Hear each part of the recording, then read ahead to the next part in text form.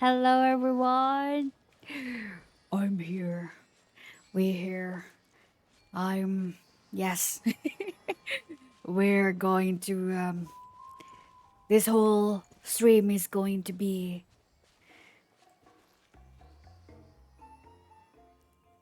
me just reading. Just reading, yes.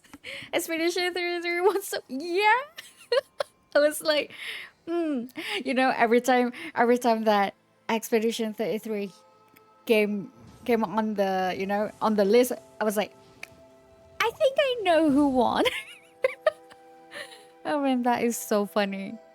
And I mean, hey, that game is so good.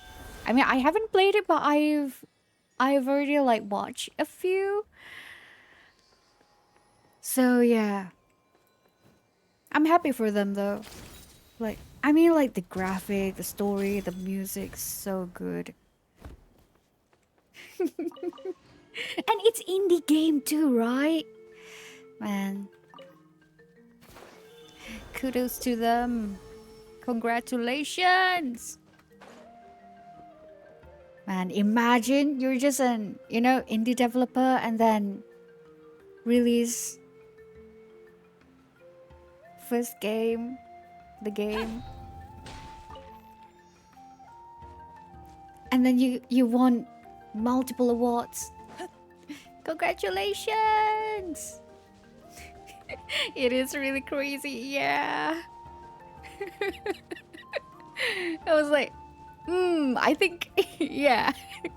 Gosh. So, I think, is this the most, I feel like in this game award, I feel like this is the first time that a game have won so many categories. I mean, previously we do have a game, games that won so many categories, but I don't think it is this much, like Clear Obscure, the Expedition. Maybe one day then we'll have time to play on stream. I hope. Yes. Yes. Well, I have so many games I plan to play, but for now, yeah, no. For now, not yet. I'm still there's some things off stream that I need to settle to do, yeah, to focus on. So yeah, guys, today we're going to focus on the lore. Yes, we're going to cover all the Natlan lore in all the versions. If I can finish all of them though. Yeah, if we can cover it all today. I already have like everything well, not that organized, but I list all the books and the artifacts that we need to read only one. So, yeah. Yeah, like the books and everything, I already organize it.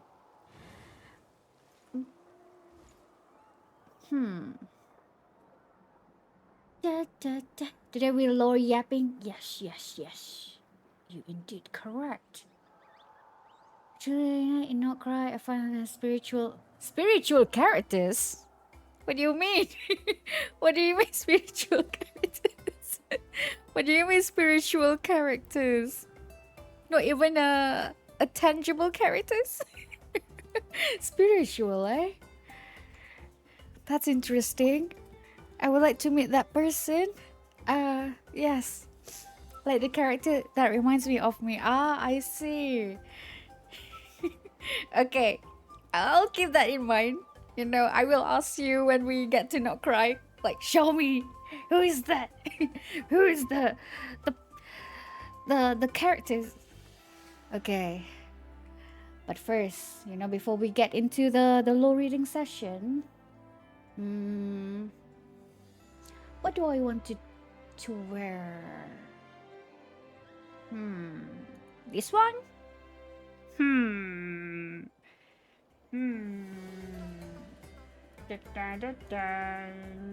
This one? Why am I so? Why am I so? Like so at the left side. Like you guys can see half of me. All right, only half of my face. Fix that real quick. All right, I think that's okay.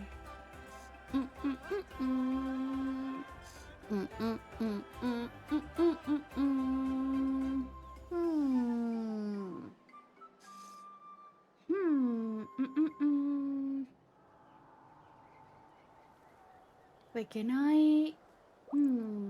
Wait a second. Let me find something.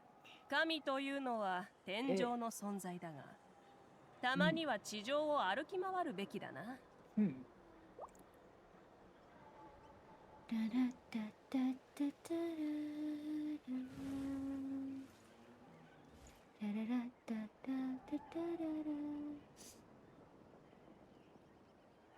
Oh.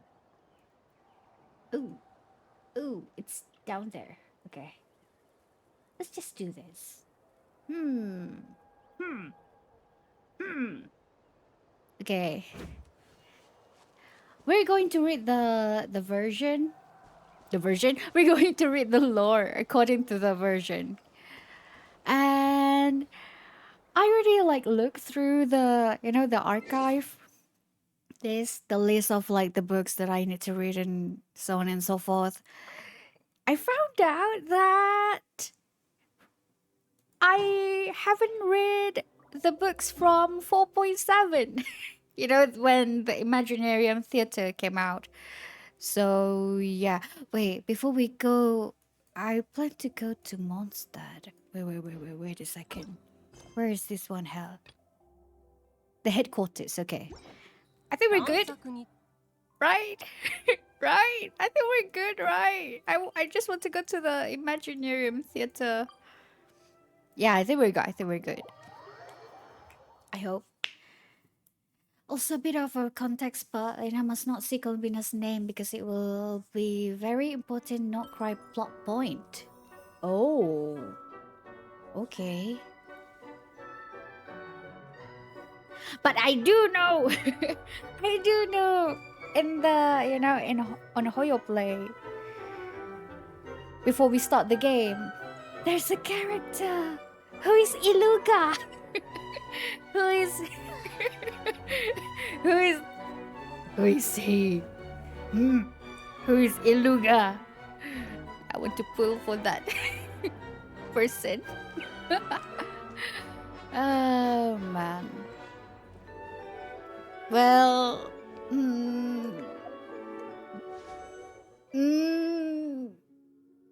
3,000, and I still don't have to read.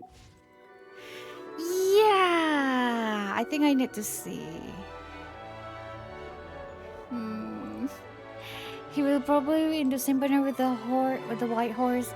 Speaking of the white horse, guys,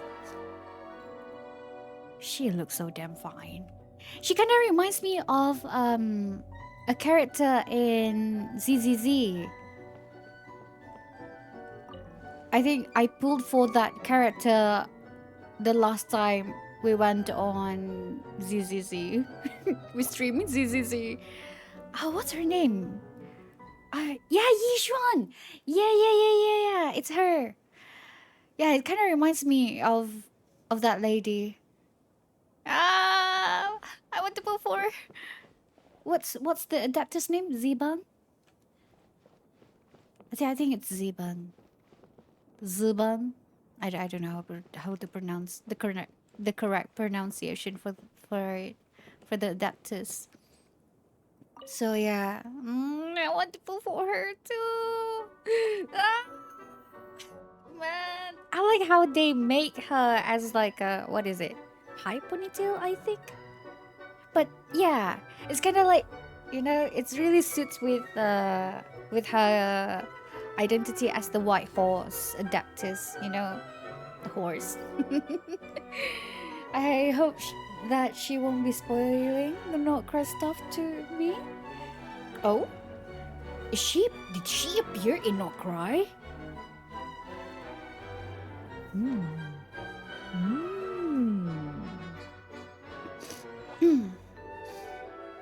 Man, I told you the characters only kind of primos and we aren't even reached the big names yet. Oh man.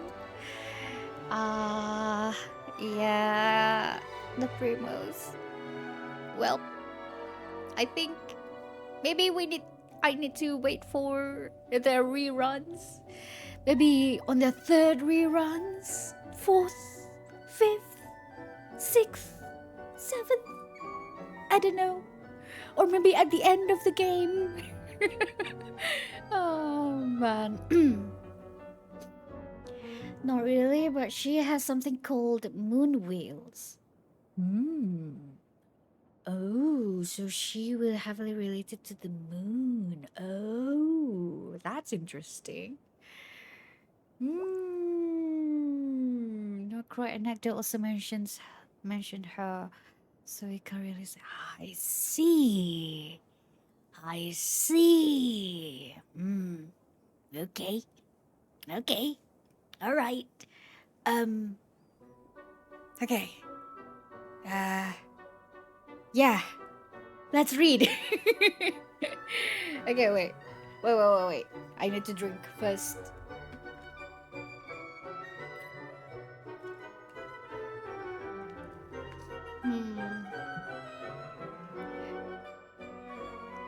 I feel I want to save my Primo gems. I mean, I don't have that much Primo gems.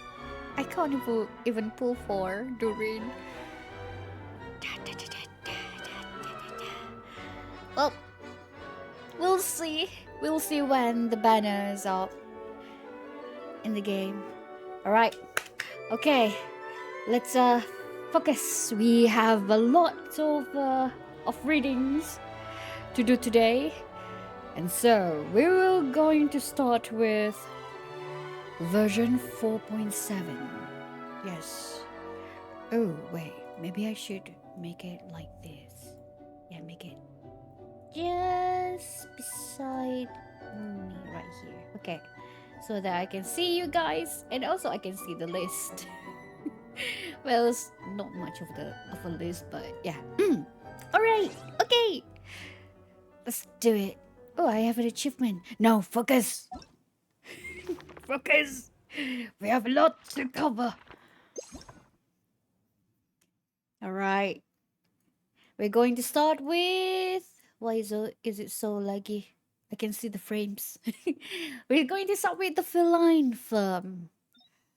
Oh. Whoa. There's 8 volumes. Wait. We're going. We're good. I think it's going to be fine. It's going to be fine. Right, guys? 8 volumes. Alright. The Feline Firm. One day, the mysterious Feline Firm sends an invitation to the doorman Perus? Peru?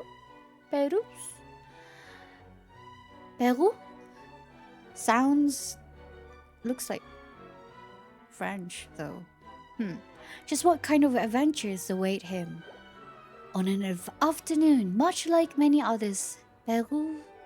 You know what? Google Translate. Help. I really want to know how to pronounce it correctly. Alright,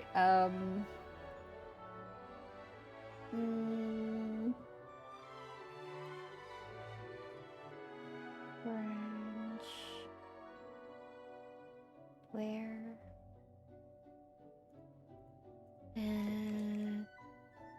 Who?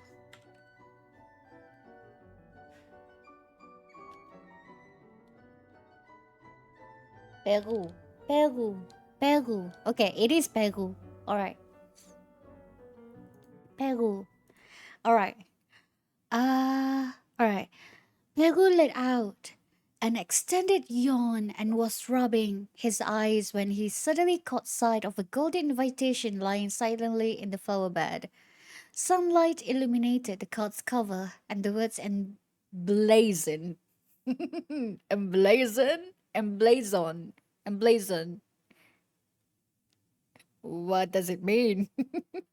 Emblazoned upon it, to Monsieur Peru, shone brighter than scattered Mora. Ah, okay, it's kind of like, the sunlight just like, shee, like the sun rays. Yeah, emblazoned the words. The name, his name. His eyes widened. He was but the humblest of bellboys, greeting every visitor who came calling at the master's door with a respectful monsieur or madame. This was the first time anyone had ever addressed him so politely as Monsieur Peru. I feel you, I feel you. It feels so good. Who left it here? And without him ever noticing too. He blinked a few times, then blinked again, confirming over and over that it was not some iridescent trick of the light. Then he opened the invitation. We are deeply grateful for the deliciousness you provided for us. Please do us the honor of paging us a visit. Yours, the Feline firm. Honor? Is it honor? Is this a typo? Or, Before we read, if Leia looks at the cover, you might see it familiar. The teacup? But it have different design though. And also, I wonder if this feline is actually the cat. I haven't, I haven't get my fortune from the cat yet. I wonder if it's that. Wait, let's change. Let's change place. Hello. Hello there. Okay, let me sit here. Can I sit? Can I sit? No. Doesn't give me to. Hello. All right. Let's sit back. All right.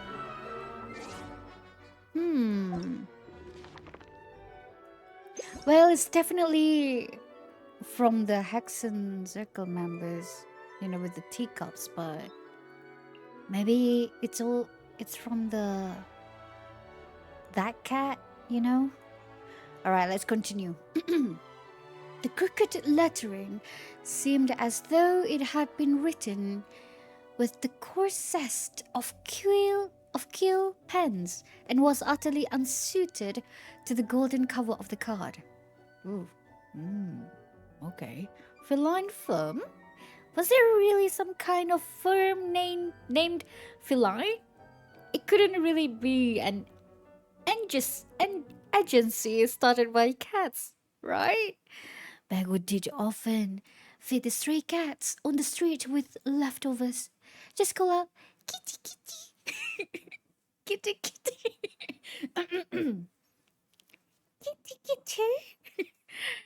Oh, well, I don't know what to, what kind of direction I want to go with him calling out the kitty. Calling out the cats. And the cats would come running right over. However, without any food on offer, the cats would be quite cautious, even around Peru. With that in mind, Peru flipped the invitation over to look at the back. Perhaps you are unfamiliar with our agency's location. At the 12th turning of the north wind, follow the fish scales forward, and you will see a row of carriages. After the 10th chiming of the bells, there will be but one carriage left over. jump into the shadows beneath it. We will be waiting there. Waiting?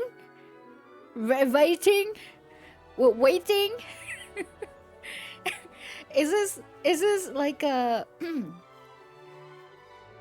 what is it? Like intention typos, or it really is typo? Okay, given the time and location like that, was this some kind of nonsensical magic? Oh man, Cinderella? Maybe someone was pranking him. Still, all the okay, it is, it is intentional. All right. All the typos littered throughout the letter, and the special attention to fish scales really did make it seem like a cat. That is, if cats could write and really had their own offices. I mean, I don't know what to say anymore, you know. Most of the cats that we saw, that we met in this game, and also in other Hoyoverse games, they all so, I would say, extraordinary. Than, you know, than normal cats. Oh dear. North wind, fish scales, carriages. Oh, right! During the day, fishmongers set up their stalls 12 blocks south from where he was. And did the rubbish collection carriages not come every night at 10 o'clock and stop there? Rubbish collection carriages! Are we going to go there? Are we going to ride that carriage? Okay, they would take the massive heaps of trash generated in the city over the entire day outside, and then at 12, they come back. Clickety clack. Yes, this must be the language magic of cats. Only someone like Peru, who understood cats as well as he understood the city and understood the city as well as he understood its cat could decipher it. Ah, why there's so am I tripping, guys? Only someone like Peru who understood cats as well as he understood the city and understood the city as um as well as he, okay. Next. Peru's heart began to pound, for this was a secret known only to him. When it is time to change shift, better hurry. Me, I've got an appointment to keep with the cats. Okay, and also we have an extra quote in here. You know what? Uh, let's move on. I think this book is written by the cat. That's why there's so many typos and extras and everything. You're here. Oh, you're here. Please have a seat. The cats were quite happy. Yeah, it sure was easy to finding your offices. That night, Peru had followed the directions given in the invitation, looking, searching. As it turned out, there was a single carriage among the trash carriages with a broken wheel that was always parked in the place. Beneath it, he had found a dark hole that had merged with the shadows with faint light and indistinct sounds coming from within, as well as a spiral staircase descending downward. Spiral staircase, you say? And this was the well-hidden feline firm. This is the nature of strays. Please try to understand. Golden eyes narrowed by the cat. Golden eyes narrowed. The cat with stripes, like those of a tiger, seemed to speak humbly, yet its tail was arched most proudly. Pegu recognized it immediately. This fellow would often laze about upon the master's windowsill, languidly swishing his tail. As for the others, Pegu was not quite so familiar. Okay, so he's been there. The cat's been there this entire time. The tiger-strapped tabby cat. Tiger-strapped tabby cat. Okay, maybe it's not the Hex and Circus cat. You know, the fortune cat. The tiger-striped tabby cat introduced each of them. The boss cat. Okay, there's a lot of cats. I mean, of course. Its office is filled with cats. The boss cat, none other than the tabby himself. The enforcer, the cat to the left with a full sleeve tattoo. The calico to the right was quite clever. The letter to Pegu had been written by a brush fashioned from the hairs pulled from every cat. Wow, and written by this very calico. Wow, I would like to have my letter written by this calico cat, even though there's filled with typos. Yes. And then there's this firewood cat too. A bit ugly and mangy, missing some fur.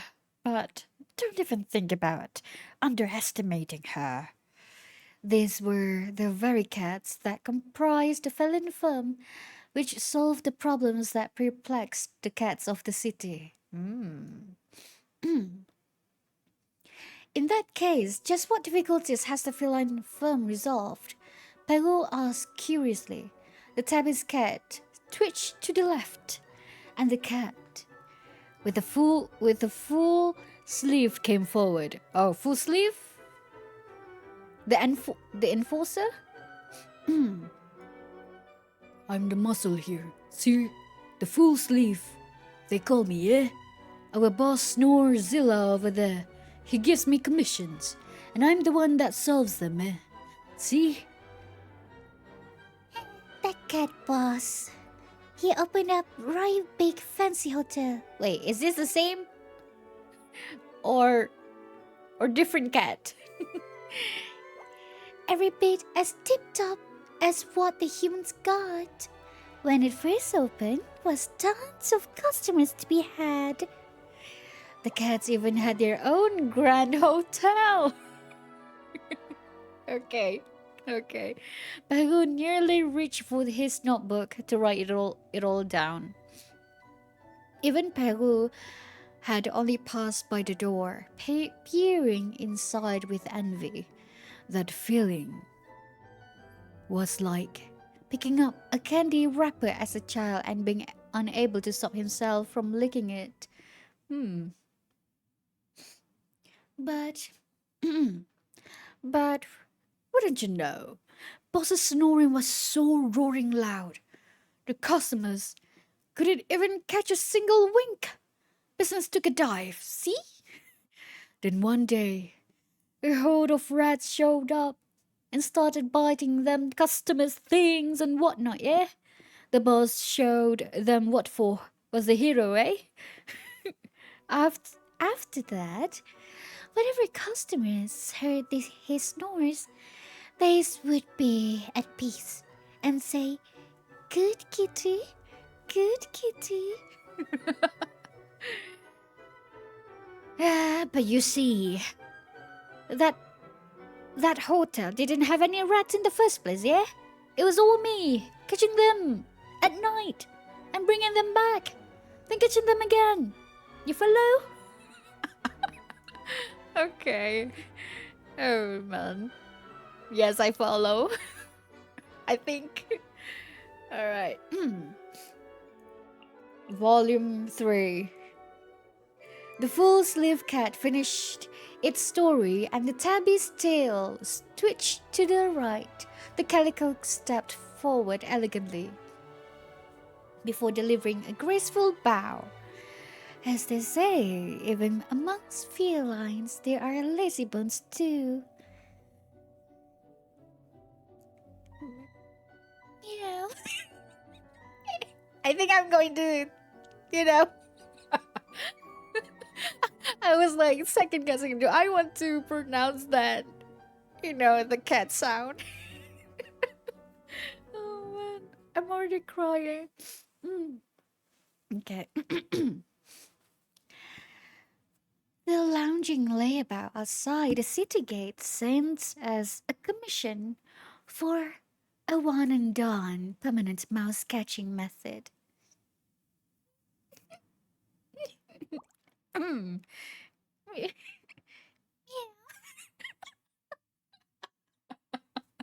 Well, Lena is a fox. Yes. I'm the, what do they call? It's like, uh, what is the term? Like the roof, something with the sheep. I forgot. Yeah, but now I'm, the fox among the cats. Yes.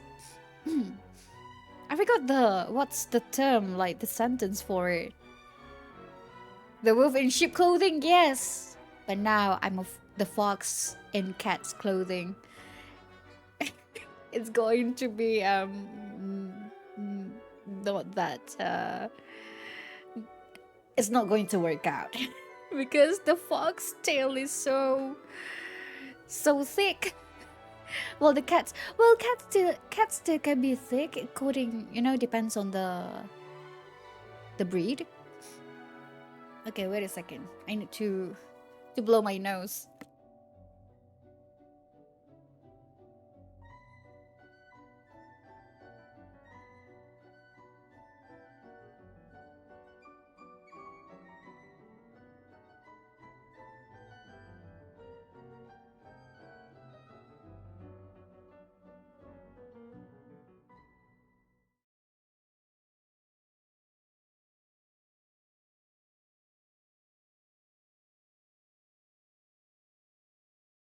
Okay, I'm back.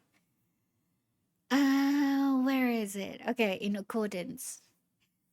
Mm, in accordance with my instructions, our paws on pillow friend changed the sign above his abode from cat's cabin to mousy rat stop. Meow. From then on, whenever rodents enter the city, they will hear a gentle, friendly voice saying, "Mice, rats, give your very little paws a rest and apply some ointment, for your journey must have been so tiring." Or, "Mice, rats, take those sharp little things off and enjoy a good scrub down." Meow. Wait, why do I feel like this kind of like a bait? Like, yeah, take a good rest, and well, by take a good rest, I mean eternal rest. Okay. And just like that, the mice scrub themselves with salt, smear themselves with oil, and line up to enter the hot water labeled warm bath. Meow. And then right into the mouth of our lazy friend. Wow. With the Perks failed to fully suppress his laugh. What a clever calico! The calico bowed gracefully once more and returned to her place with the elegance of a noble woman. Hmm. I- it is time for this loyal servant to speak now, isn't it? The firewood cat spoke flatteringly. The fur of your humble servant was burned away when I was seeking warmth in a pile of firewood. It, it was really so strange. Your humble servant had just fallen asleep, and it was warm, so warm. One dreamed of being a kitten once more and sleeping in mother's fur. As I slept, my fur caught fire. Thanks to the boss's support. Your humble servant often roams through the city's sewers, delivering messages, passing info, running errands. That sort of thing, for I'm not afraid of getting dirty. Other than that, I'm really isn't good for anything else. Aww. The tabby cat cleared his throat, and the firewood cat flinched, smiling and quietly retreating. Very well. You should now be well aware of the work we regularly do here at the Feline firm. Oh, wait. The tabby cat. Very well. You should now be well aware of the work we regularly do here at the Feline firm. We have invited you here because we've encountered an unsolvable problem and would like to request your help, Monsieur Perrault. Okay. Let's go to volume 4. My help? Perrault's eyes widened once more. The tabby solemnly nodded. And it must be you, and none other. In the house of the master you serve, there's a long-haired cat. Wait. Oh, this one is Perrault. Okay. In the house of the master you serve, there's a long-haired cat. Is there not? Oh, that's Snow White. Snow White? Noble-looking long hair. It was well known to Perrault that the master adored that cat, and it was as precious to him as life itself. Her sea-green eyes, like those of a princess of yore, were oft looking askance. Askance? What are this vocabulary? Okay, what does askance mean? Askance.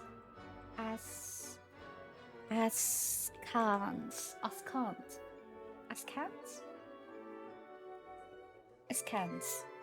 With an attitude or look of suspicion or disapproval. Oh, okay. I see. Looking sideways. I see. Like those of a princess of yore were often looking askance at people as she carefully groomed herself from whisker to tail with her pitch pink tongue, like a heron preening its feathers by the water. Oh, okay. In my head, I already imagine, like, when she groom herself and then just like look sideways at you. That kind of like a bit arrogant side of look. Whether taking his meals, his rest, or out on appointments, the master always kept that cat by his side. As for me, I'm going to get married to the long-haired cat. It's already been settled. Oh, married. Wait, what? Married? In a whiskers twitch, Perrault became even more flustered than the firewood cat. Then, how will you live together? Cats like her aren't the type to live like strays, you know? You needn't worry about that. After we are wed, we shall move to a shrine in faraway land. I have heard that it is a cat shrine. It is a cat shrine. And the people there worship cats like gods. And thus we shall worry for neither food nor drink. But that simply won't do. The master will never let his long hair leave. They will continue to stammer out his response. So, Monsieur Perrault, that is precisely why we need you. The tabby jumped onto the cabinet, his golden eyes fixed on Perrault. But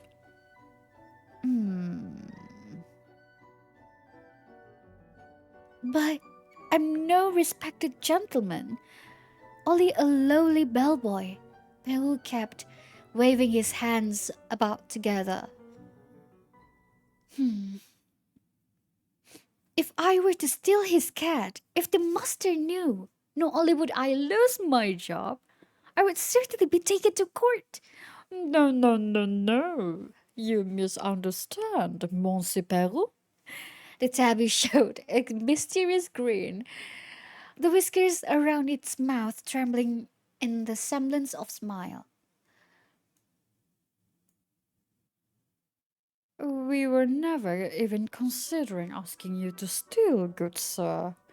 Cats are magical creatures, and we have other ways. Okay, what kind of other ways? Having spoken, the tabby whistled, and the full-sleeved and calico cats pulled out a pair of boots. Boots and... Don't tell me this is... Is this what I think? What is the name of the show? The movie Puss in Boots? I think that's it, right? Puss in Boots. Oh man, and a mouse respectively, as if by magic. These are magical. These are magical cat boots and a mysterious cat mask. Oh, what was that just now? Wait a second.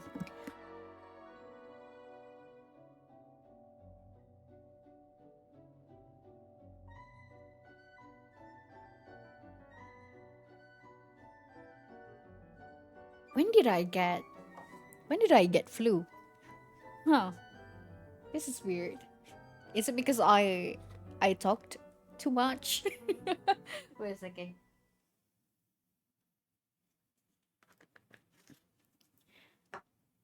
Wait a second. I need to get the inhaling thingy.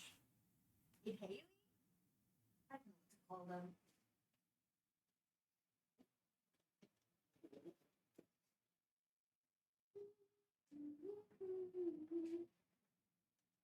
Where is it?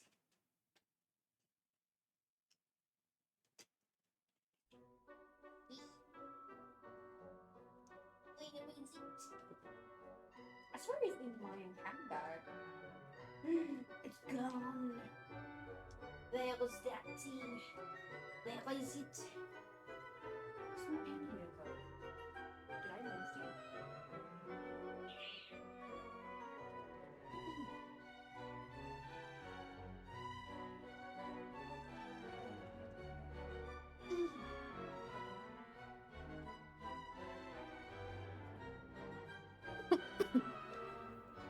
All right, I'm back. I think I moved it somewhere because maybe it's on another handbag. Well, what could I do? I switch back sometimes, depending on the outfit. So maybe it's on another. But I'm kind of lazy though. The mic still on? Yeah, I know. I'm kind of lazy to turn it off. Alright, it's okay. I will remember to mute whenever I need to blow my nose so that you guys don't hear it. Oh man.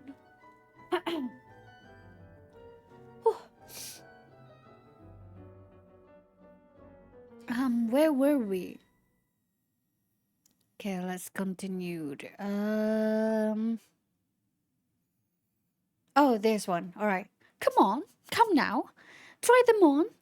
Pegu had no choice but to take the treasures. But wait. Though the boots seemed small, the moment he pulled them on, they became comfortable and fit snugly. Oh, and as he walked, he felt so light, as if he were tiptoeing. Okay. So, we're going to sneak to get the cat. Sneak in, huh? We need to be stealthy. Putting on the mask, he tried to open his mouth to speak, but now, some long, difficult to distinguishable trills accompanied with a sound, and it sounded nothing like his own voice. Wait, what? This is cat magic, the tabby cheerfully said. As long as you wear these two items, none will recognize you. Okay. Why do I feel like it's it's really like the Cinderella, but it's, it's for the cats and for these human. All you need to do is go home as always and have yourself a good night's sleep. After 3 days, bring the long-haired cat and your master both to the feline firm in accordance with our instructions. Remember, 3 days hence. You mustn't forget. Okay. A new invitation was sent. This one to the master. Master Baron. Baron? Long have we heard of your esteemed cat. I also have a valuable and exotic cat, and hope that we may bond over our mutually shared appreciation for the feline race. It would be my great honor if you would do me the pleasure of calling upon my home, such that we might discuss such things in person. A carriage will take you and your cat there at the appointed time. Lady Von Frigga. Damn. Okay, who's this lady? Ah, it's the calico. Okay. Well, I should know since, they mentioned about the carriage. Thanks to Peru's guidance, the calico carefully corrected the typos. Good job, cat. And then the cats got to work. Many cats who had once been recipients of the firm's assistance came to help, bringing white satin, nearly expired cans of snapper fish. Nearly expired. No. Okay, wines. All to turn the agency to a wedding venue. Damn. Okay. I hope it's all, everything works out pretty well. Any passing by at night would be struck pale with affright to see so many stray cats passing by in the shadows of the city. The broken carriage was quietly repaired and decorated like a gorgeous carriage straight out of a fairy tale, with soft swan feathers pillows and the sort of wind chimes cat's door hanging from it, ringing all the way. It arrived at the master's stoop. Please, if you would, sir. Pagu respectfully addressed his master with bowed head, acting as Lady Von Frigga's coachman. Oh, okay. Though he was wearing the mysterious cat mask, Pagu could not help but feel nervous, as though he'd done something wrong, as though he had done something to give the whole game away. Fortunately, the master had a mind only for the luxurious carriage, even tipping the quote-unquote coachman, a bag of mora. A small token here. Alright. All along the way, cats crossed before the coach. Step aside and make way, whispered. Step aside, make way, whispered Peru from beneath the mask, for he feared being late.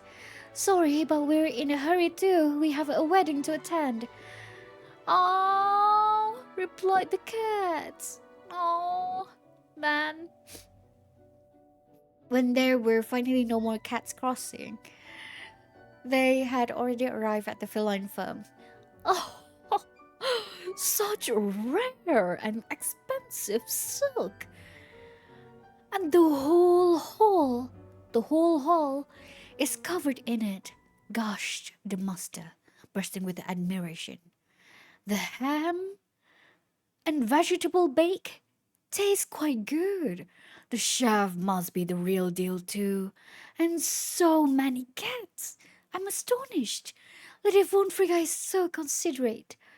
The must truly dote on her own exotic cat, just like I love my long hair. The master could simply not stop infusing praise.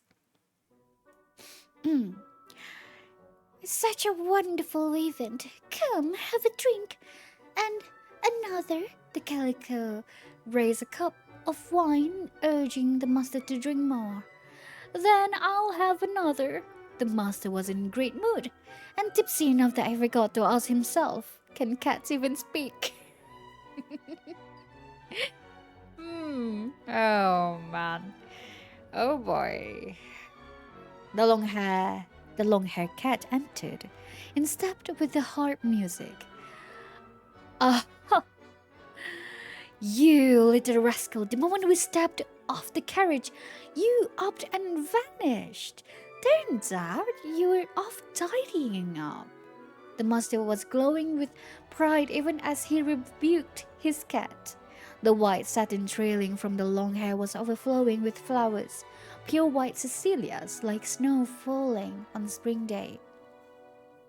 Clap, clap, clap, clap, clap, clap, clap, clap. The cats began to applaud in How do they applaud? I mean, I've watched some cats, make meeting their claws together, like the begging, the plead one. But I don't think it will. Will it sound? I don't think it will sound. Because the surface is too soft. Maybe I don't know. Will it sound? Can we hear how cats clap? You know, so beautiful. Bagu put down his knife and fork without ever realizing it. Swoosh, whoosh. The cats lifted the curtains. The tabby cat had put on a bow tie and top hat, and his whiskers and the fur upon his ears was neatly trimmed. He walked towards her with the solemn steps of the knight, welcoming his bride. The full-sleeved cat behind him swiftly shook out the bag he had shouldered. And within were gifts for the cat couple, colorful balls of thread, toy mice that squeaked when played with, and a finch-shaped balloon, as well as a long-prepared boat ticket to a cat shrine in the faraway nation. Wait! A cold, harsh voice came from above, interrupting the cat's cheerful reverie. The master had sobered up slightly and stood up swaying. He pointed his finger at the tabby. No, this lout. Isn't he the stray always lying about on my windowsill? I know you. Always leering inside and always up to no good. Didn't the invitation mention a precious exotic cat? And where's Lady Von Frigga? This cat toys. Hey, aren't these from my house? When did you lot steal them? And all this silken wine, all stolen too, I presume? Daddy, please, don't get angry. The long-haired cat quickly began to pout. Yes. I will take good care of. Hearing Daddy twice like that infuriated the master. You shut your dirty mouth. How could some random stray from Archon who knows where, with an impure bloodline, possibly be worthy of marrying my long hair? And you, the scoundrel calling himself the coachman of Lady Von Frigga, you're in cahoots with this gaggle of strays, helping them with their little scam, aren't you? Let me see just who's hiding under that mask. Oh, shoot. Oh, no. Oh, no. The master stalked towards Peru and was about to wrench the mask off his face. All the blood in Peru's body seemed to drain. as though it had been siphoned by some powerful magnet. No! Run! Run! A host of voices echoed in his ear, and his heart beat like drum. Yet his legs were stiff and wouldn't move even a single step. Even a single step. It's over. I'm done for. Pegu covered his eyes in despair. But just as he did, so he glimpsed something that seemed to be on his cheeks. Something that seemed to be shaking like trembling hairs. Huh? Oh! Snow White whiskers had grown on his cheeks. But it was no old man's whiskers, but of those a cat. Wait, what? What? Did he turn into a cat? I mean, well, maybe not yet, but seems like it. He's about to. He twitched his ears and found they were pointy and quick. He subconsciously arched his back and let out a meow. Just before he would have been caught by the master, he agilely fled under the table. What in the fairy tale is going on? Run, run! Bahu was like a gust of wind in the black cloak. Run, run! Following the spiral staircase upward, he ran towards the feline firm's exit. Just where did those magical cat boots go? Bahu knew not. All he did know was that he ran as swiftly, as agilely as a cat. And he also saw the world from below like a cat. Where did the mysterious cat mask go? The answer gradually became clear to Perus. The boots and mask had become a part of him, or rather, he had become a cat. No! As he had been wearing the coachman's white gloves, he was now a piebald cat.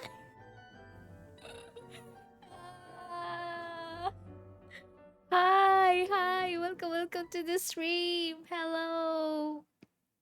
Currently, we're catching up with all the books and the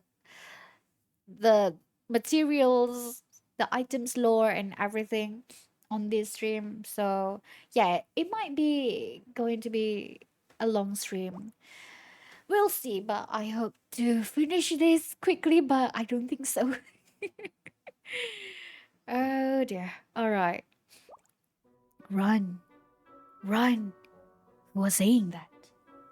Pegu tilted his head, and the tabby with his bow tie and the long hair, with white satin trailing her, were beside him, running one behind the other. Ah! Run, run! Monsieur Pegu, please drive us to the port on that carriage. Behind them, cats were jumping up and down, tearing off the decorative ribbons. The wine and salad upon the banquet table had been knocked over, and the entire mass had stopped the master in his tracks. My long hair, come back! None heeded the master's cries. With things being as they were, all he could do was take the tabby and long hair to the port safely. Peguk simply couldn't deal with anything else. And besides, cats have small paws, so they can only handle one thing at a time. Pitter-patter, plip-plop. It began to rain outside, and lightning flashed in the pitch-black night. There was but a brief moment of illumination before the rumble of thunder rolled in, and only that one small door was still open, without a single guard. They were probably hiding from the rain. Countless whirlpools swirled upon the surface of the lake upon which the ship was docked. If you didn't look too carefully, you might think it but a shadow of the bridge. But for Peru, who now had the exceptional vision of a cat, it was immediately apparent, holding the wedding gift from the full-sleeved cat. The tabby grabbed the long hair and jumped from the carriage, swishing through the air and onto the boat in an instant. It is all thanks to you. It is all thanks to you, Monsieur Peru. The tabby cat gave a rare show of respect, genuinely bowing. Now away, ere the master catches up. Go, go, go to that cat shrine. Go, go, live a life of joy. Moved by having accomplished something so great in secret, tears began to flow from Peru's eyes, though he still didn't know just how he was going to live as a cat. No, man. Oh boy, I don't know what to feel about this book though. Could you lower the in-game music and change to... is it distracting? Okay. Let's change. What's this one?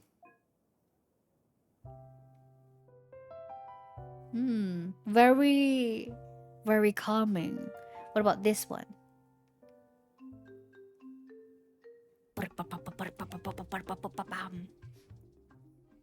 Journey of Hope.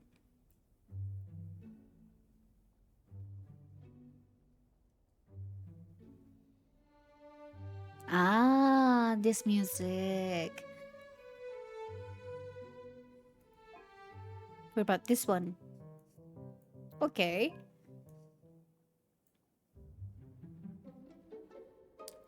This music. Okay. Next. Oh, this one is Fontaine. What about this one?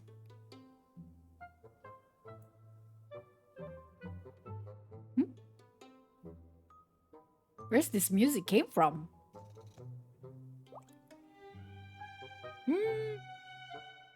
Ooh, very, I don't know, mysterious.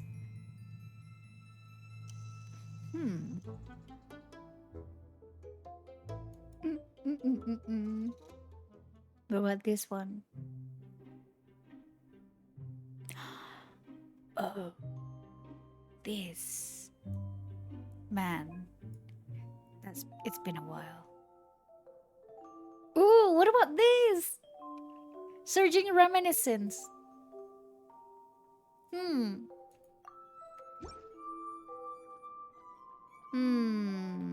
Do we want this one?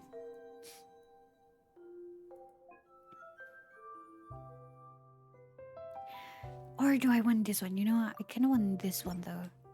It feels so calming. Alright. We're changing seats. Okay. Let's continue, shall we? La, la, la, la, as I read you to your sleep. It feels very calming. Okay, where were we? Oh, okay, we stopped at volume 7. We're about to reach volume 8. The last volume! Can you believe it? We reached the last volume. Wait. Oh wait! I forgot! Every one of these have different description. One day, the mysterious feline firm sends an invitation to the dormant Peru. Just what kind of adventures await him? Having deciphered the Feline's spell, Peru finds the entrance to the firm, and just like that, jumps into the shadows beneath. And then? And then what? Oh! I'm sorry. That's embarrassing. Forget that. You guys heard that. Please. Please. Please. That was a sudden burp. I think it's a burp. Okay. Oh man, where do I hide my face? All right. Volume 3. The cat with the full sleeve arm tattoo. Complete the ever snoring cat boss's commission, but what did the other do? Pegasus' curiosity remained unabated. Okay, what about this one? Even the feline firm, which has nearly everything, can find itself at a loss from time to time. Just what devilish difficulty has confounded the conceited tabby boss that he must seek succor from Peru? A cat's magical boots and a cat's mysterious mask. Just how will they bring the long-furred cat to the feline firm? Witnessed by all the cats and the master, will the tabby cat and the long-furred cat get hitched without the hitch? Wait, what? Get hitched without a hitch? Becoming a cat? Becoming cat husband and wife, or run, Peru, run! For Peru that had grown cat ears, these words alone remain ringing in his mind. Okay, now, volume 8. That said,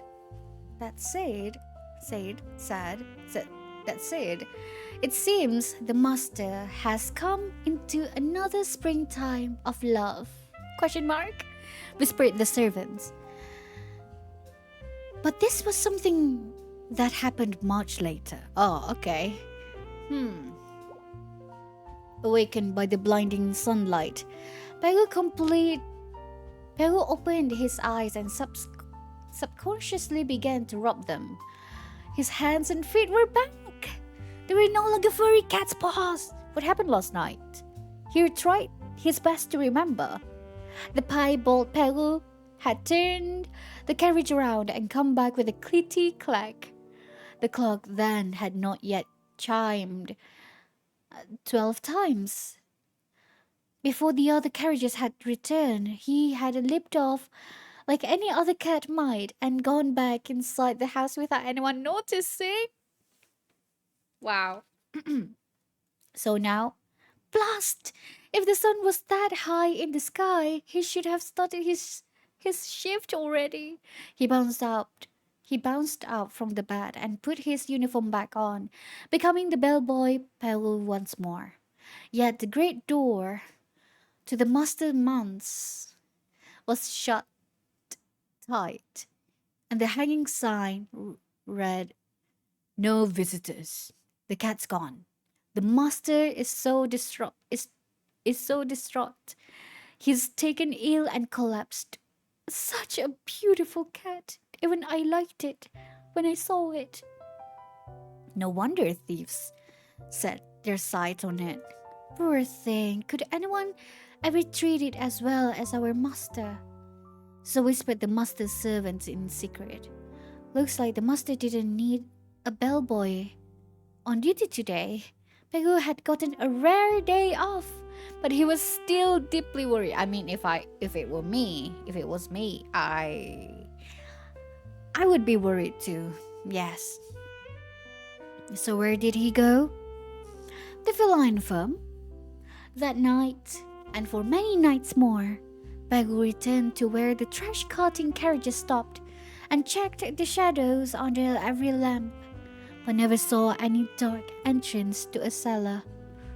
The boots and mask too were gone. It was just as though no magic had ever occurred, and Peru had never met any talking cats. Perhaps as the tabby cat's boss had left, the feline firm had been made to disband. The illness plagued the master for 3 months. Oh, 3 months.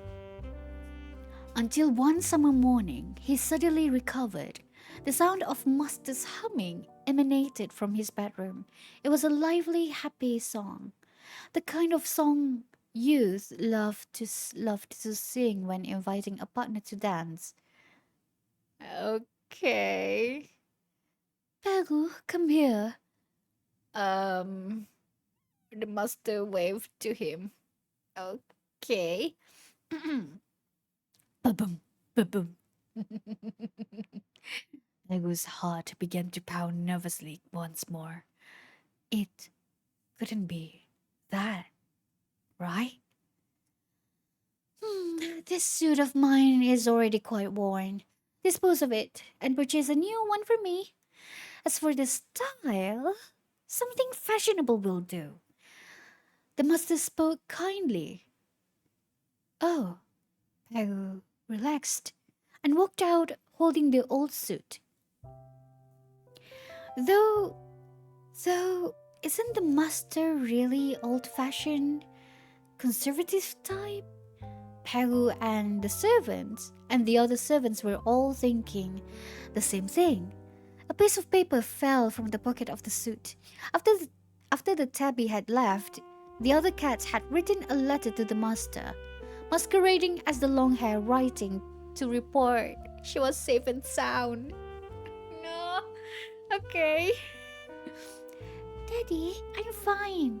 I've attached some dried fish and mouse jerky. Please enjoy. Also, the lady Von Frigga who proposed is a real person, and she has feelings for you. No.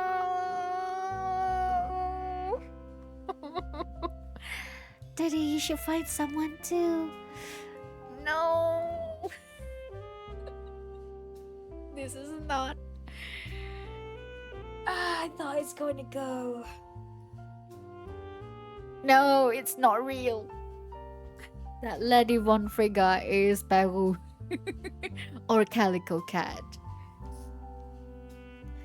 Oh no. Man. What a book. uh ah.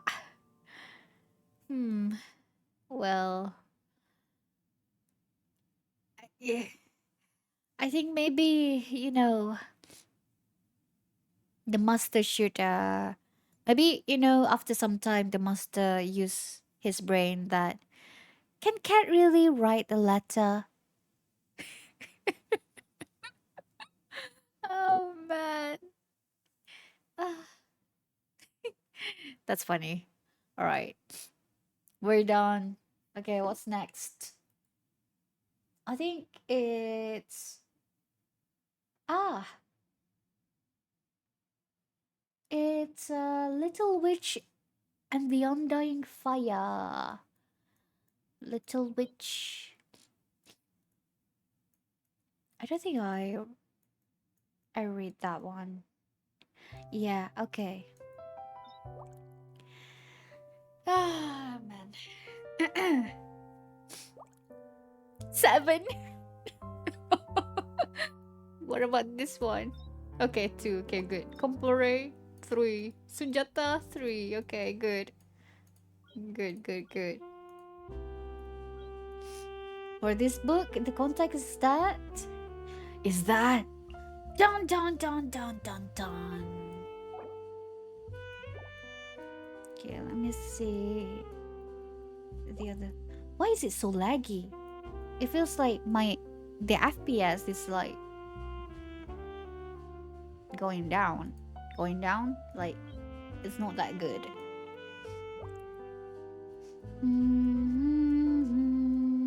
Volume 1. Oh, I love this volume 1. It's only, I love this scroll. It only have volume 1.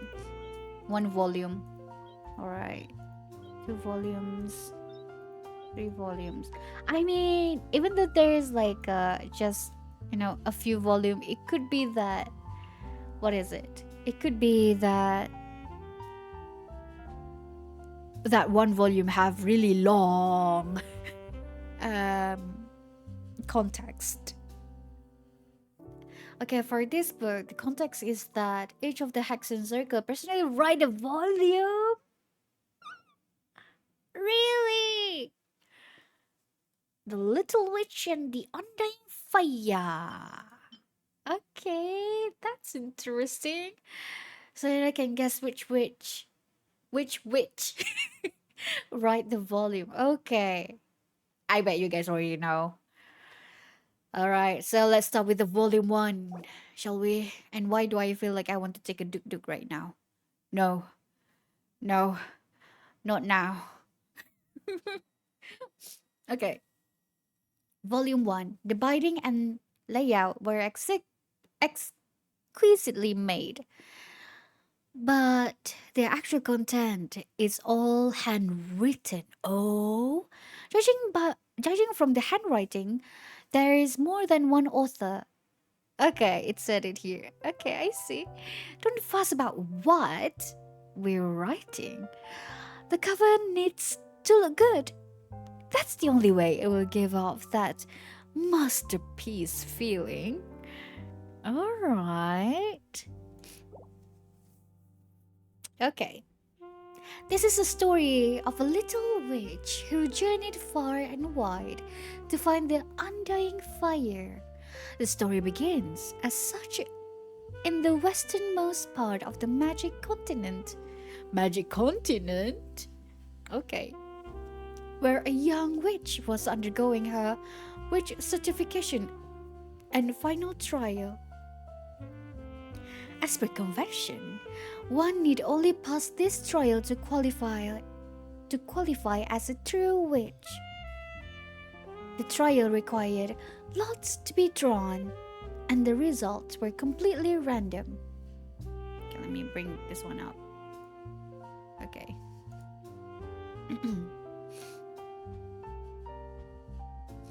A format which resulted in frequent accidents.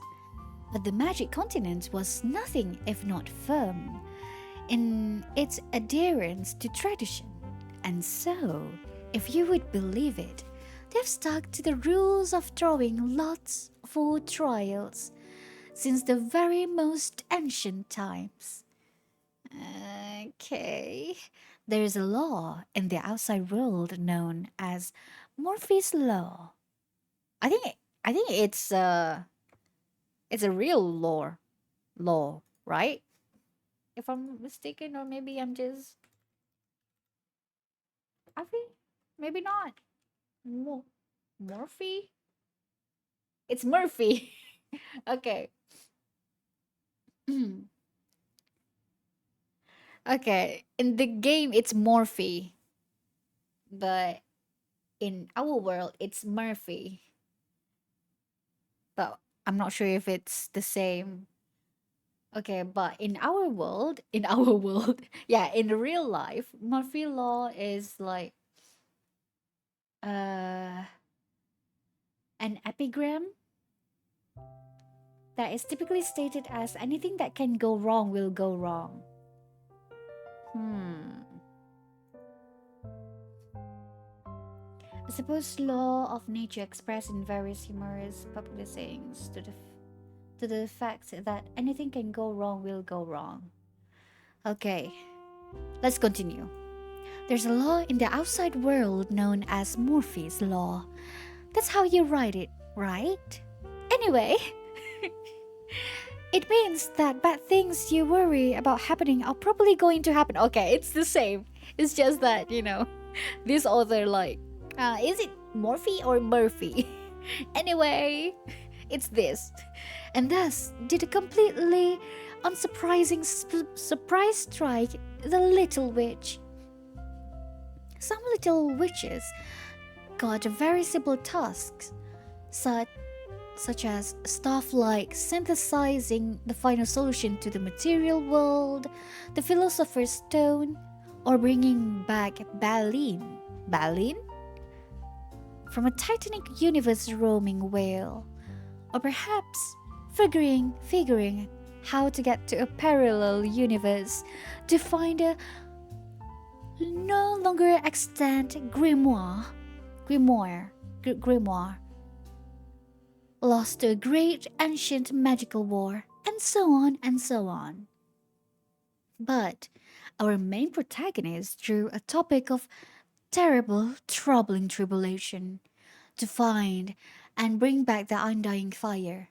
Perhaps her honored teacher might have an opinion on this subject. Question mark. Her teacher was just enjoying a most wonderful tea time with her friends, and she comforted her student. It must be because you are fated to become a really great witch. So, your topic's a little harder than most. Unsolved mysteries are the most interesting after all. Really? That's right. When you come back, I'll be sure to welcome you with a tea party. One lovelier than this one, even. The teacher's friends whispered to her, "Hey now, isn't that a bit much? You obviously only made up that question because you couldn't be bothered to think up a real exam question. If such a thing even existed, we'd have perpetual motion machines by now. Don't you think? Could you have done something else? Made her prove the grand unified theory based on unified electroweak through theory or something? Don't you worry. Life is full of a great many lies. The teacher spoke brazenly. And I did not lie, did I?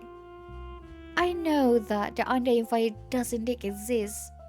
That blazing star. Huh. Hang on, when did I see it again? Must have forgotten. The teacher spun around to her pupil, saying, "Ahem. Considering that your trial is indeed quite challenging, you shall have 3 times the normal amount of time to complete it. I'll be rooting for you." Oh, who's this? I feel like it's... Is it Alice? I'm not sure. We'll see when we read other volumes. Okay, what about this volume? You are more than halfway through and you haven't even pushed the plot forward one iota. Why is it all about the setting? And what would you know?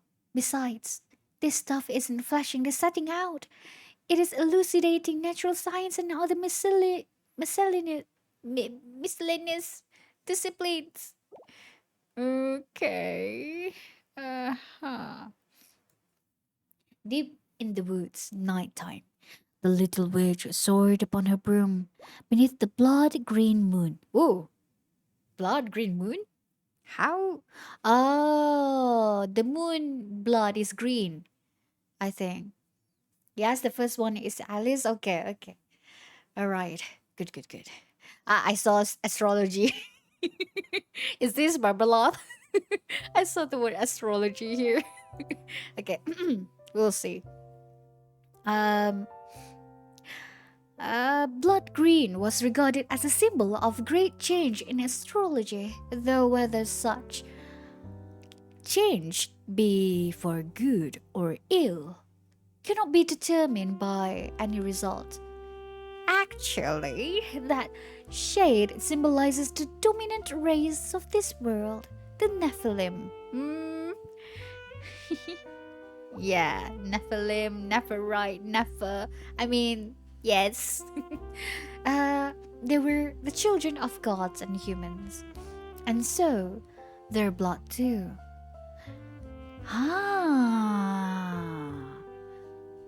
I mean, kinda makes me rethink. Kinda reminds me of like the blood of the scorpion in Inefa's trailer. I mean, what is it? The scorpion's blood. When Inefa done with that scorpion is green. That's kind of interesting. Okay, maybe it's just a coincidence, but who knows? Where were we?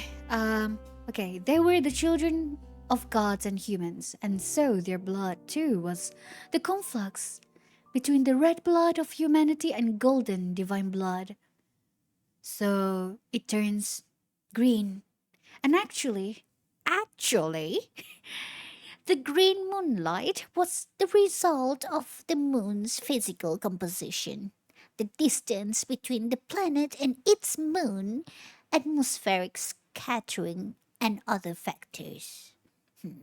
Anyway, so the little witch was soaring upon her broom beneath the blood green moon. And then she met a young lady who claimed to be a fortune teller.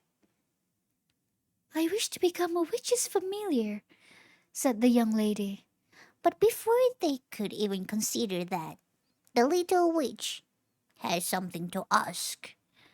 Can fortune tellers read the skeins of fate? The fortune teller then explained the underlying principles. Put simply, it is something like this.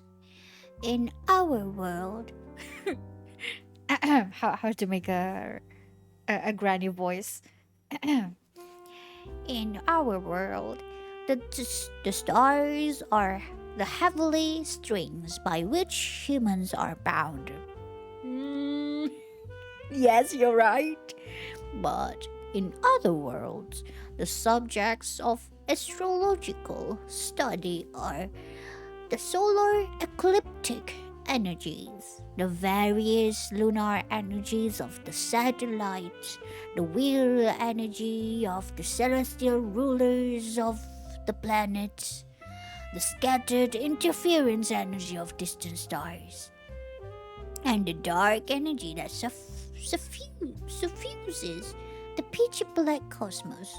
Of course, it's not like these things don't exert influence on our planet. They have merely been greatly weakened by the giant sky shroud. Hmm?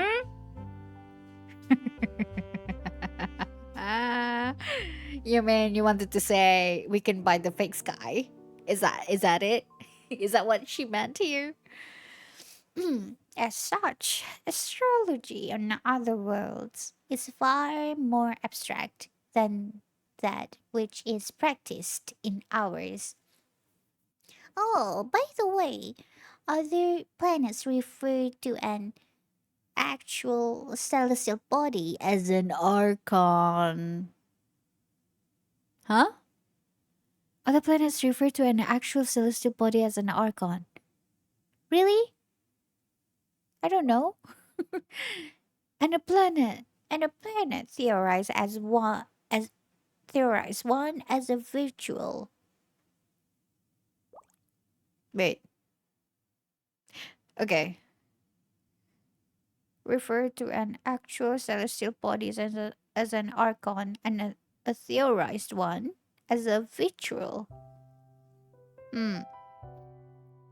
The planet the little witch was on was no exception.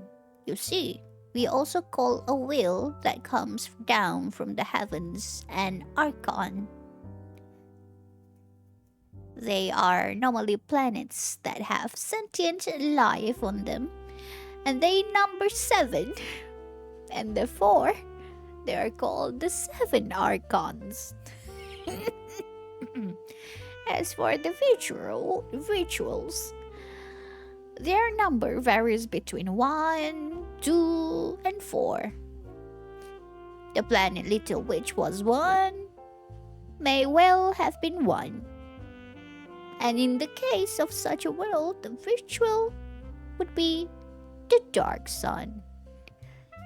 Astrologers and diviners are, in essence, performing weight calculations on the sky shroud, the cosmos, and the archon and virtual celestial bodies before deducing individual developmental tendencies from world to world. But the relative weight of the sky shroud over our planet is just way too great. And so, investigating it already allows us to obtain very precise results. As for the world the little witch and the astrologists were on, they would have to go through entire formula. After the little witch finished listening, she was very impressed by the fortune teller's learning and technique. Now they could speak of the matter of familiarhood. To be witch's familiar was to share in her magic, and with magic, one could peer into more destinies. That said, becoming a familiar could have unforeseen side effects. It was hard to say that what might happen. Yes, that is what the blood green moon means. Great change, which can't be judged as good or ill by the outcome. See how it all comes together? We didn't go off topic. It is a shame that I am still not a great witch. I can't make you my familiar yet, said the little witch. I know of another way. Oh, I know of another way to establish a contract with the witch. It seems we must resort to using it, said the young lady. This was the night bathed in blood green moonlight, and it was also coincidentally the Witches' Night Carnival. By the way, the Night Carnival is an ancient taboo ceremony. The legend has it that at such times the witches' magical powers are at their apex. They hold rituals in secret, offering sacrifices and keeping the bonfires burning through the night. This tradition had been forgotten in the westernmost part of the magical continent, but for some reason, it had been revived within deep woods. Normally, this was an event that only great witches or figures greater still could be invited to, or invite others to attend. In practice, though, participation in a carnival had a direct relation with a witch's romantic or martial status. In any case, There's a lot. Oh my god. There's a lot. I feel like I know this carnival for some reason. Is this the same carnival as the one inside the trailer? No, no, no. I snuff out my beloved something. I forgot. But yeah, I feel like there is.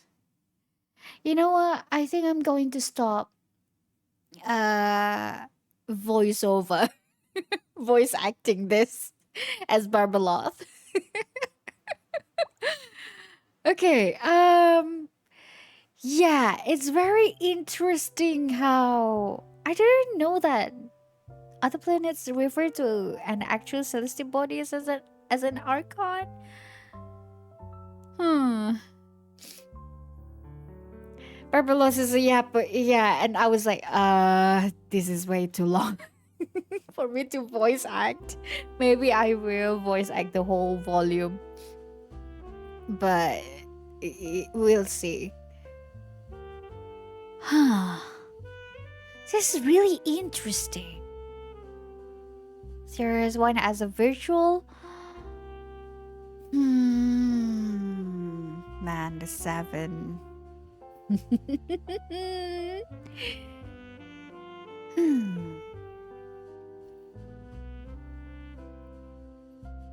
Yeah, with the virtuals. What does it mean by that? I didn't get it. Virtuals. The number varies between 1 to 4 and 2 and 4. With the dark sun.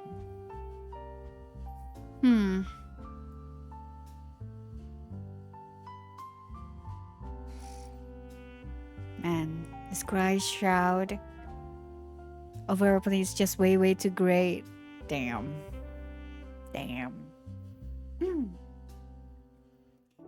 Alright, where were we? The night carnival. Yeah, I feel like the carnival is like in the the hexa circles meeting during that one event when we found out, the mage's tea party, something like that. And inside that, there's like I snuffed out the life of my beloved, something like that. Because the participation in the carnival had a direct relation with the witch's romantic or martial status. So yeah, maybe I understand it wrong, but that is what appears in my mind. Okay, let's continue.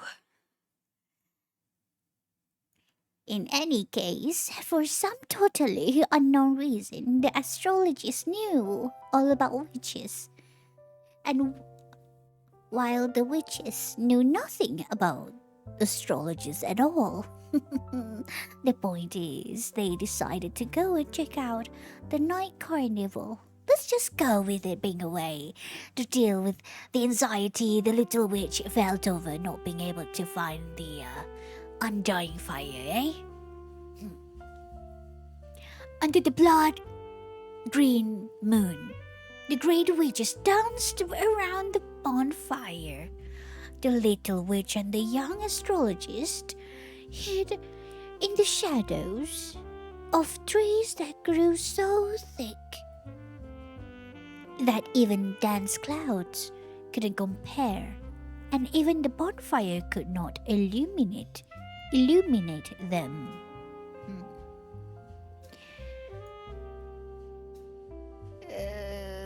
Whose voice is this? Oh, the young lady. Okay, I think it's Purple Loth. We'll just need to wait till the day after the ancient, forbidden night of reverie, when the dawn light first breaks and the various great witches depart. And the grey embers will be a flame that never dies. When a mortal takes this flame and offers it up, that is equivalent to signing a contract with a witch, said the young lady. Does this method always work? The little witch asked.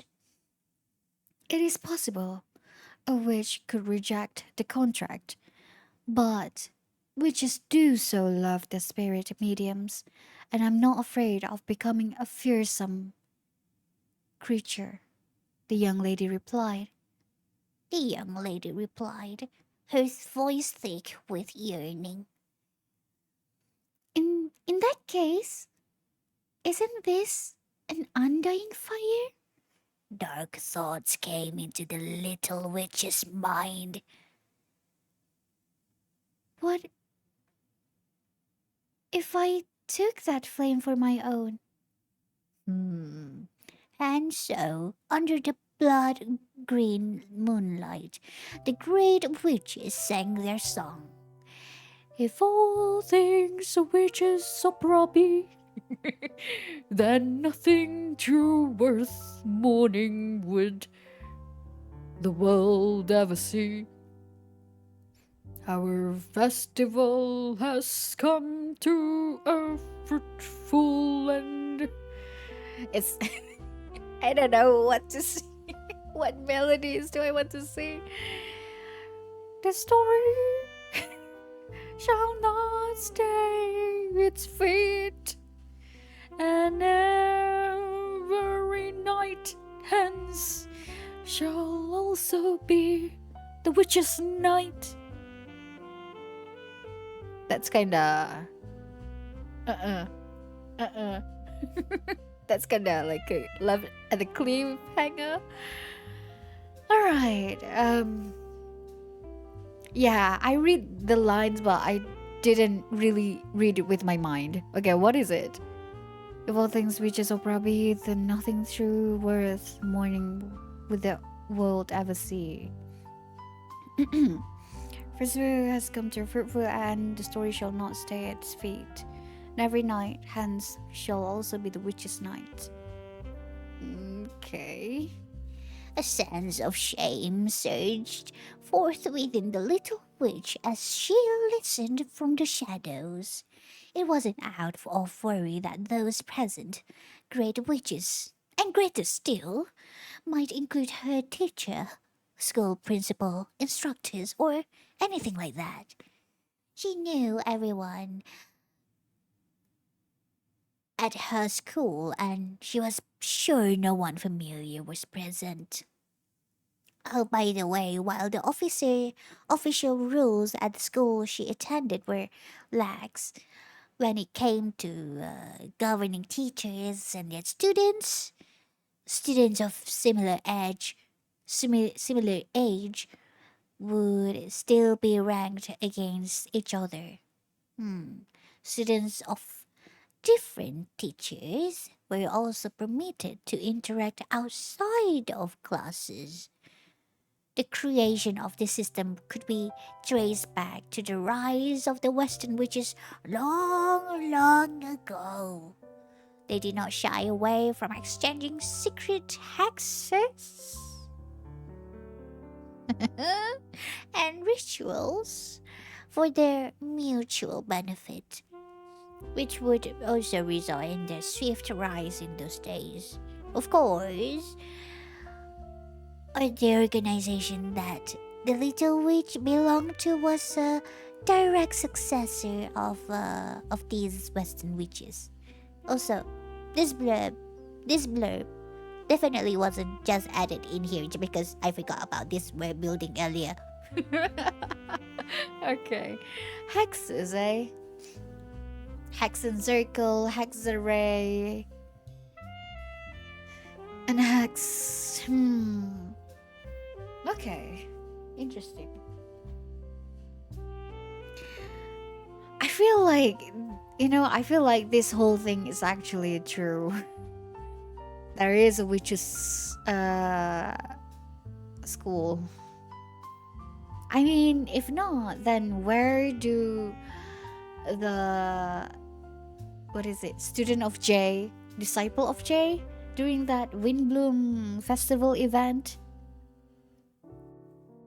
came to be, So there must be, yeah. It's just that, it's we don't know about them. It's a secret. Interesting. Back to the story, she said to the fortune teller. Since we have this opportunity, go bravely forth then. Once dawn comes, take that fire. If you should be so unfortunate, wait. Okay. This is the young lady said to the little witch, right? Or is it the other way around? No, I think because the young lady mentioned that I don't care if I'm not afraid of becoming the fearsome creature. Right, so this one is the little girl. The little witch. Since we have this opportunity, go bravely forth then. Once dawn comes, take that fire. If you should be so unfortunate as to become a monster, I will give you a quick end. You will not suffer. As a gift to commemorate this friendship, the young lady gave her treasured crystal ball to the little witch. This crystal ball fills joy for all known destined paths, and its heart breaks for all unrevealed tragedies. If you ever feel lost, allow it to be your oracle. Actually, there is a story behind this crystal ball.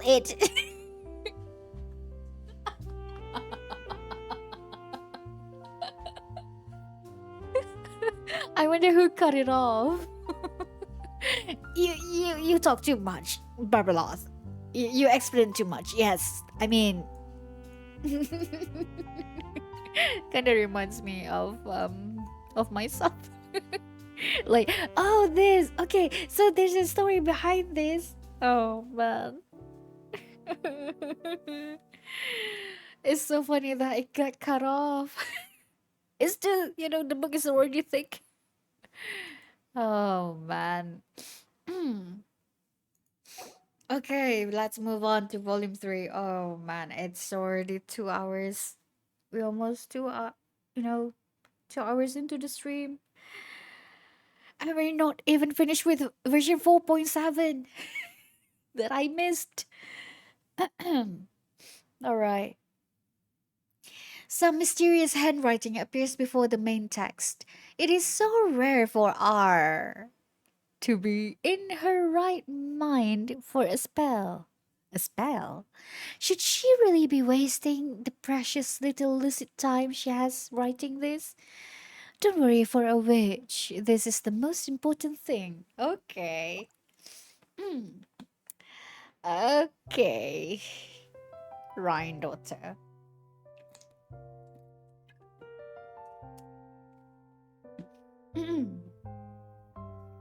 All right. Hey, what do you have for us? Oh, gold. Oh, dear Rhine daughter. Bubberloth yapped so much that the gods stepped in. Yeah, man. Alright. In her travels, the little witch encountered a group of people getting ready to kill demon kings. Demon kings? She decided to join them and go kill some demon kings. They told her, the more demon kings you kill, the greater your witch's power will grow. This is, in fact, true. I'm not sure. I mean, to Rheindotter, I think the demon kings is it's either the abyss or the shades or the gods. Yeah. I mean, hey, we just witnessed that she devoured Naberries and she obtained a greater power. And yeah.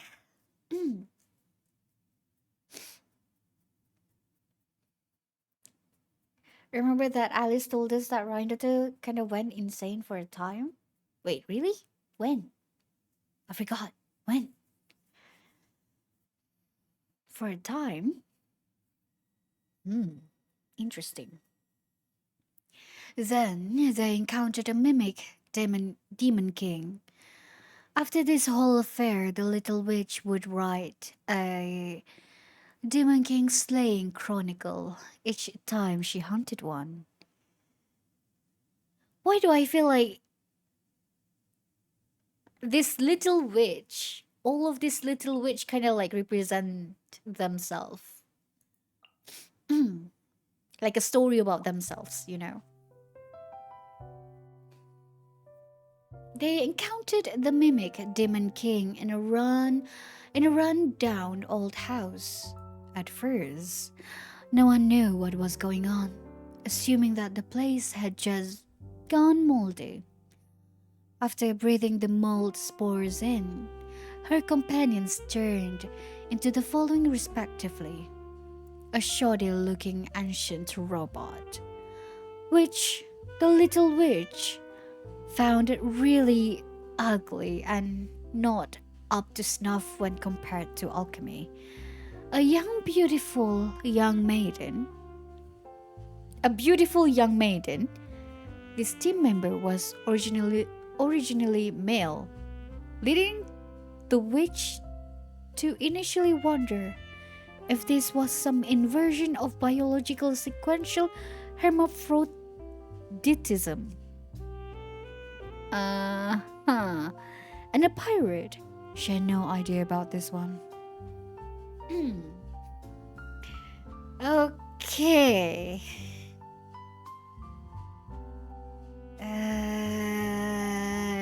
Ancient robot. We have a young maiden. A pirate. After some time, everyone in the squad developed identity disorders. Bleh. Considering that her three companions appeared to be of the same species, they should not have exhibited such different natures, while the symptoms were, by contrast, so similar. The little witch discovered that the mold had its own consciousness and had a power that allowed similar life forms to turn into their ideal state. She did not change because she was already very pleased with herself. The little witch decided to test the mold's unique properties. Yeah, this really reminds me of like the gooey, the abyss gooey thingy, and how they can change. And we know about what happened to what is it? To Carter. And yeah, the members of the Narcissan cruise, and yeah, they're really interesting, man. Every time the Rhine Daughter, it's just interesting. Okay, even though we don't really like her. The little witch decided to test the mold's unique properties. She tried ingesting parts of it, finding it to be edible without any side effects. Thus, it might have been a miscategorization to call it a mold. But since the mold in blue mold cheese could also be eaten, she decided to continue using that label. Something worth noting was that after a chunk had been cut away, the other mold threads would immediately disappear, possibly a sign of rudimentary collective intelligence. Collective intelligence? Oh boy. To facilitate further communication, the little witch wanted to turn into mold, and so she did. Oh, hers are long too. Okay. Man, there's so many double meanings in this, or like hidden meanings. As it turned out, the mold colony only sent strange biological signals that needed deciphering. Through repeated observations, it seemed that their level of collective intelligence might be lower than she had previously thought. In the end, the mold committed suicide. Wait, can I say it on stream? In the end, the mold committed as the little witch deciphered its way of communications. And as it turned out, the colony experienced dissonance in self perception and self dissociation when it looked upon the little witch, who had become just like them. Oh man. Yeah, this really, after reacting to the god's limit, it really reminds me of like, how she now became I think she became the shade. Because Nebarius is, she already merged with Nebarius. And of course the other shades have to communicate with Nebarius. So it's why, man, Ryan daughter, she is the Hexenzer members. She is one of the 5 sinners. She is also one of the shades. Well, maybe not exactly one of the shades, but kinda. Oh boy. Where were we? Decipher, self-perception, dissociation, right? Become just like them. Okay. The signals they sent had in fact been philosophical speculation. Who is me? And who am I? Its intelligence was thus much higher than expected. Her friends recovered and told the little witch that this was the mimic demon king. It was a species of a demon king in the same taxonomic class as standard demon kings, but not in the same order. Huh? Okay, wait.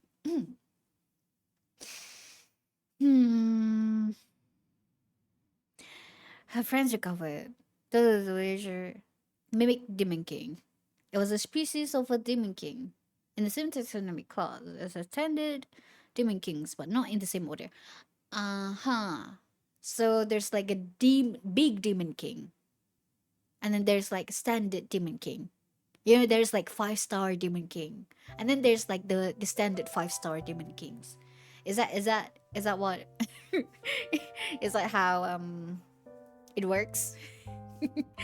To understand it better.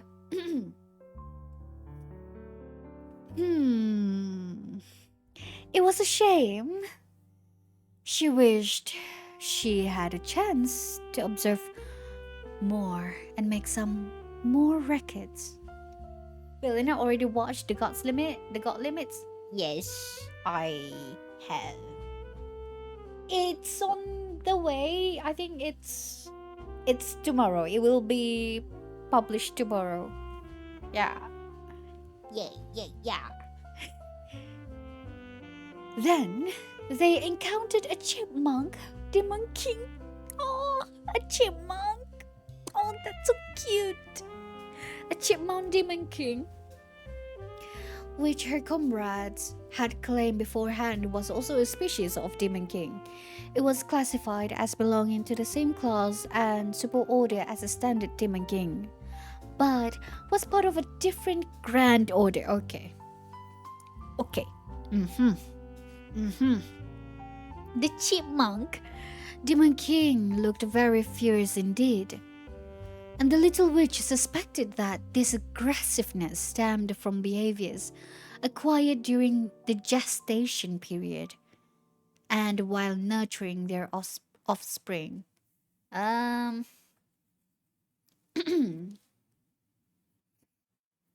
Interesting. Is the chipmunk demon king supposed to be the abyss? Or maybe it's other kind of thing that we don't know. Uh-huh. Infiltrating its old nest, they found it was a male. It was male. One of her companions was eaten. It turned out that it simply had a bad temper. The little witch decided to report the findings of this investigation to prevent the tragedy from repeating itself. They attempted to feed the chipmunk demon king seeds to lure it out. They lost another companion in the process. It seemed that this creature was not a vegetarian at all. Her final companion fled, having deduced from the pattern of the events thus far that he was next on the chopping block. This was an incomplete logical induction. Both the process and conclusion were mistaken. Eventually, she used high-grade boar meat to lure the chipmunk demon king into a trap. The creature's fat and fur made it resilient to fire and freezing, though she had never dissected one. Results indicated that it also had an organ, enabling it to breathe underwater. Oh, interesting.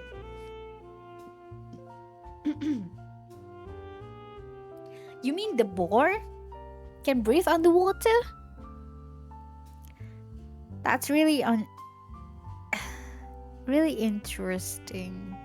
I wonder if one day the game developer decided to bring this boar that can breathe underwater into the game. A complete vacuum was used to dispatch in the end. It seems that it still required aerobic respiration. Ah, okay. Many demon kings seemed very powerful, but they all have their weaknesses. The same is true for alchemical life forms. Finally, the little witch had to face a standard demon king, a great demon king of the primate order. Um. Okay.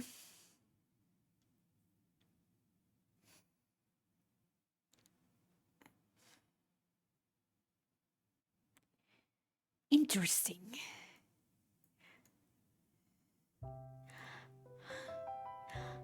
I feel like there's so many hidden meanings behind this. I couldn't figure it out. Maybe we figured it out some of it, but not really. Interesting. Okay. Volume 4. Some mysterious handwriting appears before the main text. Saritsa? Saritsa? Saritsa, be good. How are there this many unresolved plot threads? Please have mercy on these old bones, would you? Are you trying to say that Saritsa, the Shnezhnaya Archon, is one of the Hexen Circle members? Huh?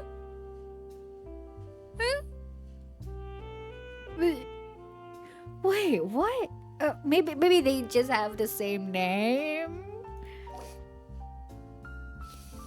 How are there this many unresolved plot threads? Saritsa, eh? So the little witch found a great demon king. I'm sure you all remember that. Defeating more demon kings causes witches to grow stronger. I like how, stop right there. No, no, no, no, no, no. We're not using this verb. Okay. As such, the little witch was actually already amazingly powerful now. The great demon king was simply no match for her. Can you really kill a being that looks like a human and has intelligence? That looks like a human and has intelligence? Interesting. Shh, oh. Can you really kill a being that looks like a human and has intelligence? Shouted the great demon king in desperation. You're right. I didn't really intend to do anything to you anyway, said the little witch. I've never forgotten that my goal is to find the undying fire. Researching, observing, and defeating demon kings was never even a means to the end, but rather just the building of basic level of power. Then she used, sorry, I don't know magic or mysticism, some powerful awesome technique that bind the great demon king, and brought it back to the largest nearby city. Oh, okay. One of the mages from there? Ah. Remember her student who wear the outfit? Oh. During the event? Isn't she the student of Jay? I forgot who's Jay, but yeah, something was with Mage Jay, if I'm not mistaken.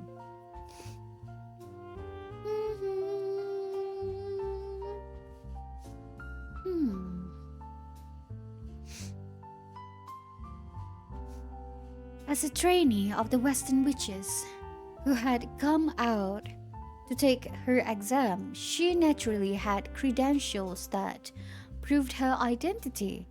This provided her convenient passage through many mortal kingdoms. Such things were also proven to be immensely hard to forge, thus avoiding the possibility of any cliche plot lines. This actually presented the mayor of the city with a conundrum. Ah, yes, this is a good time to say that this nation was a loose confederacy.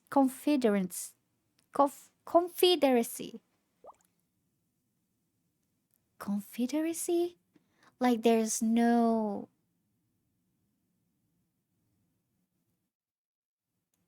It's not that there's no government at all, but there's like not much. Not they don't have like a tight law or something. Conf- Confederacy. Ah, is it Confederacy? Loose Confederacy. Oh yeah. So Confederacy is federation or alliance. Uh, A union of people or groups formed an illicit purpose. Confederacy. A league or alliance, especially of confederate states. See. A person who works, with especially in something secret or illegal. Oh, that is a confederate.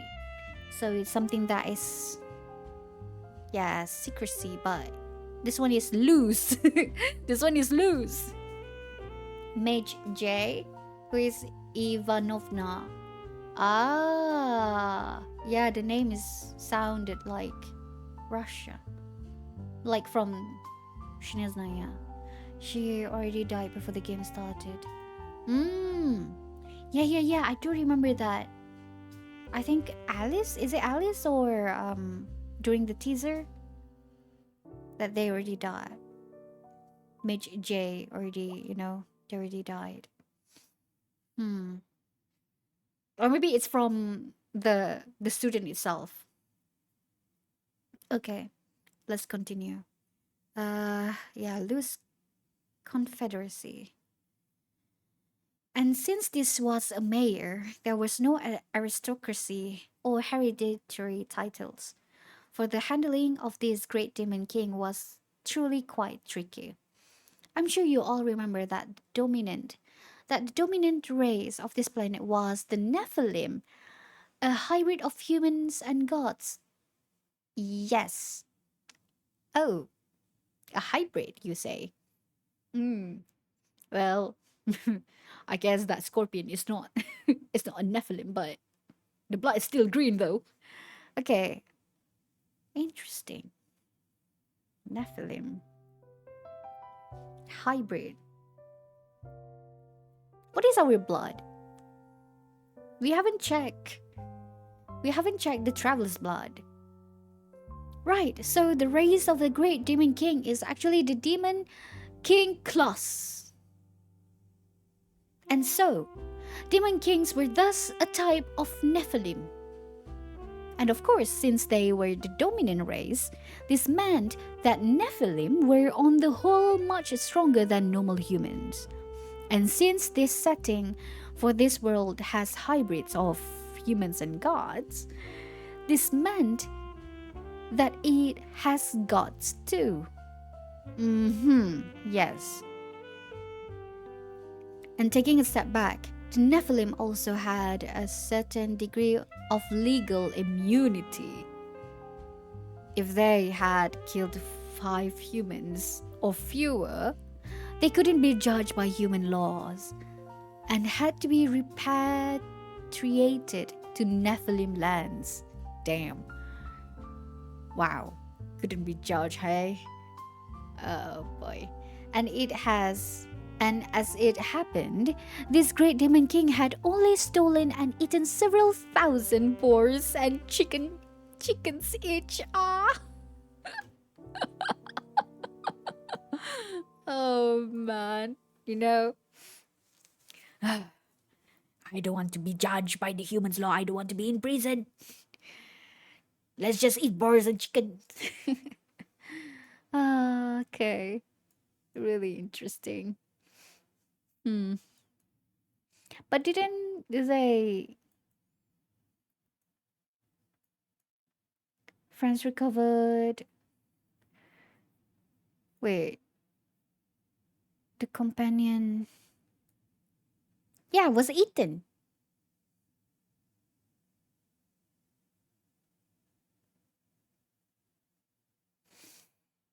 Oh, but yeah, they can, they can kill humans 5 and lower.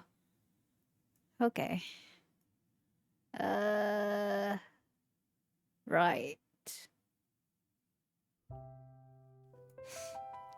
Interesting. So this was fast turning into a diplomatic and political issue.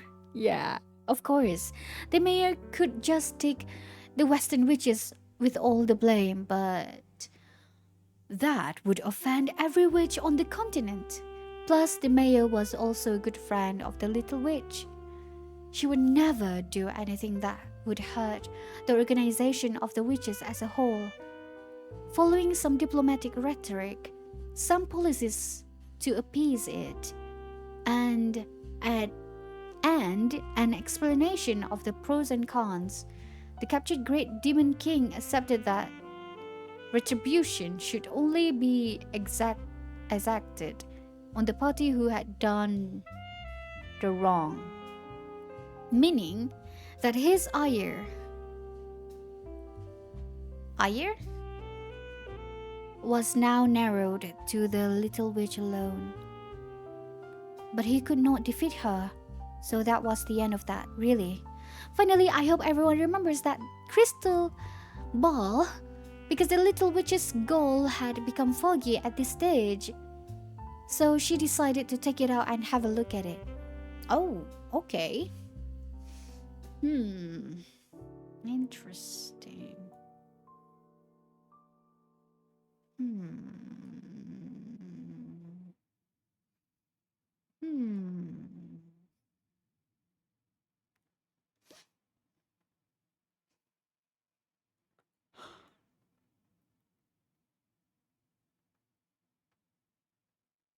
Right.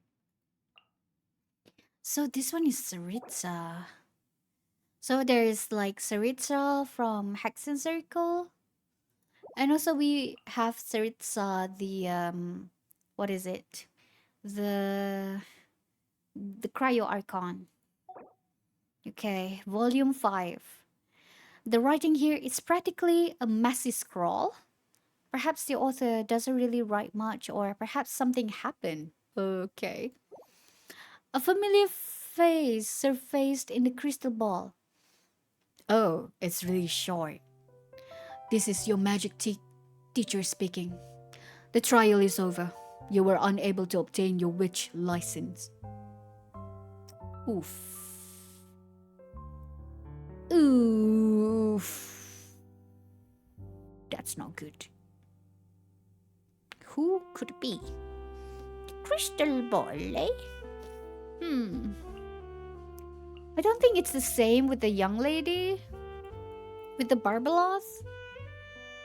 Because the young lady from Barbeloth chapter, is the one that gave the little witch the crystal ball. Alright, volume 6. I'm glad that the volume 5 is that short. Okay. Is it still necessary to write this? The present moment being what it is? Allow me then. Opportunities to return to this world are few and between. Alice would think the same. If we don't continue, then everything would have been meaningless from the start. Oh, wait. This is interesting. It's kind of like symbolizes that who is the Ender's daughter? And also maybe the mage the mage J. Whose idea this book from? Because right here, if we don't continue, then everything would have been meaningless from the start. Like, is it still necessary to write this?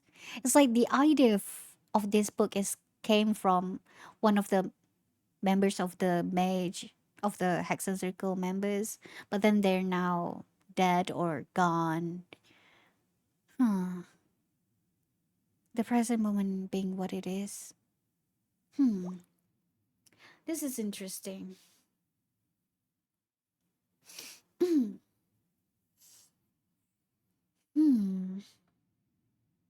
Allow me then. So this mage, whoever this mage right here, she wants to continue this book. Opportunities to return to this world are few and between.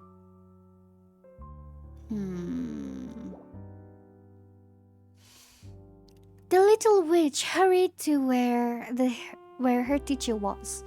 She wanted to question her teacher face to face about why the task had ended and why she was not to be permitted to become a witch. She wanted to throw things to the ground in front her teacher, though of course she would only chuck the ones that could survive the impact, and that she could practically lift herself while avoiding her teacher's favorite teacup. Favorite teacup. Of course, should the situation warrant it, she was even willing to smash her own second favorite teacup to show how serious this all was.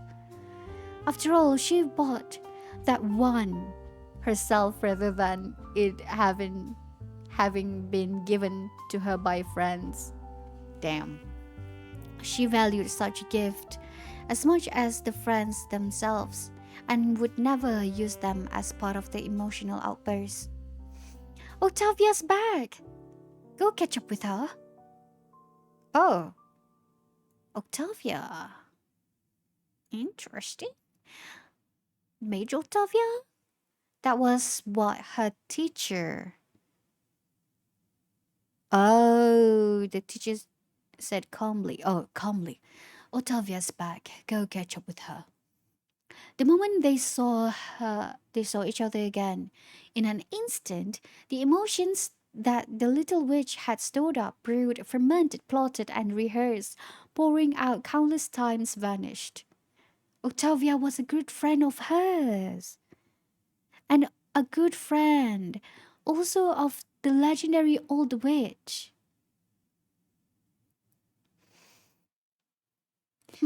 Old witch? Legendary old witch? Her home had been destroyed, but as she lacked the courage to fight back, she had taken up a life of eternal wandering. Oh, damn. She had seen many worlds. Yep, we see the what is it? The Miliastra Wonderland, and had told the little witch many tales about the sky beyond the sky. Huh? The sky beyond the sky. Okay, I see. Like, Teva is a fake sky. It's like, what, beyond the sky? Interesting. So this volume must have been written by Mage Octavia then. Mage O? The entire cosmos is going to die soon. Things peaked but not long ago, and are about to go south very fast. Octavia was sitting in a yard swathed in flowing sunlight, pouring tea into the teacups she and the little witch loved most. The little witch pulled a chair up and sat in it. You written so subtly, she said. We didn't even prepare a chair for you. You're probably sitting in the old witch's chair now. Many stars across the cosmos have gone out. I do not know how much time is left, Octavia said. So, I wanted to come back to see you. Is that why my teacher and the others stopped all the witch tests? Because you came back and told them this? The little witch asked. Perhaps. In such a world, all things lose meaning, and there is no longer any need for you to become a witch. Then I shan't be angry at my teacher any longer. I don't know how to voice that. Maybe we I can, voice it out again, but it might take time. The little witch said. But will you be mad at me? I caused you to lose your chance to become one. Oh said. The mage. Oh. I will. If you never eaten after leaving this time, came the little witch's reply. I'll go to the bedroom to get your chair. I can just sit in that old witch's chair, can I? She's too old to get up and come sit in. Come sit in it nowadays. That's no good. That chair is hers, just as your chair is yours. The little witch argued her case earnestly with O.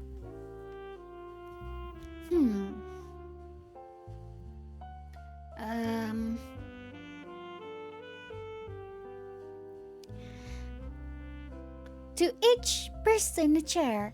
That way, even if they are not present, their memories will be seated still. So, we absolutely can't use the wrong chairs. Octavia smiled helplessly. And by the way of apologizing for by way and by way of apology for interrupting the process of the little witch becoming a proper one, she gave the latter a piece of news. So the Undying fire really exists. It may be found at where? At Natlan. Oh man. Interesting. Man, I can't wait to meet with Octavia. With Mage O. She will be so cool. I mean, like from the from the Millie Astra Wonderland trailer, from that she already looks so cool. I like it. Especially the bluish, the dark blue and everything. All right.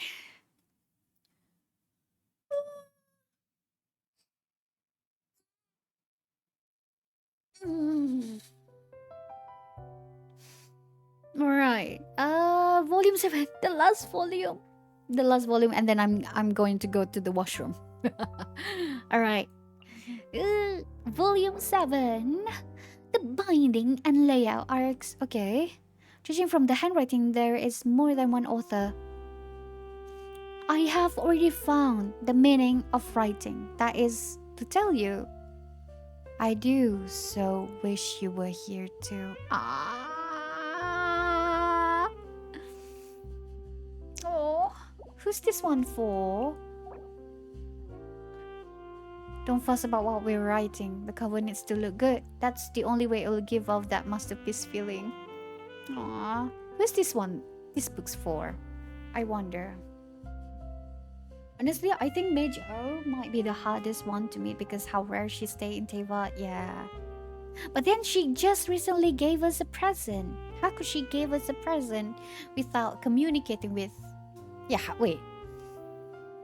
I can't help but wonder. If they're outside Teyvat, how do they communicate? Well, it's the Hexen Circle members. They have their... They're much powerful. There's... Yeah. You know what? Yeah. I don't want to question. how they communicate, but hmm, hmm. All right, volume 7.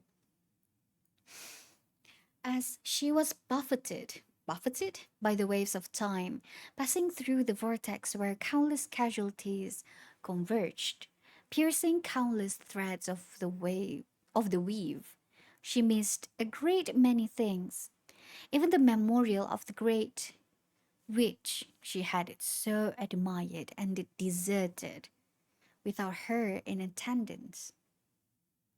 Whatever they were, the point is that the little witch passed through all manner of haphazard trials and challenges and nonsensical stuff before she managed to arrive before the old witch. Actually, it is just that the little witch didn't think that those experiences were worth talking about, nor did she know why anyone bothered spilling so much ink about all that earlier stuff. When all said and done, the most important things were the witch's tea party and the goal she was pursuing. In truth, she had already seen it before her journey began, in a sky as dark as a sack of coal, or perhaps a cavern, for as we all know, there is no difference between the two. There hung a star. Wait. There's no difference between the two. There hung a star giving off a weak radiance,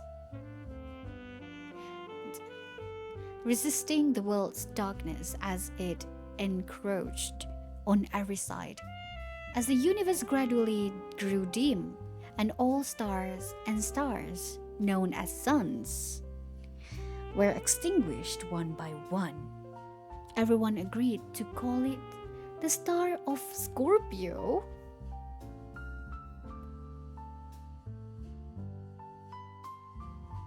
Okay. The little witch remembered hearing about this during the witch's tea party, but she only remembered the name and nothing else. Anyway, Scorpio, huh? Star Scorpio.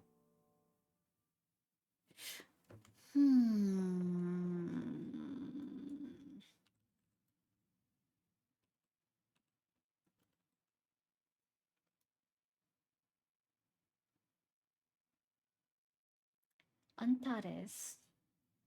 Antares, a massive reddish supergiant star known as the Heart of Scorpion, making it the brightest star in the Scorpius constellation and a prominent feature in the night sky, often mistaken for Mars due to its color. Oh. Ah. Scorpius also features other bright stars like Sheila, Shiva, forming its distinct hook-like shape. Oh, and the constellation is visible in the summer months.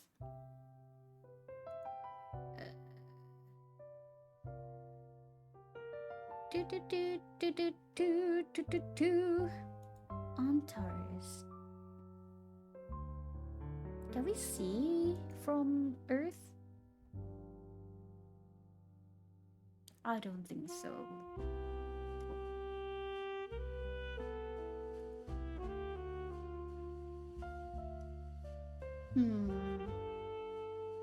I thought it's like what is it?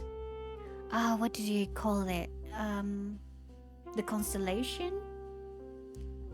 The constellation with the shape of Scorpio, but yeah. So is that the Undying fire? The star of Scorpio? I mean, from this, it looks like wait, you guys can't see it. I forgot.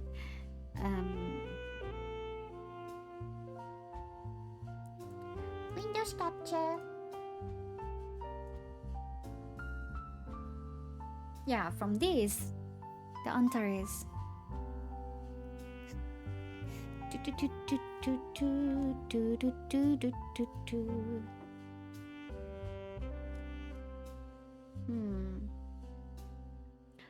It's the brightest star Gemini, constellation, Scorpios. Yeah, it looks like this.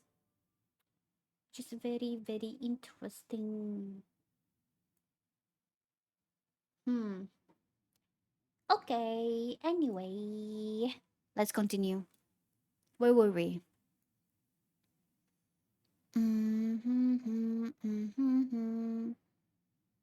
As the universe grew leading, all stars known as the suns were extinguished one by one. Rain agreed to call it the star Scorpio. The lizard came before the old witch, who was actually the star Scorpio. Huh? Anyway, the little witch came before the old witch, who was actually the star of Scorpio. The little witch? That witch burned still, even at the end of all things. However, her flame was very weak now, and barely a faint ember. The little witch held her hand, which had become as dry, as brittle as the withered branch. She remembered that the old witch was once a little witch as well, with pale and tender hands that once elegantly held teacups. Those same hands had been used to bring forth much magic, kindling the flames on many worlds. The little witch said, "Looks like everyone doesn't want the flame to go out, and I get it. It can't be helped. The last time we said farewell, you were there too." The witches said that long-lived witches would lose many things as the years went by. Life, death, love, and hate would cease to have much meaning, but that isn't true. Those are just words they used to comfort the companions who departed before them. Witches, in fact, treasures every infinitesimal flame and light that shines in this dark world bereft of hope all the more.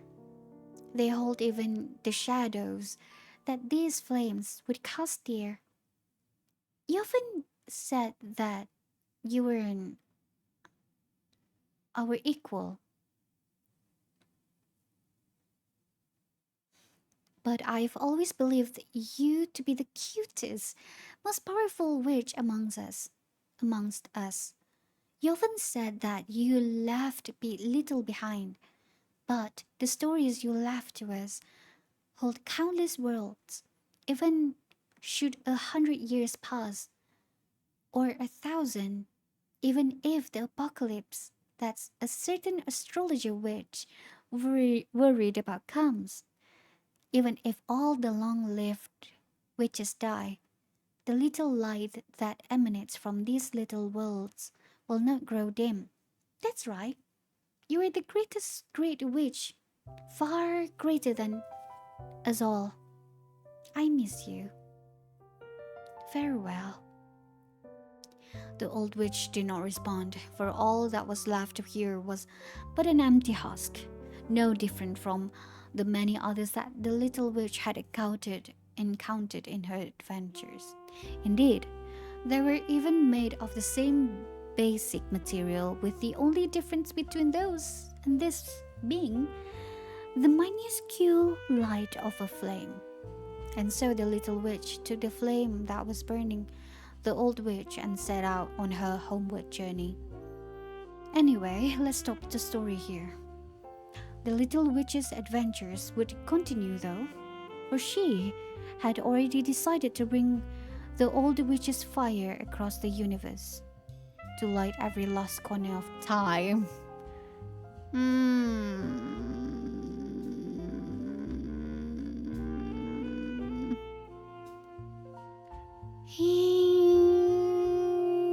Yeah,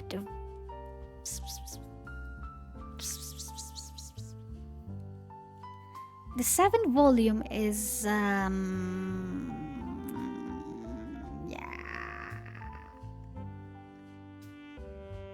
What's the hidden? What is the hidden context behind this? Would you like to take a break first or hearing about the context of this book? Hmm. Hmm. Let's leave.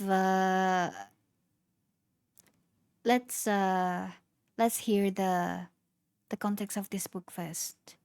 But I need to drink water. Yeah, tell me what this book is. It's very interesting, yet there's like a, there is a hidden meaning and story behind it. And I couldn't figure it out. Especially volume 7. Last corner of time.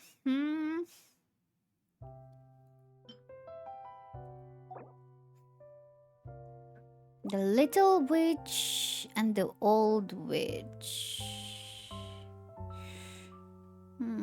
I do wish you were here too. Hmm.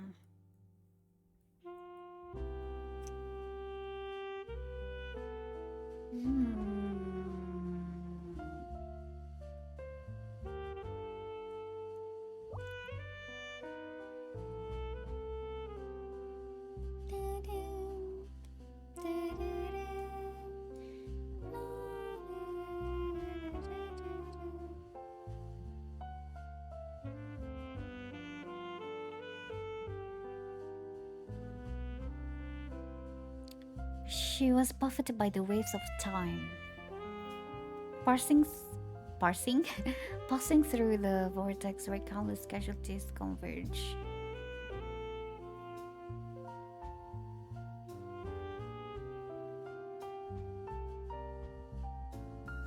Hmm.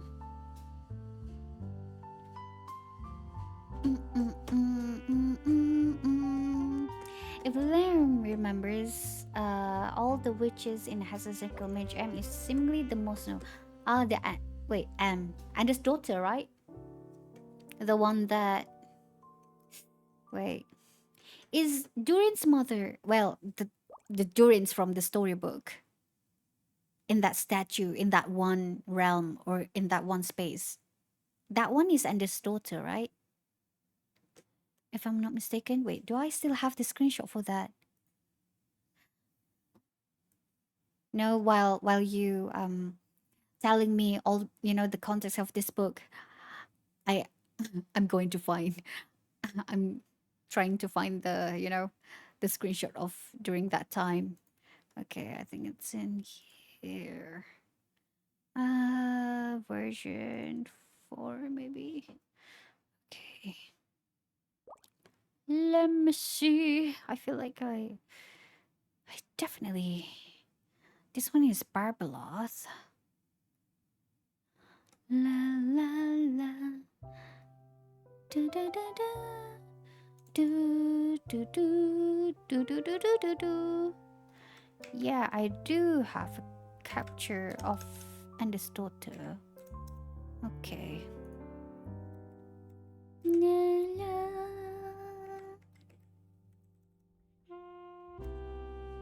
Okay, this one is much better view. Na, na, na, na. Copy, copy.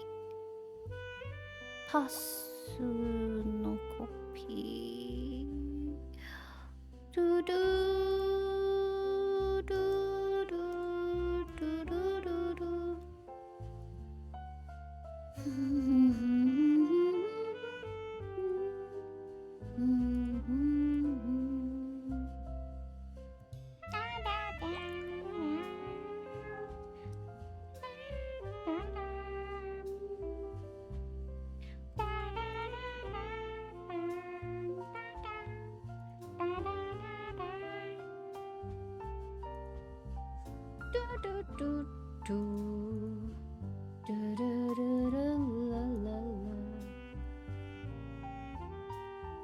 Okay, go to that path.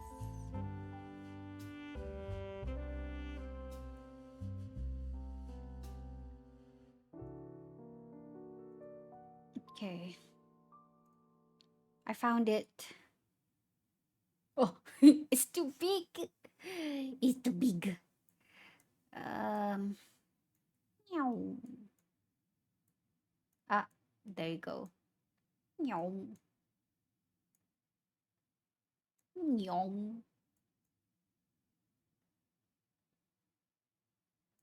Still too big. Meow. Okay, this one right here. I think this one is Anda's daughter, right? Because the statue outside is Barbaroth. And for Alice, we don't have the statue for it, but we do have that one space where there's like tons of memories from the previous Golden Apple archipelagos, or like from the previous summer events. Hmm. Dun, dun, dun, dun, dun, dun, dun, dun, dun, dun, dun, dun, dun. Okay. Yeah, let's see. So, like I said before, this book is written by each member of the Hexen Circle. If Lena remembers, of all the witches in the Hexen Circle, Mage M is seemingly the most normal one. While while others seems to be powerful and amazing witches, Mage M is just a normal human.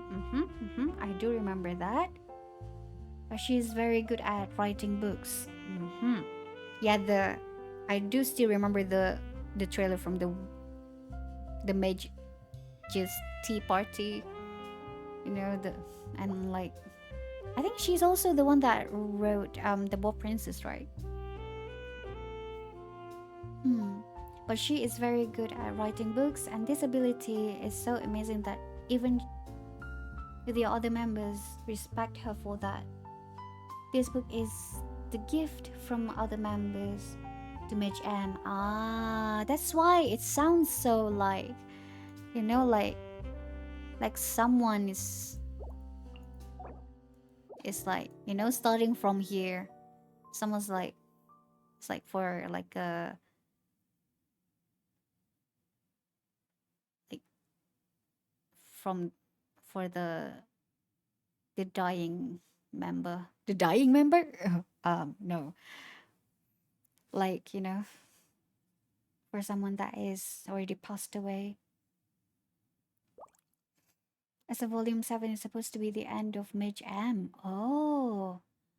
It's supposed to be end by Mage M.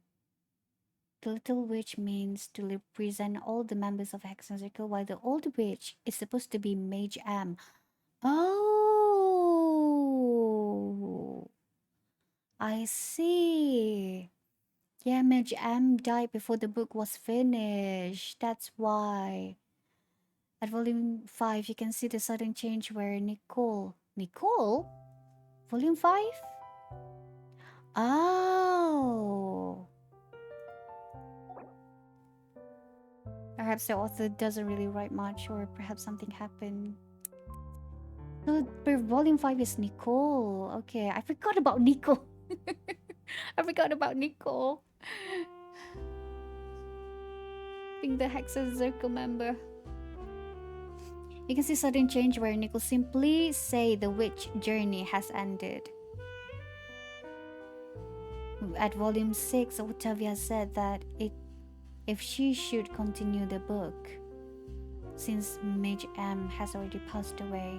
And at volume 7, Alice pay her respect and tribute to Mage M and how the story of Mage M really affected them. And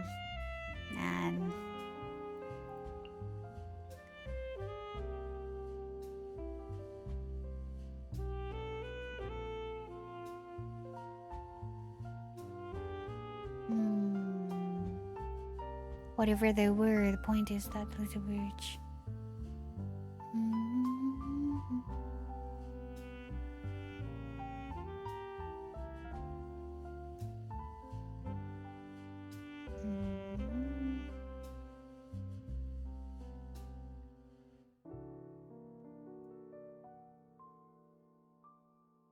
And It can be for the old witch who was the star Scorpio, that which burns still, even at the end of all things. Ah, I see.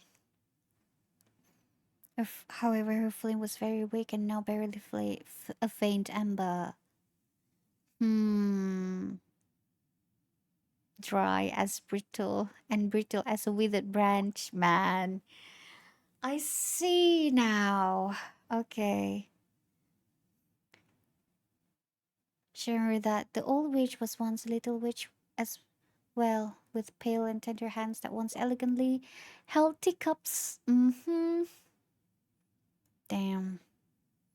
Those same hands had been used to bring forth much magic, kindling the flames on many worlds. Yeah, she used those hands to write stories and books. Looks like everyone doesn't want the flame to go out.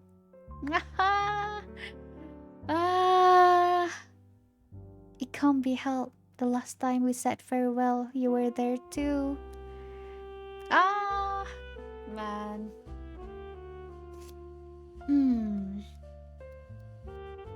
The Undying Fire is the story that Mage M left for them. Or more symbolically speaking, her best creation. Wait, it's called Italy, the Undying Fire. That's the reason why Durin. Huh? Durin is the Oh! Oh! The Undying Fire!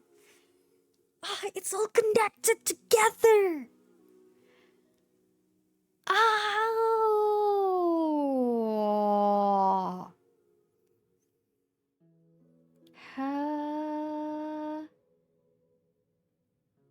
That's interesting! Wow, the fact that they used the Undying Fire here.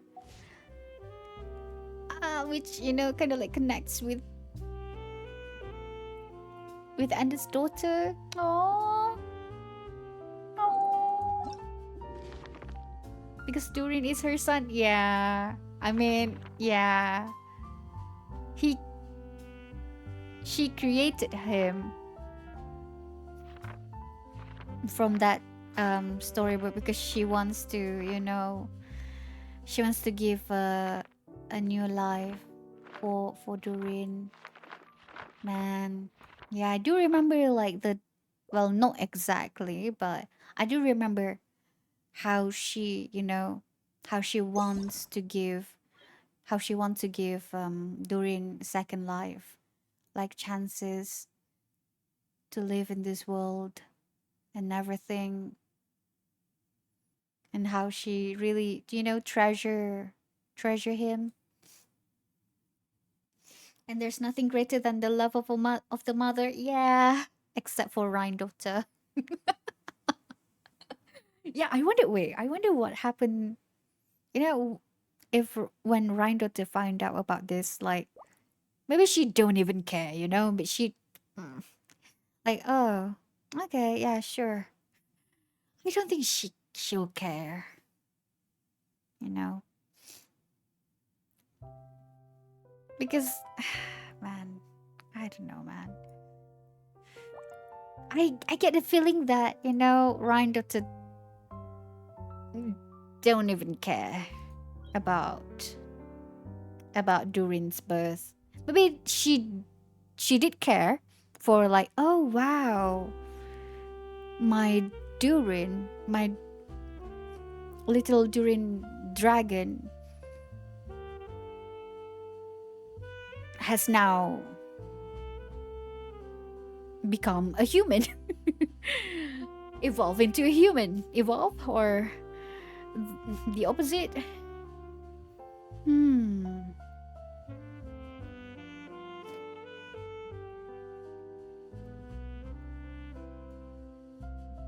The Undying Fire. Wait, where is it? Collection not started. No. Wait, where is the... Where is it? The Undying Fire! Eh? Eh?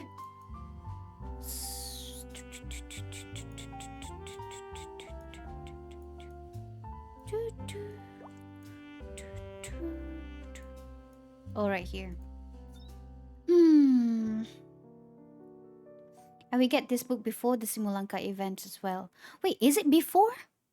Oh, I thought it was like during Imaginarium Theatre was released. Imagine connecting everything and now during its playable absolute cinema. Yeah. Man.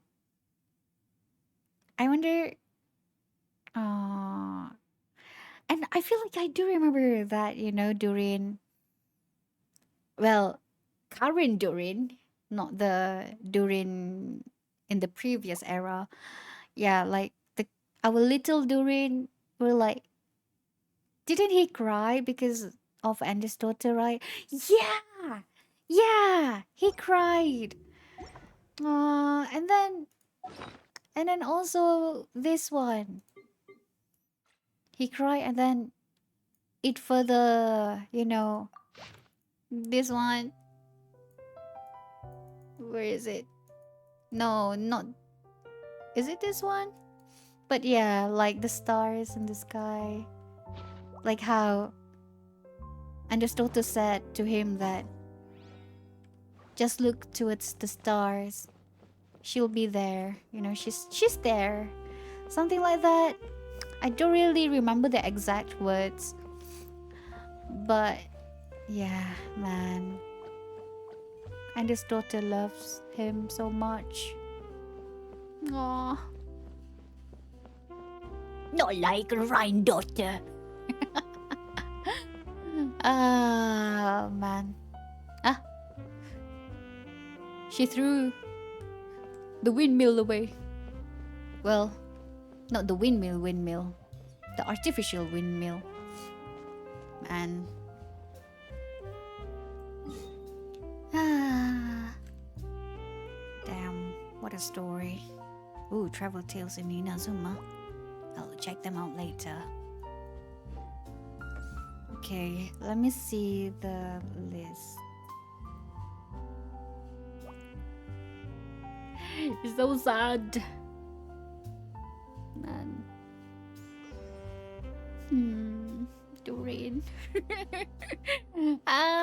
Doreen!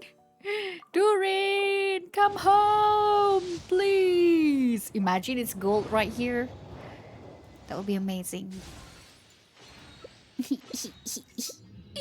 Benny!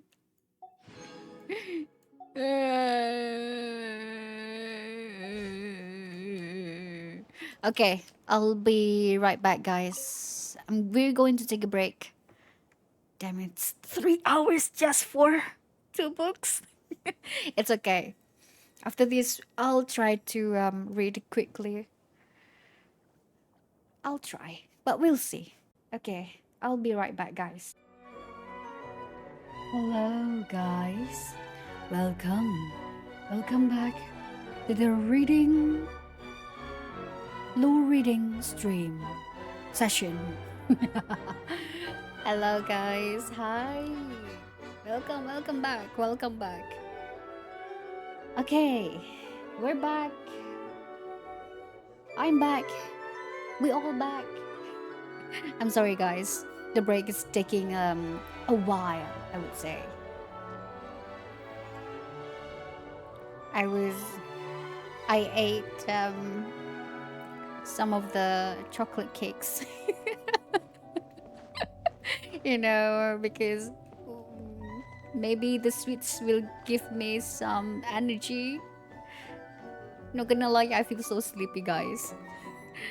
Investigate? Here? Who's gonna be? Oh, okay, I see. Alright. Okay. What's next? Sorry, I can get too nerdy on this book, but it's no, it's okay, it's fine. I like it. I like it when you get nerdy. No, it's fine. Really, it's fine. It's just that me. It's just me.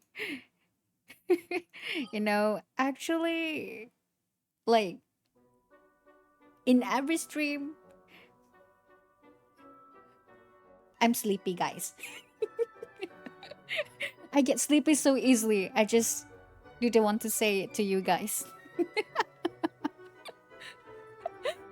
Ah, man, I don't even count how many time I fell asleep during the stream.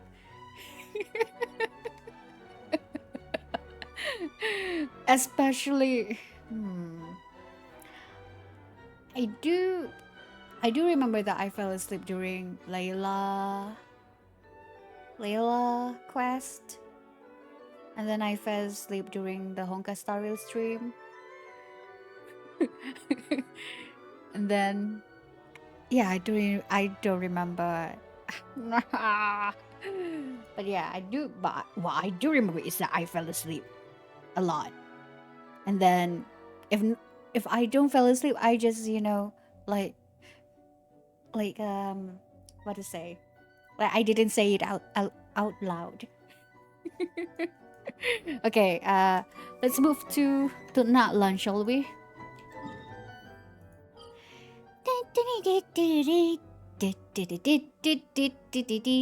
Um, hmm.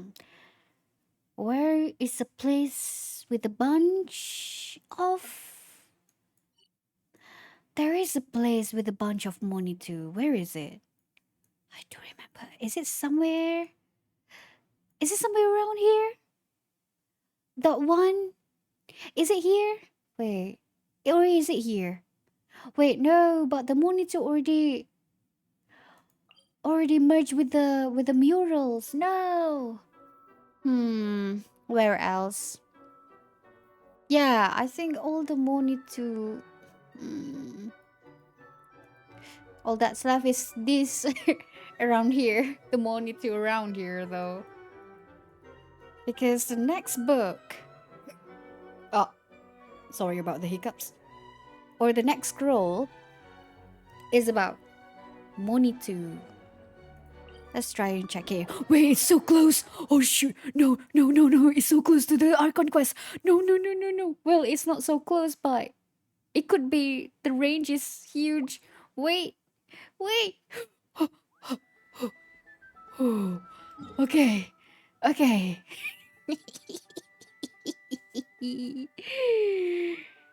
Mm,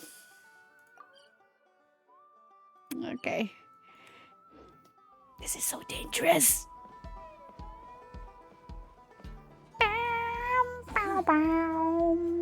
Yeah, I do remember, like, right here. They all already merged into this mural right here. You can use the money to bump my thumbnail. No, that is not a real Monetoo. I want the phlogiston Monetoo, not the wiggle Monetoo. But I feel like all the wiggle Monetoo has been has been merged with the murals.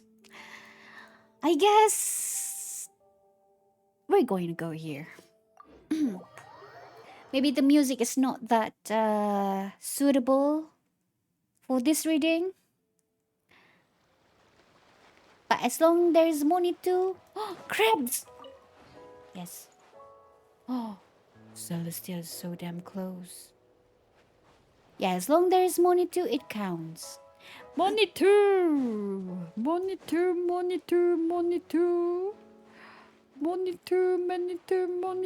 In fact, I'll become one. Pew. Get out. Get out, humans. Get out. This is my place. I can wiggle too. Shiki. Okay. Alright. We don't want to prolong this stream. Okay. Next. For version 5.0. The books is Maawe and Monetoo. Alright. Volume 1. A woven scroll from the people. Ah! People of the. We should go to the people of the springs. Woven scroll from the people of springs telling of how Maawe. Maawe? Maawe? How do you pronounce this name? The Saurian. Oh! It's a Saurian! Well, created the hot spring. Different paragraphs of this seem to have been penned by poets of different eras. Oh. Different eras, eh? Okay, it seems that we know our location. Okay, which is here. Let's go to the people of the springs. We need to get the the immersion. Yes, right, Karamuru or Charamuru or I think it's Karamuru. Okay. Ah, the music is so.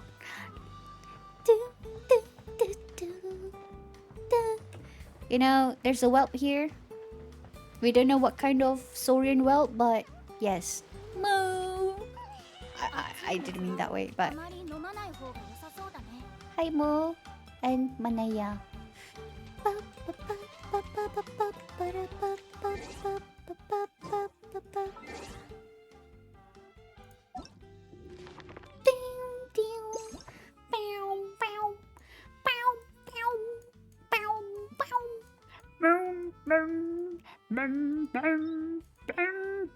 Alright, volume 1. It said that different paragraph. Like each. This is how? How could it be? Alright, volume 1. Legends tell that in a time long past, proud dragons roamed freely across the expanses of Natlan and a land they called their home. Back then, before the humans of this land had formed their tribes, dragons were both larger and haughtier than the saurians of the present day. Just as humans do now, the dragons had different tribes of their own, each ruled by ancient matriarchs. Back then, there were no hot springs that bubbled up from the earth, no lakes that glittered as calmly as clearly as gemstones. Oh, and certainly none of those glamorous wandering bards or phlegmatic hot spring poets. Okay. Back then, among the dragons that roamed this vast land of crimson earth. Crimson earth. Land of crimson earth, eh? Interesting. Crimson earth. I laughed because in Skirk's trailer we saw the red earth or burning earth. So yeah. All right. There was a young one that was not like the others. In their pride, dragons have always looked down upon the other beings of this world. Whether they were envoys of the heavens or puny mortal souls. Even the wars of all could not erase their sense of overweening dignity, and on the contrary, it was through these very fires of tribulation that their tenacity and pride were forged. But this young dragon was different. It was fascinated by the songs of the Monetoo, and in secret was even given to observing human behavior. Ooh, interesting. Maawe? Its name was Maawe, which in an ancient, long-forgotten language meant bit of string. Ah, okay. Young Maawe had not lived through the ancient wars and could not understand the virtues of dragonkind. As far as it was concerned, nothing was more pleasing than cool moonlight at night and warm shadows of the red cliffs. Such blatant indolence! How can this be tolerated in the Dragon Lord's palace? The the puerile? Puerile? What does a puerile mean?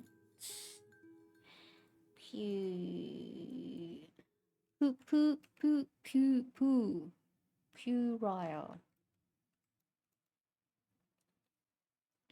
Ah, puerile. It means childishly, silly, and immature. Oh. Oh, okay. Okay, puerile. Puerile is childish and immature. Use that in the future. you know. Okay. It's really, I don't know why. Something about like increasing your vocabulary is really interesting to me. Like, you know, and you can use these kind of words in like poetry or like this descriptive or like prose writing or something. And I don't know, something about it is really interesting. It's like normal, common use words.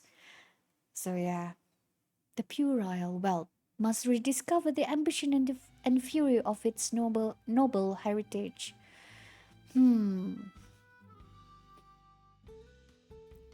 Mm. Hmm. Thus spake the dragon matriarch, decreeing that the young Maawe must leave the tribe to grow up like a real dragon, to harden its heart, to become as tenaciously proud as obsidian, and to be guided alone by cruel, lofty ambition. Hmm. Well, this one was written by different eras, right? Crazy. I mean, crazy in terms of like, wow, how could they write each of the paragraph in different eras? Like, I don't know, my brain just want to think it like, what's like, the progress of it.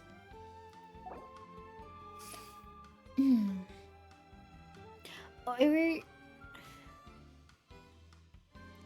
do they mean by different paragraph as like the volumes, or it's literally like paragraph?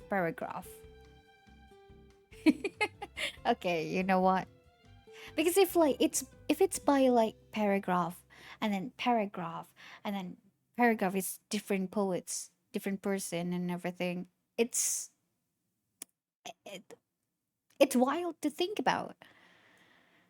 Anyway, volume 2. And thus utterly alone did Maawe step out into the boundless red wilderness. Just like a real dragon, it would endure the trials of scorching sun and desolation, seeking out noble ambition and fury whilst. Is it whilst or whilst? Hmm. I think whilst. And fury whilst cultivating a prideful, virtuous nature. In its wake followed the same Monetoo that had accompanied it through all those innocent dreams. Okay, okay, let's hope there's nothing happened to both of them though.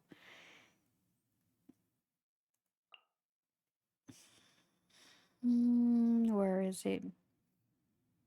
Okay, fascinated by the song.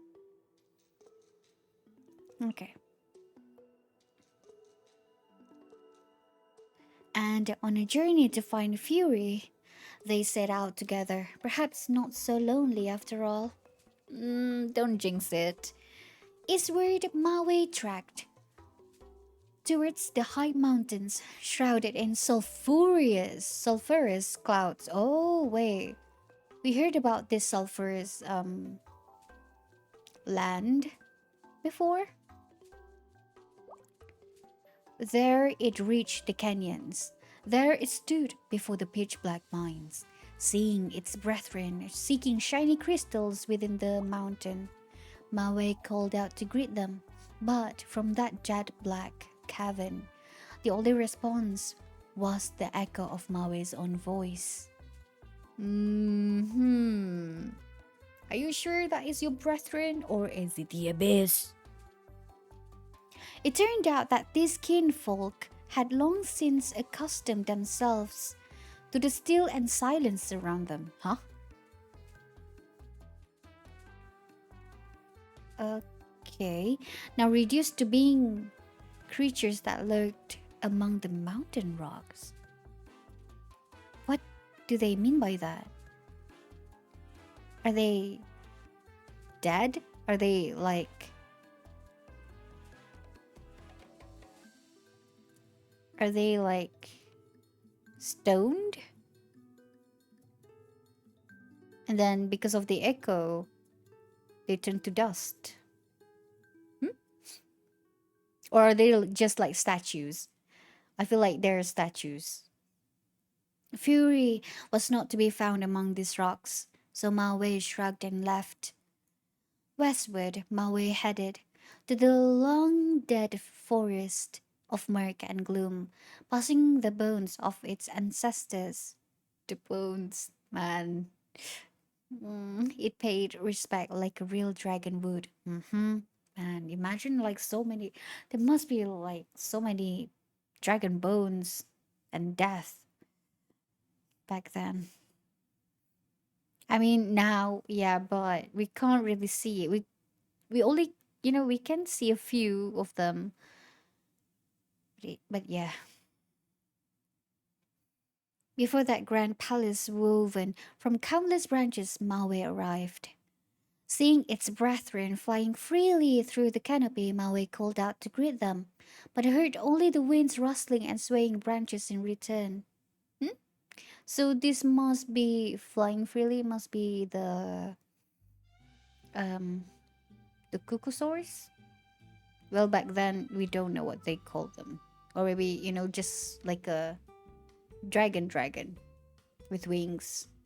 It turned out that these kinfolk had long since accustomed themselves to the still and silence around them. Again, now reduced to being creatures that silently stalked the forest depths. Few was not to be found by chasing forest boars, so Maawe shrugged and left. What do they mean by all of this? Really interesting. Okay. Southward, Maawe rambled to the brown prairies where rivers had dried up, past the remnants of old dreams, those shattered aspiration of youth, and past the most ancient of cherished hopes, faded through age and degradation. Traversing a smoke-shrouded wasteland, Maawe stood before its brethren.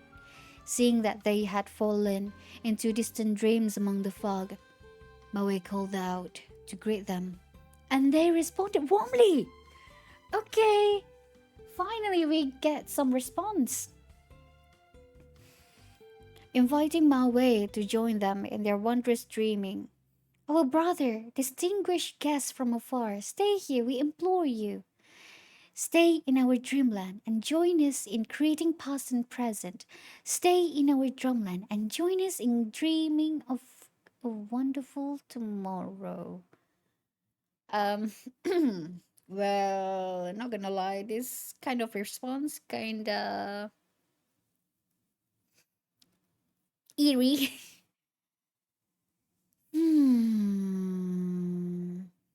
Past the remnants of old dreams, cherished hopes, faded through age and degradation. The glorious past and future of dragonkind shone forth, lit up by the miraculous luster of their fantasy. But just as it was about to succumb to this enchantment, Maawe awoke to the sound of its companion song. Ah, Monetoo! Okay. The fury was not to be found by dreaming. Ah, the dream has yet to be dreamed. So Maawe shrugged and left. Northward, Maawe wandered to the untrodden edges of the land, past the lava flow delta, across the silent, blistering wilderness, past the land where burning spirits danced. Burning spirits danced. Burning spirits, I could only think about Monetoo. Or the Asta? Wait, no. What do they call them? The wiggle wiggle Monetoo? Us. Us. No, not us. Uh yeah, wiggle Monetoo. Burning spirits danced through the gate of stern Blackstone. Oh, oh, are you going to the Night Kingdom? Finally, Maawe and its companion arrived before the wise dragon and sat high. Wise dragon sat high upon its throne. Young one, for what purpose have you come before me? Thus mightily did the wise dragon address Maawe, marveling at what it saw. I thought my brethren's hearts had all been hardened by the war with the heavens, that the hatred that filled them had made them impervious to my advice. Yet today comes one before me. Oh, it's it's the dragon, the wise dragon. I shouldn't have used that um you know, small voice. Yet today comes one before me, and such a young one at that. Tell me, what do you seek? Perhaps I might grant it as an exception. Sumawe told the wise dragon the whole story of its journey, of the dreams it had once cherished, and cool moonlit nights, of warm shadows of red cliffs, and the song of the Monetoo, of being exiled by the matriarch and setting out in search of elusive fury. Young one, a heart so artless, yet so audacious. You come before me seeking what I too cannot obtain. Leave this place. You shall not find the fury you seek here. Closing its obsidian gate, the wise dragon answered, My way no more. Who is this dragon? Really interesting. Obsidian gate. Maybe not every obsidian gate is maybe not every obsidian gate is the Night Kingdom. So yeah. Alright. Volume 3! Yay! Wait, we're not done yet. We're not done yet. But yeah, very cool. Asha. Ah, not the other word. Okay, Asha. I know that there is like A S something A. Okay, Asha. All right. All right. What about this one? It's still the same. This description is still the same. All right, volume 3. So did the wise dragon's obsidian gate close for Maawe, and so disappointed, Maawe left. As they descended the mountain, the Monetoo, having accompanied Maawe all this way, began to lose his light and warmth. No! Man, being far from phlogiston rich lands as it was. Oh! Okay, so they left Natlan.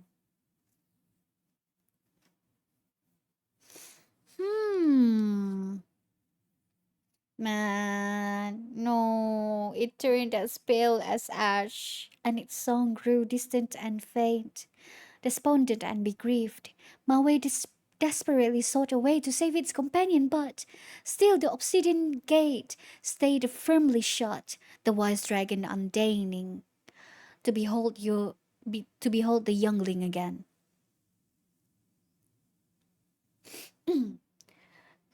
Scatter me in a pool of sulfur.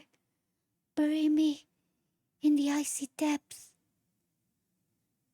This was the voice that Maawe heard. Monetoo are unable to speak, but Maawe did not know this. And so it decided to fulfill its companion's wish. Ah, man. After walking for untold hours, seeing through countless mirages and surviving innumerable trials of deadly peril, Maawe arrived at a hot spring full of sulphurous pools. Oh! Uninhabitable for living beings, it was a place where even getting close might result in getting burned by toxic gases and scorched by boiling acid. But miraculously, as Maawe scattered its companion's form... Huh? Scattered its companion's form? Huh? Did the Monetoo just liquidize or torn apart? Okay. Into the sulfur, the boiling acid transformed into a clear spring before its very eyes. Oh. It was this spring that the first poet of our tribe were born. Oh, as we mentally say, poets and bards are born of sulfur. For their words are scalding indeed. So did young Maawe create Natlan's first hot spring. And so did Maawe make the hot spring its home. Its four limbs transformed into beautifully streamlined fins. Its thin body became round, and thus it became the first of Koholosaurs. Interesting.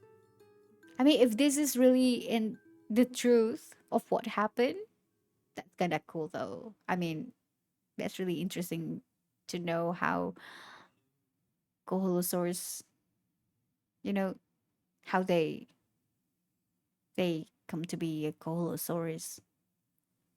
Of course, Maawe did not forget its companion. How could he have forgotten the friend that had journeyed with it all that way? Maawe passed on all of the songs it had heard and learned to the humans born from the springs. That's right, to our ancestors. And to this day, the songs that we Metzli continue to pass down are echoes from that ancient era. Oh. Okay, this is kind of nice. I see. Mm-hmm. Gonna... Yeah, let's hope that the Monetoo's still alive, though. I feel like they're still alive, right? Right? Ooh, okay. Do, do, do, do, do, do.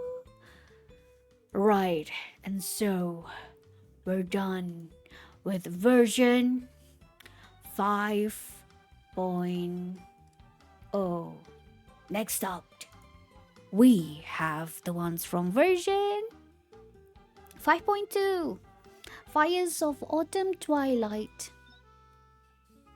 Fires from Autumn. Wait, of Autumn Twilight. Okay. Where this one set up? Flower Feather Clan. Alright. Let's go there. Let's go there, shall we? Not this, not here. But this. I think this one is a safe spot. Safe spot.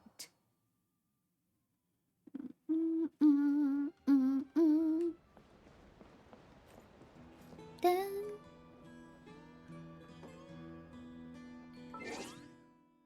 Right.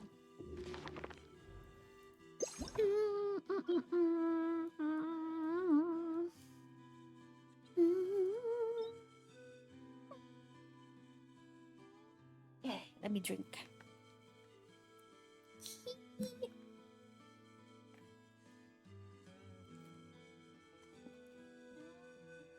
All right. You know what? I feel like I want to wear both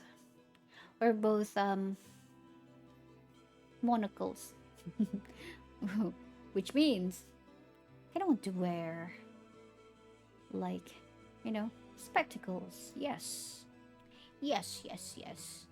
All right. No, we kind of like change just a bit though in our appearance, just a bit. Okay. Fires of Autumn Twilight. Volume 1. A woven scroll from the Flower Feather clan. It seems like it consists of what were originally two separate stories from different eras that were then merged together at some unknown time. Okay, so it's merged together from two eras, different eras. Okay, as they walked along the winding path toward the storehouse, withered leaves falling around them like gentle rain, she quietly observed his profile, attempted to reconcile his features with the image she had on him in her memory. I don't know why, but somehow this kind of like reminds me of like um when we first do the Diluc story quest, the what is it? The Dawn. It's not Dawnbreaker. It's the Harbinger of. No, it's not Harbinger of Dawn. That is the name of a sword. The I already forgot. Deluxe title. The the Batman. Yes, that. But it's not that one. But yeah, it kind of reminds me of like how is it? No, it's not Dahlia. What is that lady name? Flora? Something like that. You know, from in Mondstadt, how she really like the look and everything. Yeah, it kind of reminds me of that somehow. Okay. It had been years since they had last met, and he was not only taller now but dressed in much finer clothes. The latter was hardly surprising. After all, he was now a recording officer of the Grand Alliance. Oh, Grand Alliance! And had come to receive the banner of the Flower Feather clan in the name of Holy Sovereign. Okay. It was only natural that he would dress well for the occasion. He had changed, she thought. But how could a person not have? The only thing that he had not was his sluggishness. Are you sure that the cook's skills will suit your taste? He said, pausing as though he expected a reply. She remained silent, so he continued. Once we reach the Cinder City and meet with His Majesty. Fires of Autumn Twilight. Okay. Unable to bear the ceaseless chatter any longer, the dragon let forth a thunderous roar, cutting it short. It could smell the repulsive scent on her, the kind that even all springs of the south could not wash away. These lowly insects, it thought, puny bugs, deluding themselves into believing that they could seize control of these scorching plains through the tricks of a traitorous lunatic. It chased her unrelentingly, intent on piercing her with its claws, smiting her even to the sand with them, though she had avoided out of its presence twice. Why do I feel like I want to go to to the s- the Okanagan now? Hmm.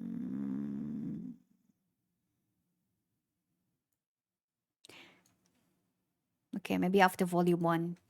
She pretended not to care what he thought, responding only with a gentle smile. He studied her for a moment, hoping to read some subtle emotion upon her lips. Also, as always, he found no trace of resistance on that mask of indifference she wore. Ever had she been so?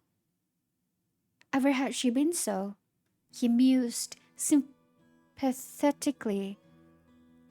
Since the day they first met, she had always been this way, quiet and compliant, never one to resist, as docile as a capybara down by the river bank, accepting without question all that fate had in store for her.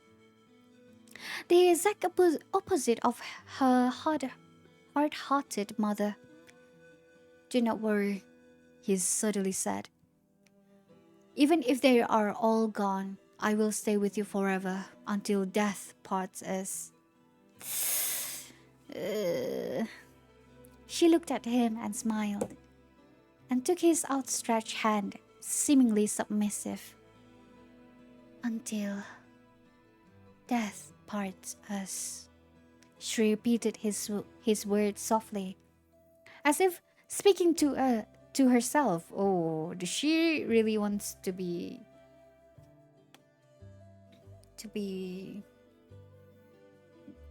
apart from him, or it's the opposite? I can't tell. For the briefest of moments, a crack seemed to appear in that perfect mask of hers, but he did not notice. In fact, he never noticed anything. Man, poor man, she thought, always so eager to play his role, yet never having been praised for it. What lousy luck. But luck was not the deciding factor, merely a footnote in this prolonged hunt. Hunt? For years now, following the trails of its wicked scent, she had haunted this giant dragon. She understood its vanity and how it could be seduced by words, so certain of its mastery of fate that it was convinced it could resist the inevitable conclusion that awaited. It was this delusional fantasy that had drawn it here, just as her slender fingers now drew the bowstring taut. Oh, perfectly still she remained, eyes fixed upon the approaching beast. Its frame so gigantic that it almost filled the cave's entrance, as if it were oil seeping out from a jar. She could feel its gaze, its predatory stare. Standing there, she was nothing to it, as insignificant as a mere insect, a feather caught in the wind. What is this place, you insidious weasel? Okay. Yeah, let's go. Where do we want to go? Here?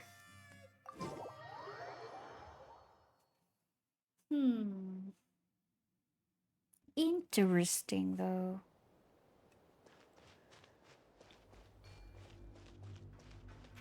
Me. Yes, let me stand here. Okay, now we're talking. Now we're in the mood. Where's my heartbeat? Suddenly feels a bit faster. Like it's beat. It doesn't beat fast. It's just that it's sunken for a while. All right. Anyway. Okay, it's the same description. Let's continue the volume 2.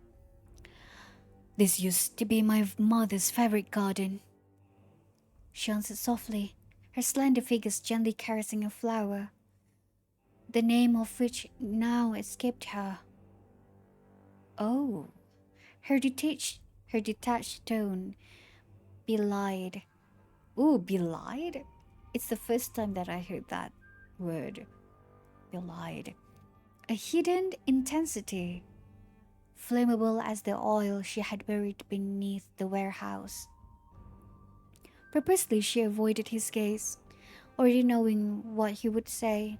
Those smug, tired metaphors, those irrelevant words of comfort, well meaning yet utterly hollow. He would urge her not to grieve too much over what had already happened, trying to convince her to join him in dreaming of a future that would never come. Then, as had happened on countless nights before, he'd reach out and gently touch her cheek, just as she now caressed the flower. Yet she felt agitated, oppressed by the autumn's evening's lingering heat and the insects' incessant chirping. So before he could speak, she snapped the flower stem and turned to look at him. Seeing him surprised, she smiled, then carefully tucked the fiery flower into his gilded collar. Come now, let us be off. I'm sure someone will take care of all this. Man, this girl is yeah.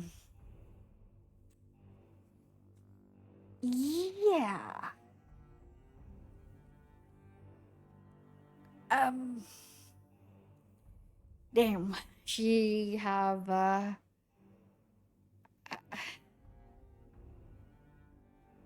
she's a really interesting person and very dangerous, I would say. And with the two-face and everything.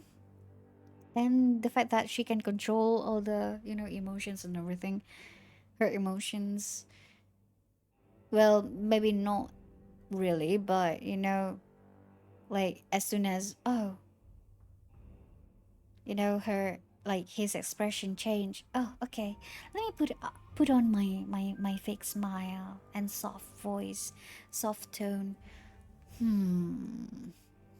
The dragon hesitated, its eyelids narrowing like sheets of iron as it surveyed the stifling darkness. Oh man, wait, fires in autumn twilight? Is it that did she burn them? The dragon and the guy? Okay. Alright, we'll see. Hmm.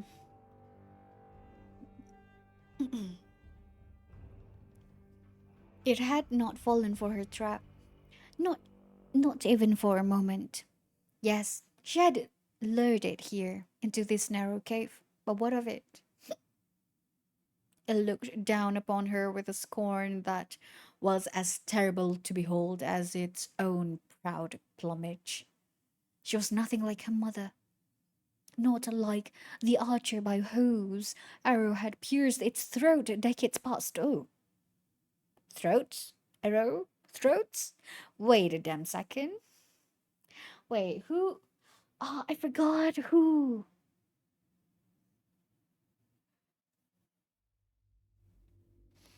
The throat, eh? We do know that there's this one dragon that got the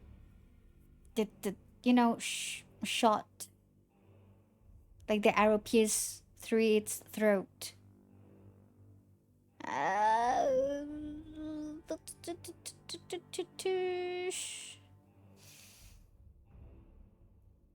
That one dragon lord? Yeah. But I forgot who. But we do know, right? We do know that exists that one dragon lord. You know what? I'm going to take a shortcut. Which dragon? Here's. Mm. Mm. Mm. Mm. Mm. Mm. Mm. Mm. Mm. La la la la la la la. Okay. The sixth. The sixth lord. Okay. Let me. Who is the sixth lord? I need to find where's that damn screenshot. I know that I have that screenshot during when we're doing the quest. Dum, bam, bam. Is it in here? La la la la la la la. Da da da da da da da. Da da da da da da da. Da da da da da. Dun, dun. Is it this one? Why are you there? 6. Wait, no. This one is the incomplete one. No, I didn't screenshot the complete one. No. No. Who is the 6th? Okay. Okay. You know what? I'm going to take a shortcut again. There must be. Bam. Bam bam. Bam bam bam bam bam. Da da da da da da da.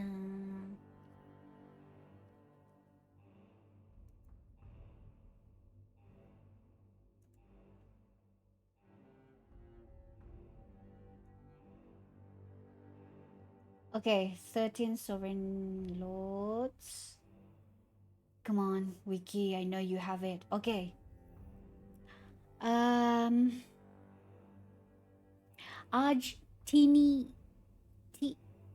Tininik Oyowal Waak. He who shakes the earth like thunder in his wrath. Okay. Da da da da da da da.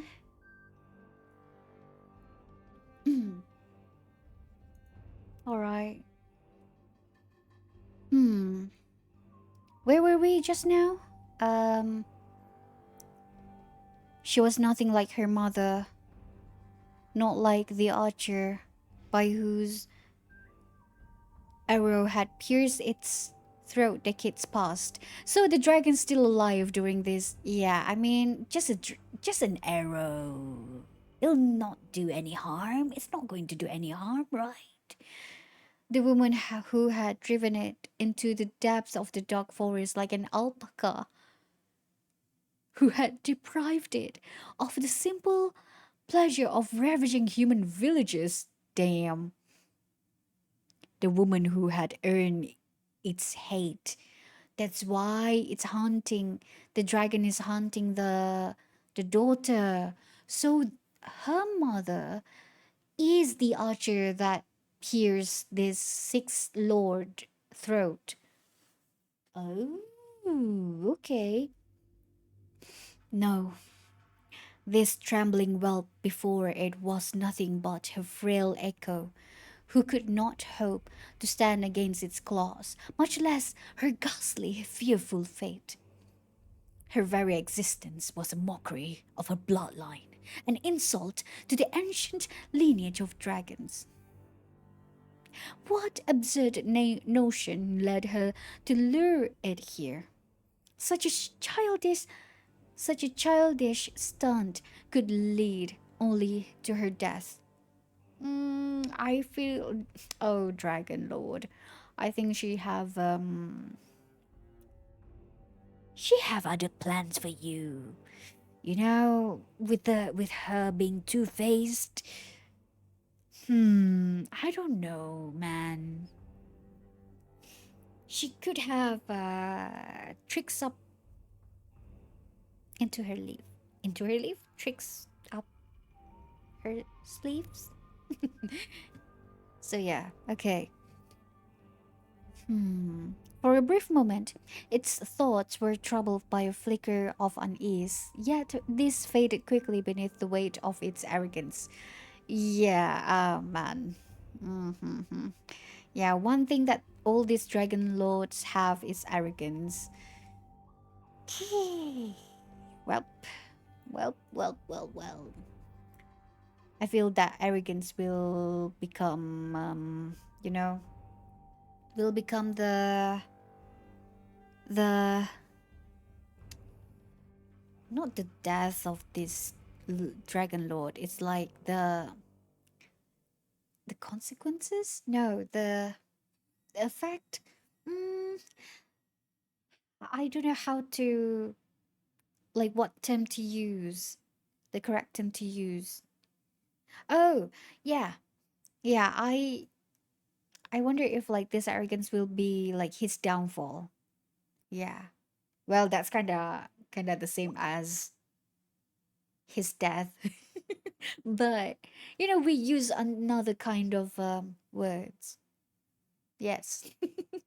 Okay, because downfall doesn't mean it's they fell to their death. It could be from the throne or anything.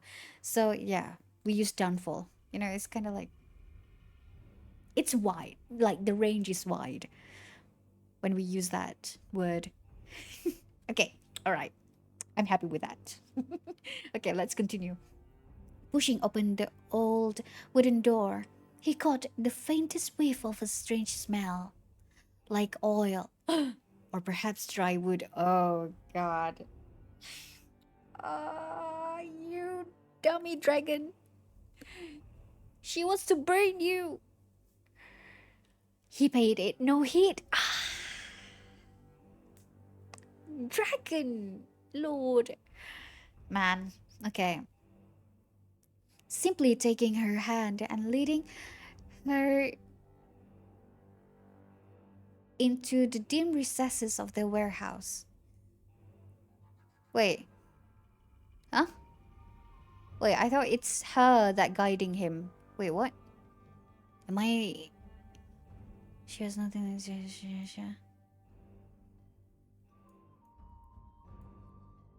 Seeing a surprise, she smiled, carefully tucked the fairy coat to his gilded collar. Come now, let us be off. I'm sure someone will take care of all of this. Hmm? Didn't she's the one that bait him into that cave? Wait a second.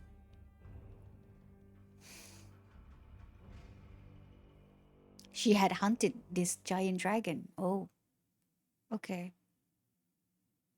Earth's on the approaching beast almost filled the cave entrance. Okay. Flammable oil shed buried beneath the warehouse.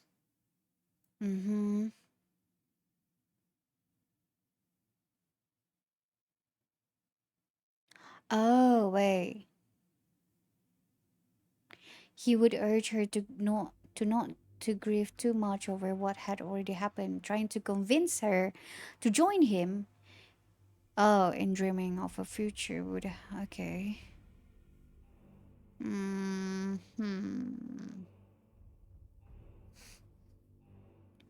I guess this dragon lord appears in the Kukulkan's form, that one form.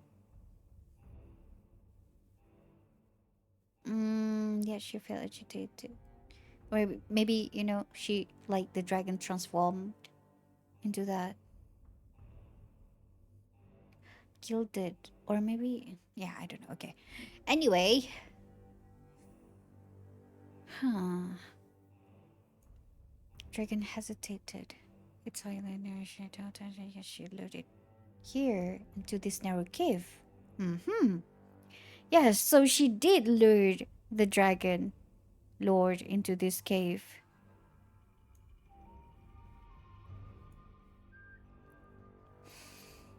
Hmm. Pushing the old wooden door, he caught Fintus with a strange smell. He paid it no heed, simply taking her hand and leading her into the dim recesses of the warehouse. No matter what happened, he would guide her forward. Silently, he thought to himself that someday he would lead the entire Fellow Feather clan the same way.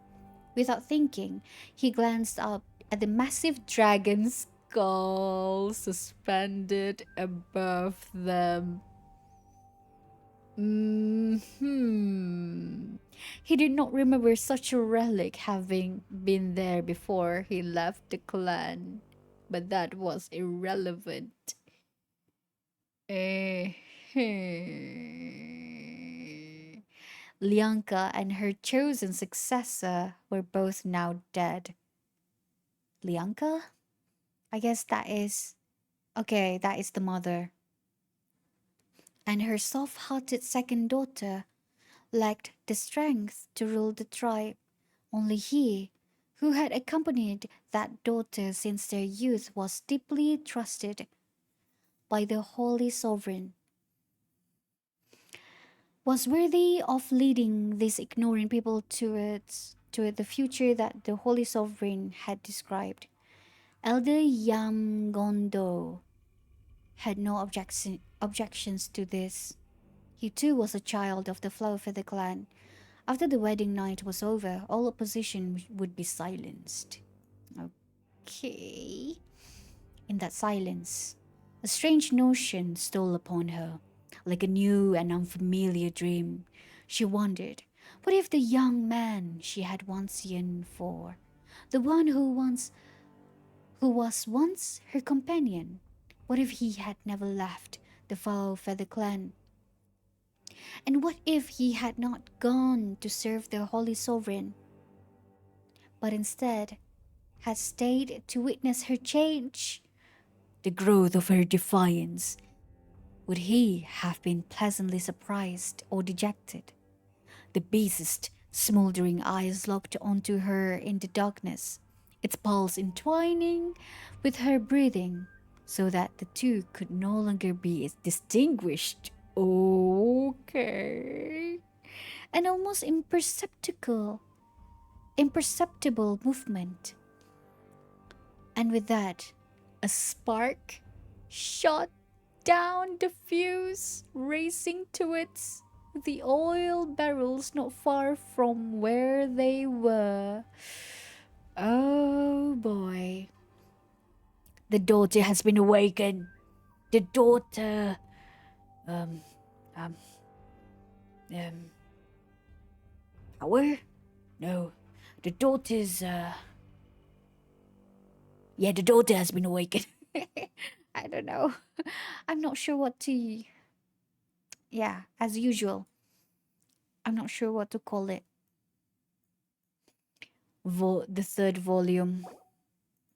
Oh man. As soon as they turned the corner, they saw that banner, the symbol of authority. Almost instinctively, he tightened his grip on her hand, a surge of searing excitement rushing through his veins. He did not notice the flame that slipped between her fingers, slender fingers, within a moment. Oh, he did not notice the flame that slipped between her fingers. Full stop. Within a moment, a great conflagration began to roar up on all sides, engulfing the entire warehouse. The narrow space transforming instantly into the blazing crematorium. Oh, wait a second.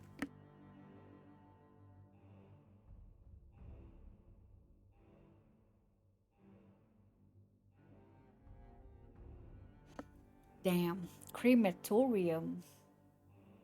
Jeez. Like the whole warehouse is like, the all the cremation process happening. Quick, that way! He yelled up in panic, yanking her arm as he tried to find an escape route through a cascade of falling flames. At least he tried to save her still, man. Yet the intense heat began to blur his vision. There's no way out. Wait. There's no way out, she murmured softly, allowing him to hold her arm without resistance, just as she always had. I've sealed off all the exits. Gosh. To me, this dragon is a nightmare. Damn. I mean, like, you're in a horror movie, guy. Knowing now that I could not escape, the dragon let out a furious roar, shaking the narrow cavern like a drawn out roll of pealing thunder. She watched on as it struggled in vain, flapping its wings as if this might extinguish the blistering inferno. Damn. Damn. I feel like this girl here is like trying to finish off what her mother couldn't. Oh man. Hi, hello. Hi, welcome to the stream. We're yeah, reading the lores, catching up with the lores. Hmm. The lores from in from Natlan region before we head off to Nod-Krai, before we start any quests regarding to Nod-Krai or related to Nod-Krai. Yeah. Man. Okay, where were we? But it was too late, and the very desperation of the beast resistance betrayed it. Containers of liquid phlogiston were shattered by its frantic movements, its flesh consumed by the fire that rained down. Thick black smoke began to rise, suffocating the few remaining dim silvers of light that crept through the crevices in the stone walls, as if it were trying to devour the faint sun of the autumn twilight.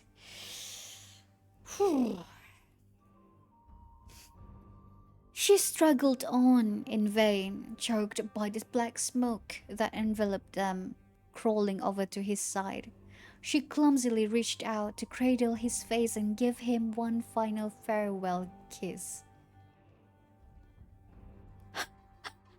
Wait, not even death could. Wait, what?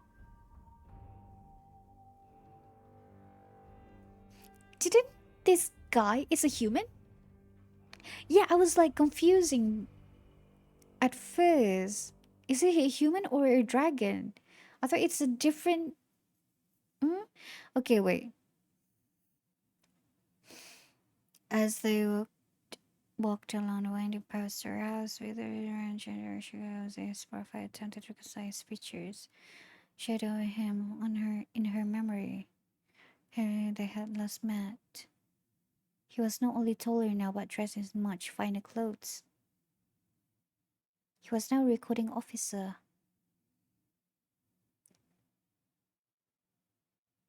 I didn't know that. Unable to bear it, the dragon let forth a thunderous roar, cutting it short. You could smell a repulsive scent on her. Huh? Uh, I'm a bit confused. Is the recording officer and this dragon right here is the same being? Okay, where were we? Okay, right here. She clumsily reached out to cradle his face and give him one final farewell kiss. Not even death can part us, she whispered, attempting to raise a hand which had now lost all feeling. But still her hand fell, and with that, the long-topped bowstring let out a pierced twang. Ooh, a joyful release. Joyful? Of pent up urgency. A feathered arrow shot through the chill of the autumn's evening air, carrying towards the giant dragon that writhed in agony among the flames below. Man, she planned to, yeah, like when she said she sealed all the exits, she already planned to die with the dragon. I'm a fan. Ah, Paimon. We all fan of Paimon. Yes, yes. But okay, where were we? We already read this one, right? Mm, oh, this one. Through the searing tongues of fire, which at this point had nearly obscured the light of dusk, she saw a group of people hurrying towards them. She smiled and looked up at the dragon's head, imagining the scene that would ensue when the flames were extinguished, picturing the expression on the people's faces. Did she? Oh man, what kind of twisted love is this? Reinforcement from the Flower Feather clan, she thought. Heroes who had once followed her mother into battle. Uh-huh. Even with wings, this dragon she had hunted for so many years now had a little hope of escape. Yeah, she hunted the dragon. Yet, I'm so confused. Okay, and in the end, she thought to herself, there was indeed to be no escape. Dead already, muttered the elder Yam Gondo. After wiping from his forehead the beads of sweat that glowed with the light of the burning oil, he pulled down a half-burned curtain from the beam above, then tossed it aside. Around him were the young men who had rushed over to help put out the fire, all at a loss as to how the tightly guarded warehouse could have suddenly gone up in flames. He sighed, then scanned the area again, searching without much hope for a clue to the blaze's origin. Man. But just as before, aside from the two charred bodies, there was nothing to be seen except for dragon's skull that hung high above them, a relic of the beast that she single-handedly had slain some years past. Everything in the warehouse had burned to ashes. Wait, so hmm? um so this girl killed the dragon before.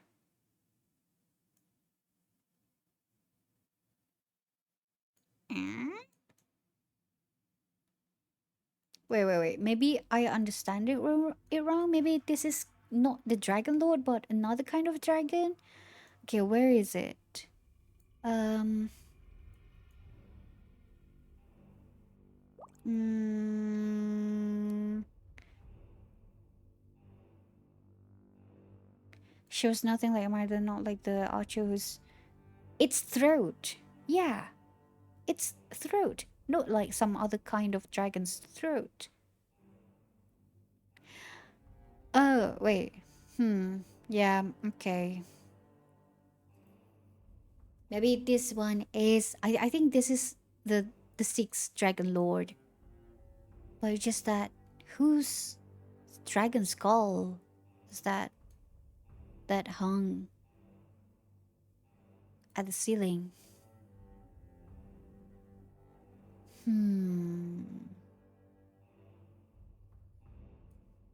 This is really interesting.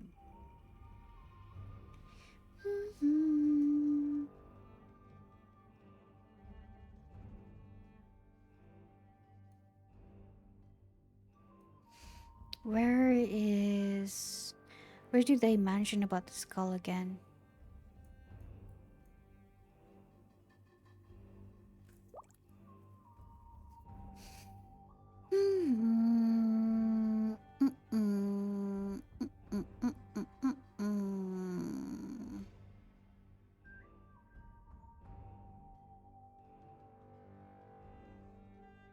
Her very existence was a mockery to her bloodline and insult to the ancient lineage of dragons.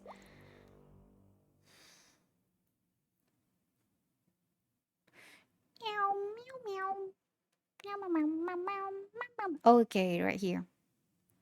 He glanced up at the massive dragon skull suspended above them. He did not remember.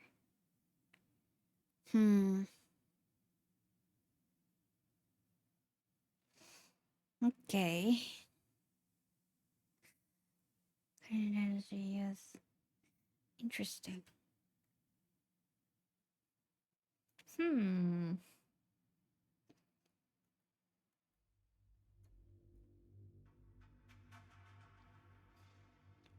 Yeah, one thing that I'm confused is like, is the guy here and the dragon at the end is the same person? Is it the same being? It's very interesting. Okay. Dum, bum, bum, bum, bum, bum, bum.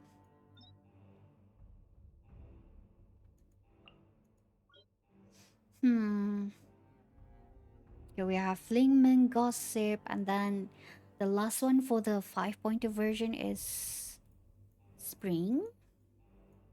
Where is the spring? I just want to see the length. Okay. All right. I think I'll be right back. I feel like I would like to grab my dinner. I would like to grab my dinner. Yeah, I'll be. All right. Okay. Hello, guys. I'm back. I took a few bites. Now I have my energy. Yay. Okay. Let's move. I think I'm going to finish this stream with, we're ending with the lore books from version 5.2, which is we have, we have the one just now right here. And then we have Mount Lingmeng, Gossip, and the spring,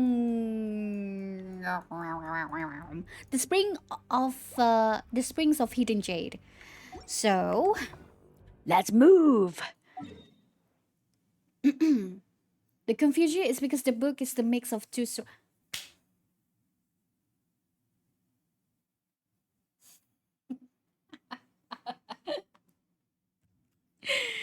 Thank you for. Thank you. I totally forgot about that. Like, the book description already said that. Already said that.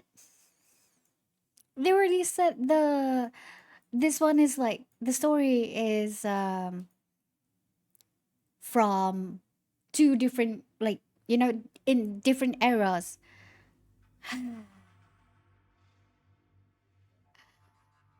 That's why. Thank you for for put it on my face. Oh man. Okay, here we are in Mount Lingmeng.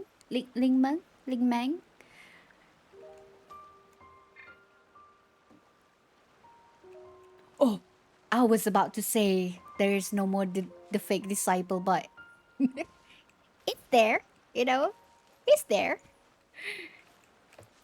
The fake disciple. Oh, wait. They're still here.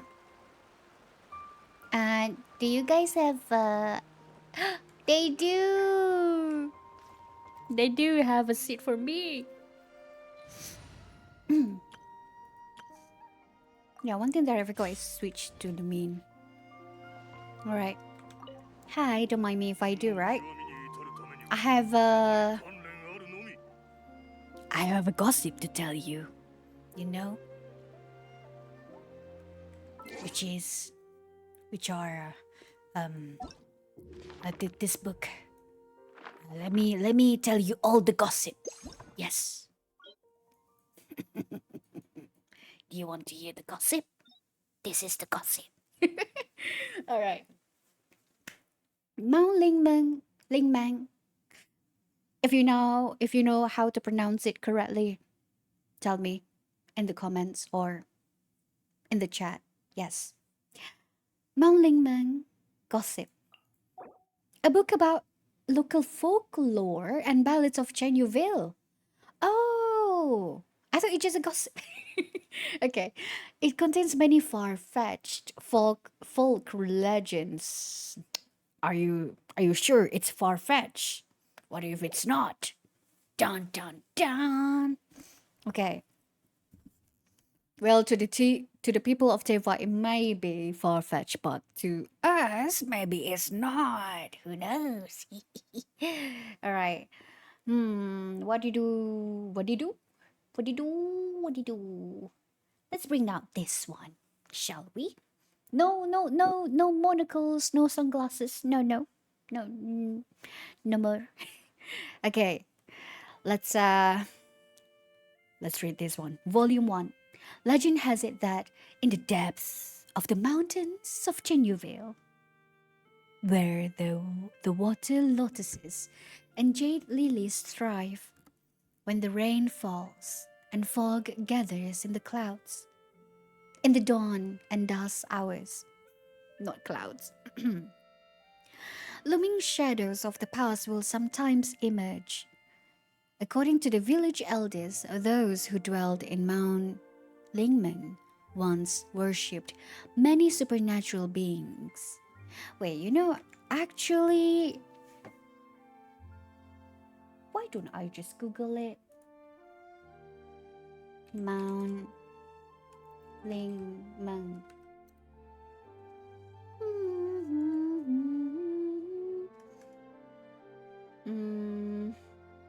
Okay. I need copy this one. And then Google Translate.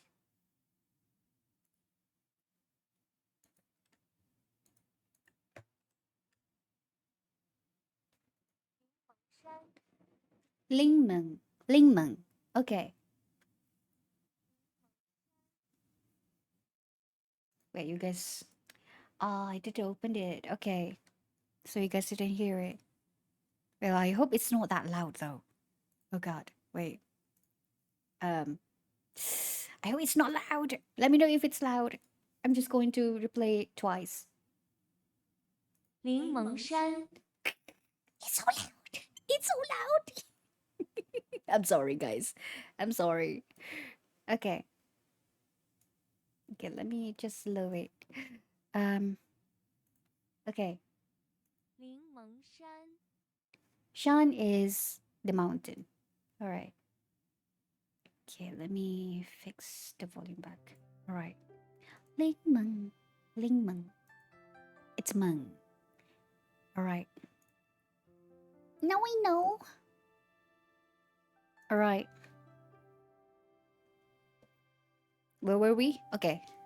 Those who dwelled in Mount Lingmeng once worshipped many supernatural beings, walking alongside the spirit elders of fairies, birds, and beasts within the wild mountain. But in that earth-shaking chaotic war 1,000 years before, those gods, fairies, and former inhabitants alike disappeared. Yep. Even so, the sentimental mountains retain the echoing memories in the ley lines, and thus they sometimes repeatedly reappear at dawn or at night, when fog and rain blanket the land. Sometimes herb gatherers and jade artisans will lose their way in this fog and encounter these solitary shadows. As the village elders tell it, an encounter with the ancient fallen is often an ill-starred omen, a sign of unexpected disaster. The ley lines, having accumulated and accumulated until growing into tumors, bring forth these ancient regrets and miseries into the present world. And that is why there is fog and rain unceasing. And that is also why the mountain people avoid, both like the plague, to avoid becoming entangled in spirit by those ancient sorrows. Even so, after Rex Lapis completed his great deed of pacifying the land and sea, surveyors from Liyue Harbor would blunder into the fog and rain, disturbing those dreams of old. But that is another tale. I mean, hey, it might not happen in Mount Lingmeng, but it happened. It happened though. We experienced it in the game. So yeah. Okay, volume 2. Wait, do they have any? Okay, it's the same description.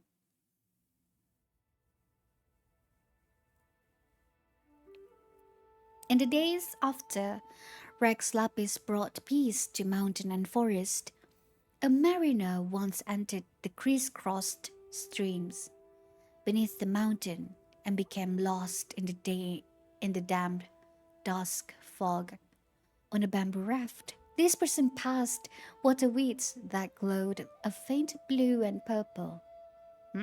Water weeds? Blue and purple?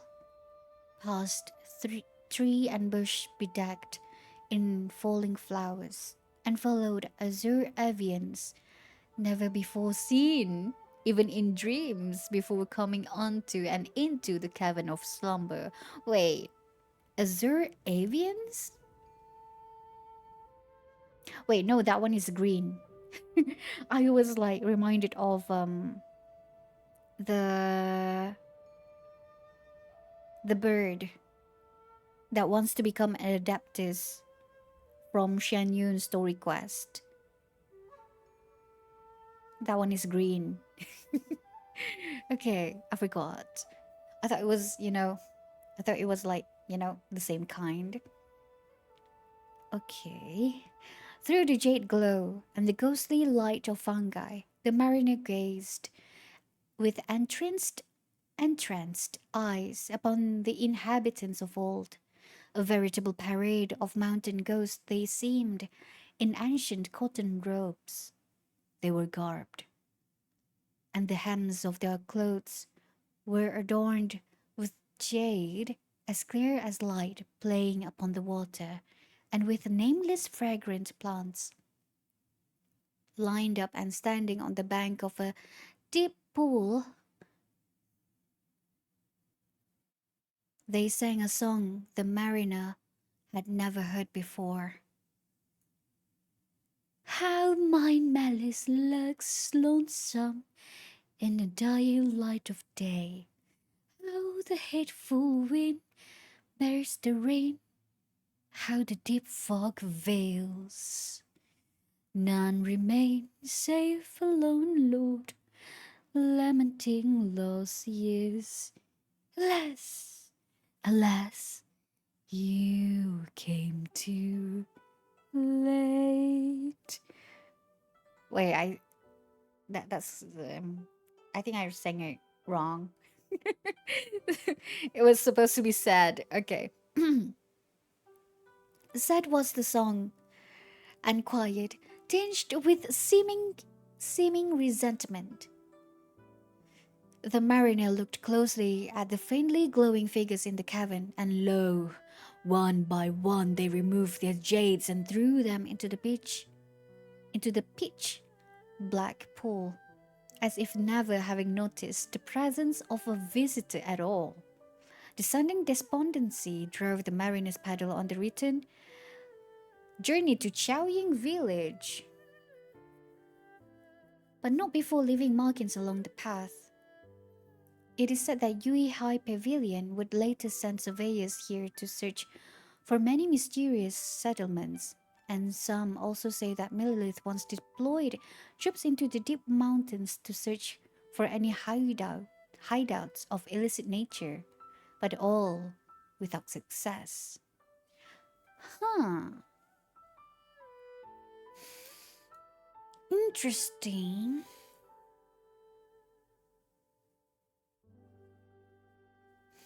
You know, when the first volume kinda reminds me of like there's this one ruins where there's like tons of ruined gods, if I'm not mistaken. And there's like notes in there, like the ancient engravings, like the stone tablet there. And I do remember that at the same um at the same ruin, in that same ruin, we I think we combined like the jades, the jade pieces in there. I think. Hmm. Yeah, that's what kind of like reminds me of, like like the sound of the former inhabitants, the gods, the fairies, and everything. Hmm. How mind malice lurks lonesome in dying light of day. Where is the rain? None remain save a lone lord, lamenting lost years. Hmm. Okay. When landing, the famed doctor from Yilong Wharf was yet a youth. He entered Mount Lingmeng to explore the legendary mysterious cavern in search of ancient prescriptions. Oh, so is it like when he was really, really young? Because this one was yet a youth. Hmm. But after his return, he would never again speak of the matter. Oh, okay. What's happened? What happened there? It was only following his passing that his family found an inkstone within his personal effects. Hmm? It was only following his passing, or after his death, that his family found an inkstone within his personal effects. Legend has it that it was the color of clear waters and bright as the high heavens. And yet, with the doctor's death, the origins of this inkstone could no longer be verified. Much later, the descendants of this famous physician would go bankrupt due to poor management of their merchant shipping business, and this inkstone lost amidst the morass of humanity. Its whereabouts unknown thereafter. No! I would like that inkstone. I would like to have that inkstone, please, and thank you. Hmm. Ah, we already reached the volume 3, the third volume. Songs have long circulated in Genueville, that tale of an ancient cave. I wonder if it's the same song as the when we ride the raft, the bamboo raft in Genueville. Hmm.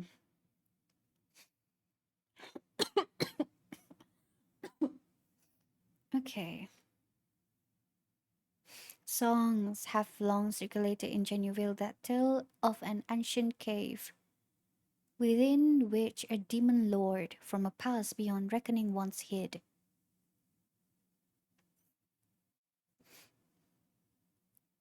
They say that she wore a skirt of coagulated jade blood.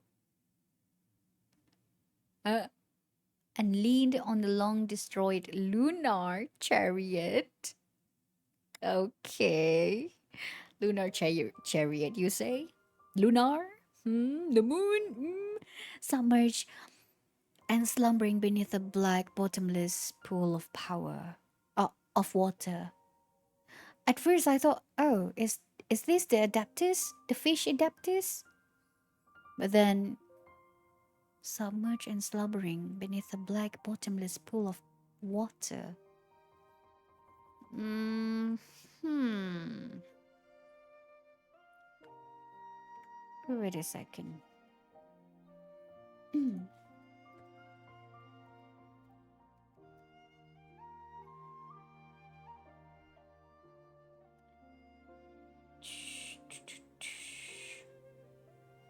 Chariot can be mean by a two-wheeled vehicle drawn by horses, used in ancient racing and warfare, or a four-wheeled carriage with back seats and a coachman's seat.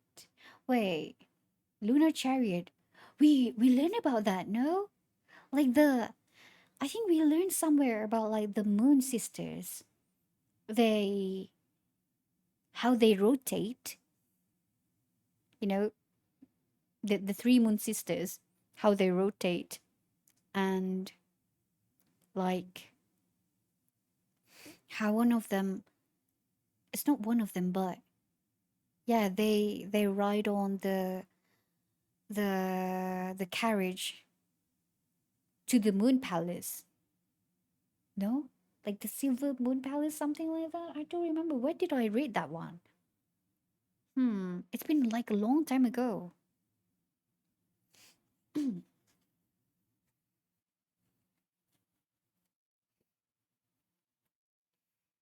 Long destroyed lunar chariot. So it's kind of like the carriage, moon carriage, a destroyed moon carriage. Then in these eons, that memory was nigh forgotten. She was the mistress of Chenyuvale, who ruled the birds and beasts, an adepti of wild mountain nature, who controlled the ebb and flow of Bishwini River.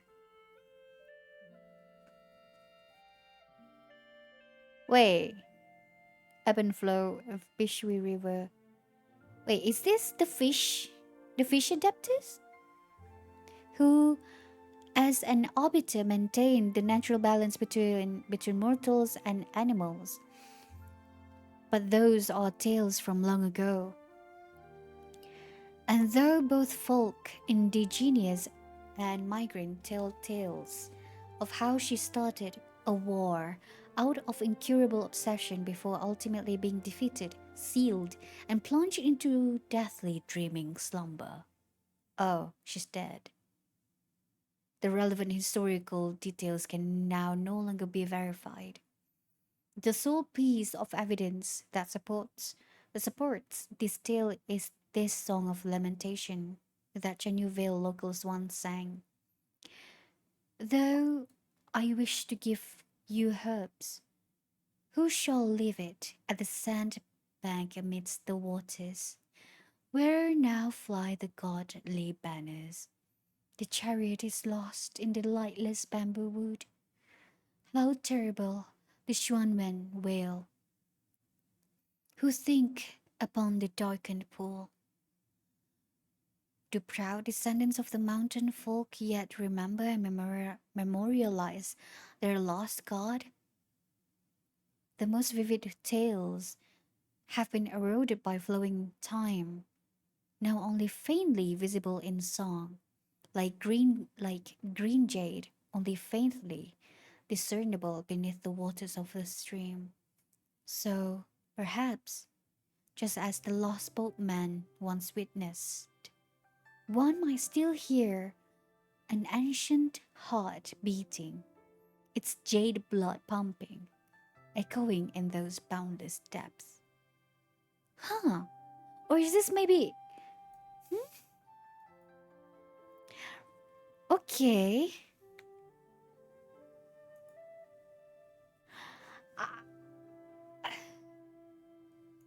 for me, I would really like to see these as like real, real, you know. Mm.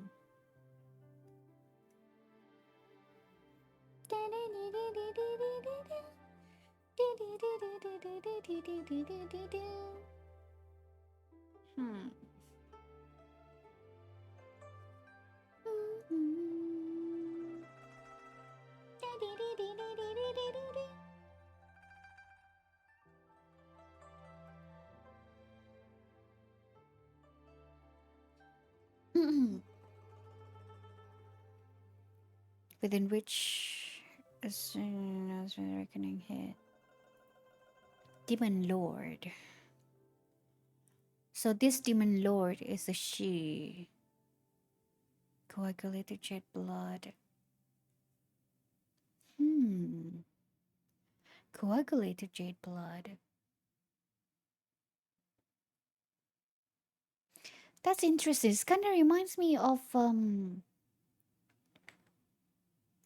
I don't know why, but it kind of reminds me the puzzle that you do. Wait, no, that is kind of like looks like the hairpin.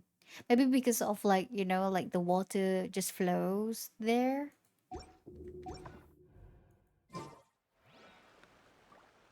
Do you hear? Do you hear the gossips that I told you? Well, it's not really gossip about a folk tale. Yes.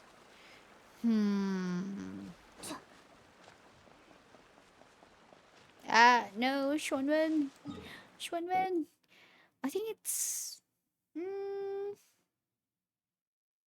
it's somewhere. Mun Xuanlian.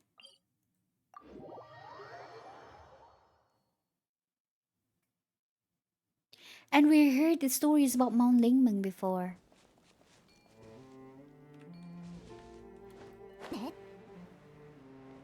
Yeah, like this thing. This. This thingy.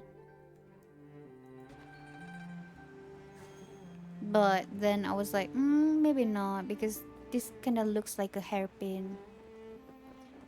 But the water? Yeah, I'm not sure.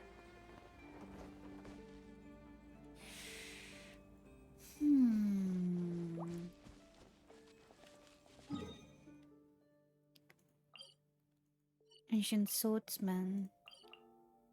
Dun, dun, dun.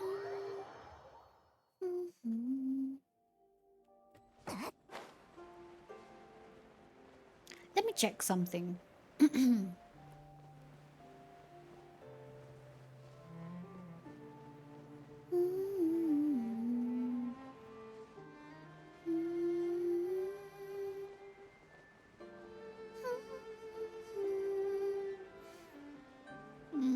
I love Genueville. I miss Genueville.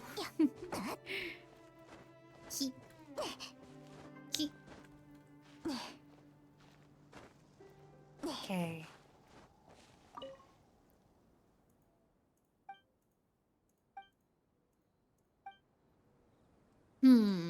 Not this one.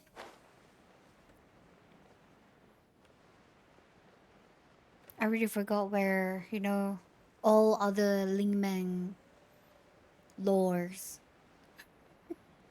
But I do know, I do remember that we heard about Lingmeng a lot.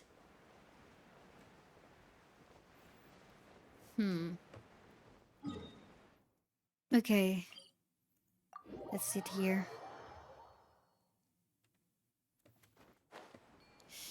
Interesting. I mean, like, the god. Wait. Where is that ruins? I think it's right here.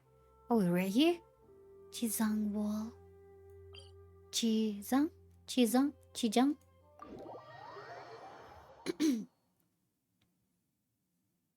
Is it this one? Or is it...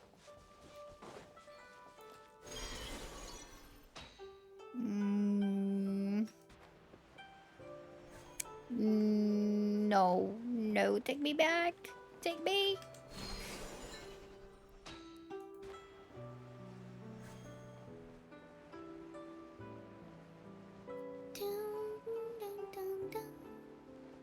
La, la, la. Yeah, I do remember there is like a stone table in here. Go through it. Yes. Good, good, good. Yeah, right there. Oh, it's not the... But this. Wait, no, not this. Mm. Oh, wait. A voice like timeless music, a song named Lingmeng. Okay, maybe it is the... wait. Divine right approaches, Lingmeng said. Divine right approaches, Fujin has eye too. The jade from that aforetime descended shall be divided, to prevent wicked spirits from plundering. Offer it here, you shall live at peace to wait. So Lingmeng to set this to Fujin. The courtyard was sealed as per Adeptus' commands. And then we restore this jade. I just want to make sure it's the ruin god still alive. Okay.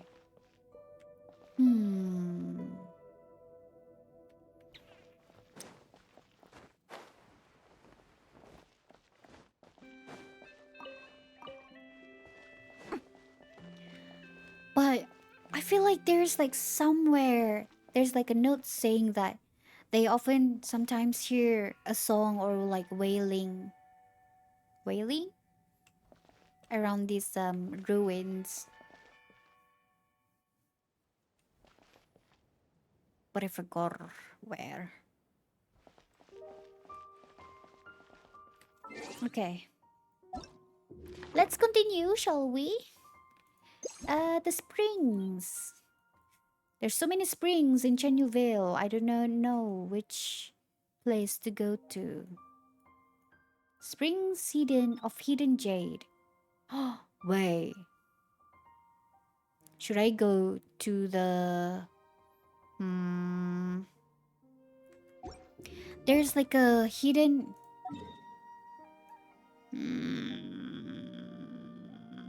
There's like hidden cave somewhere, no? Wait.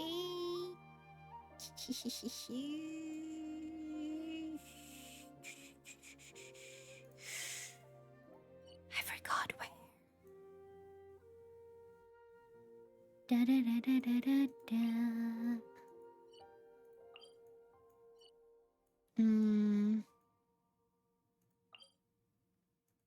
Oh, there's a cave right here. Or do we want to go to Changsheng home? Wait, where's Changsheng home? Where's her home? Is it Yaodi Valley?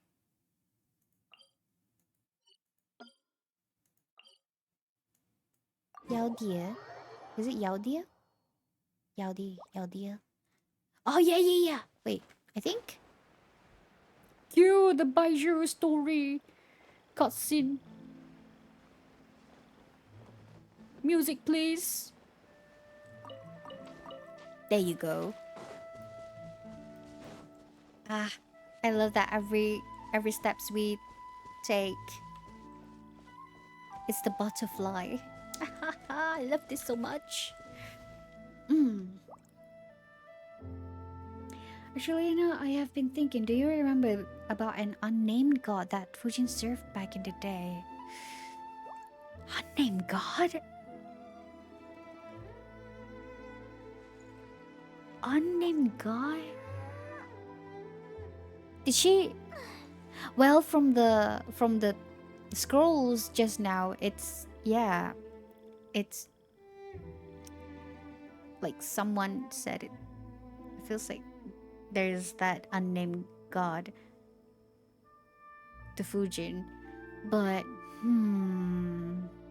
But I do remember if Fujin told us about the unnamed god herself because I'm forgetful. Huh. That Fujin served back in the day. But I do remember, but after reading the scroll just now, yeah, I feel like it could be the same god. Hmm.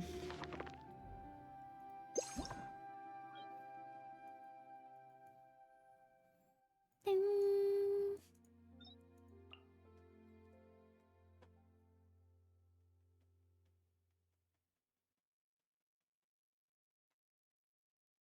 She was the mistress of Chenyu Vale, who ruled the birds and beasts, the adaptai of wild mountain nature, who controlled the ebb and flow of Bishui River. Where's Bishui River again? Bishui.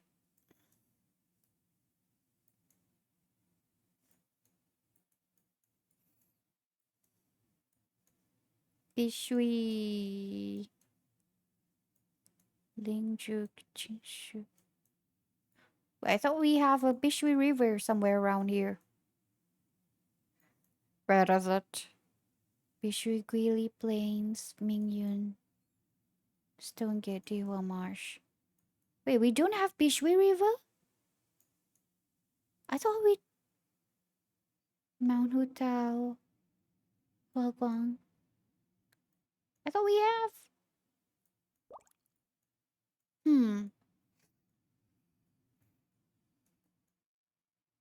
Bishui, Bishui, Bishui, Bishui, Bishui. It's not here. Or maybe I'm just blind. Stonegate.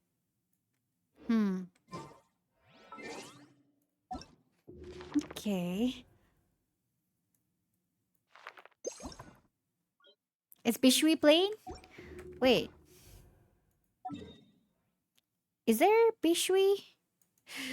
Open my eyes. Luhua, Guili. When zoom out. Lisha, Minlin. Oh! Oh, okay. Mount Lyshin. Lysin. Oh, Chomji and Story. Sea of Clouds. Oh. I just know. Okay. Bishu Plain right here, around here.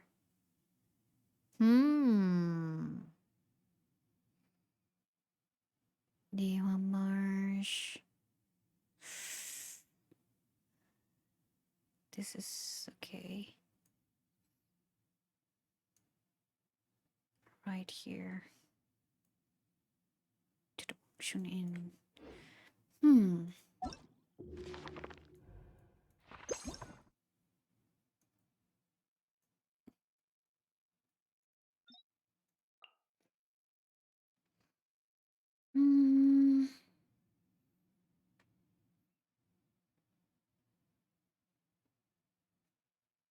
A demon lore from past beyond reckoning once hid. They say that she wore, so that God, or a skirt of coagulated jade blood, leaned on the long destroyed lunar chariot. Long destroyed the three moon sisters' carriage, horse carriage, or just a carriage. Okay. Submerged and slumbering beneath a black, bottomless pool of water. This Aeon's memory that was nigh forgotten. She was the mistress of Chenyu Vale, who ruled the birds and beasts and the adaptai of wild mountain nature, controlled the ebb and flow of the Bishui River, who, as an arbiter, maintained the natural balance between mortals and animals. But those are too long ago. incurable obsession before ultimately being defeated and sealed and plunged into deathly dreaming slumber. Those are tales from long ago.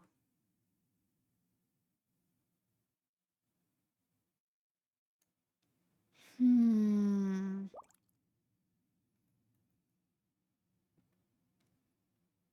Is this like... Why do I feel like this is during the Archon War for some reason? Wait.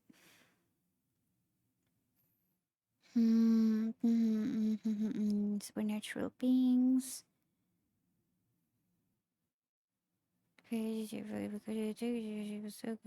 By pacifying the land and seas rays. Okay. In the days, Marina once entered the Chris. The dust for. Could it be the new character? You mean the white horse, Adeptus?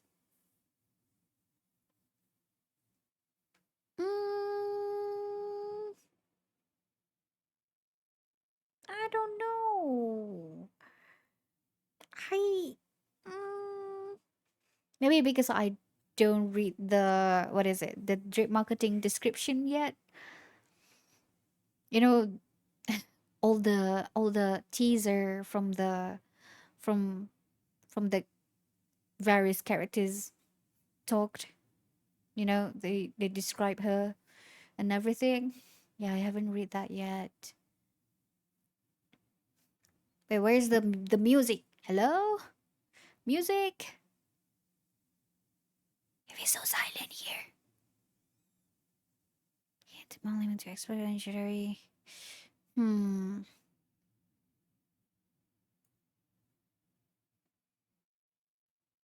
Inkstone. Inkstone.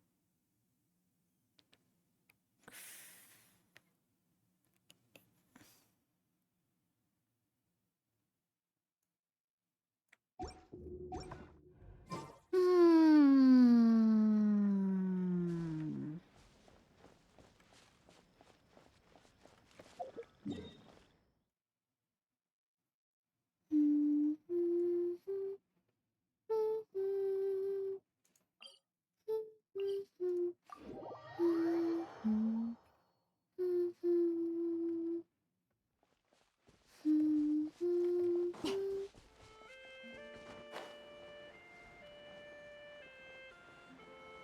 I know that this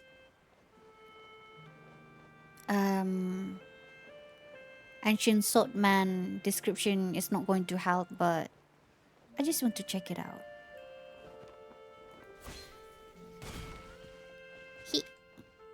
Wait, where?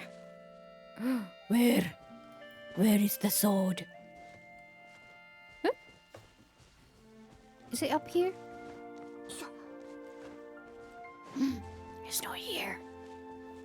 Is it down? Is there like a secret? Oh, this one! Yes! During the lightning, threatened to smash mountains. Beneath mountain hung as-slow dragons. The scaled base I skewer amidst the sea of clouds. When I return crowned in success, we shall live at ease. Okay, it doesn't tell me anything. Of course. At least these books aren't as long though. Yeah. That's what I'm happy about.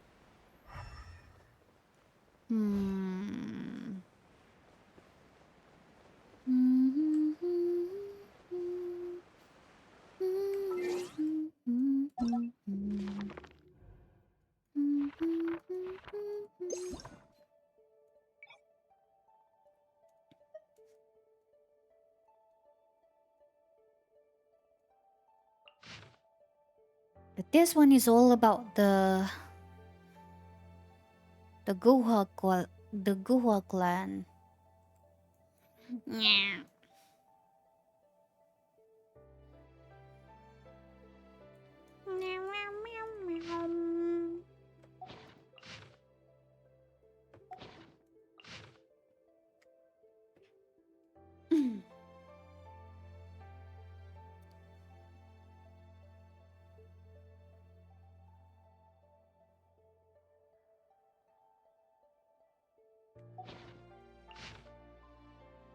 If one follows the Bishui River upstream, the prosperous merchant port built next to Vas.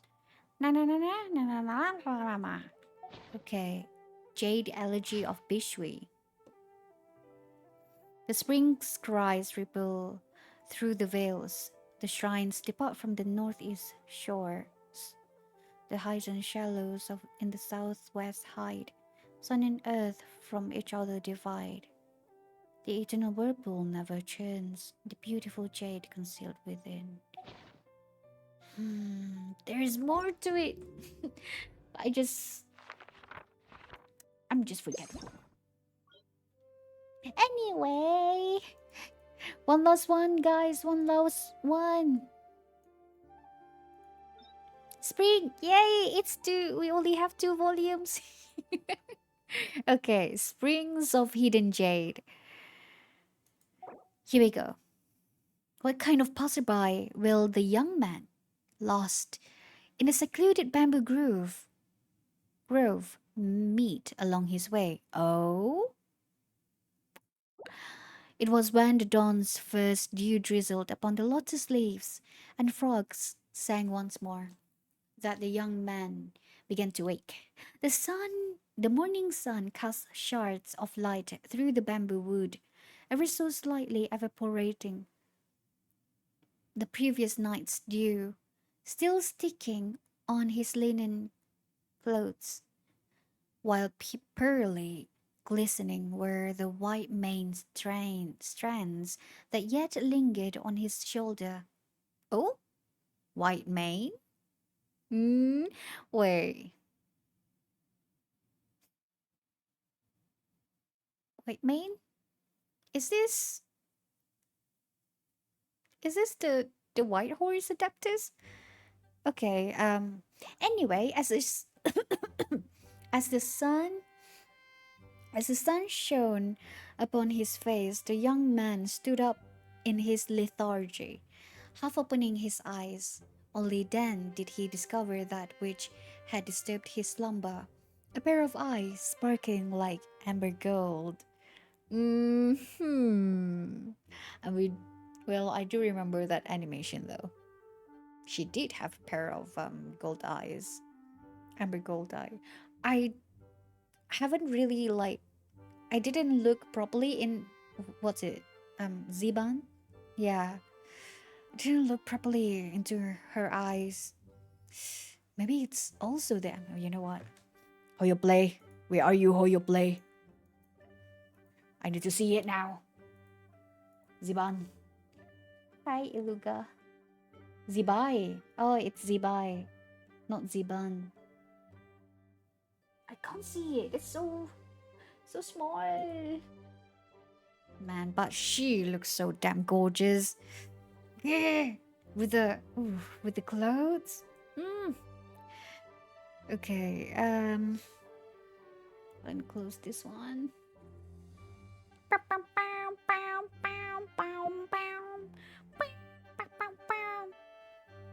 Okay, come on, load. Let me see her. Let me see Zibai. The white horse Adeptus. You know what? My Opera GX is taking too long. Is it because I open too many tabs?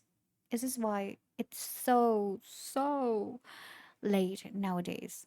Like, or is it just my internet connection? All right. Anyway, while waiting for that to load, it's getting late, lazy bones. The slender golden-eyed woman leaned over slightly, her long platinum hair flowing over her shoulders. Her words bore annoyance, but her eyes hid a smile. The young man had come to this valley of hidden jade to cultivate his arts, only to unexpectedly encounter an Adeptus one night, as she too passed through these same woods. She wore a long white cotton robe and pearly raincoat and hat were about her.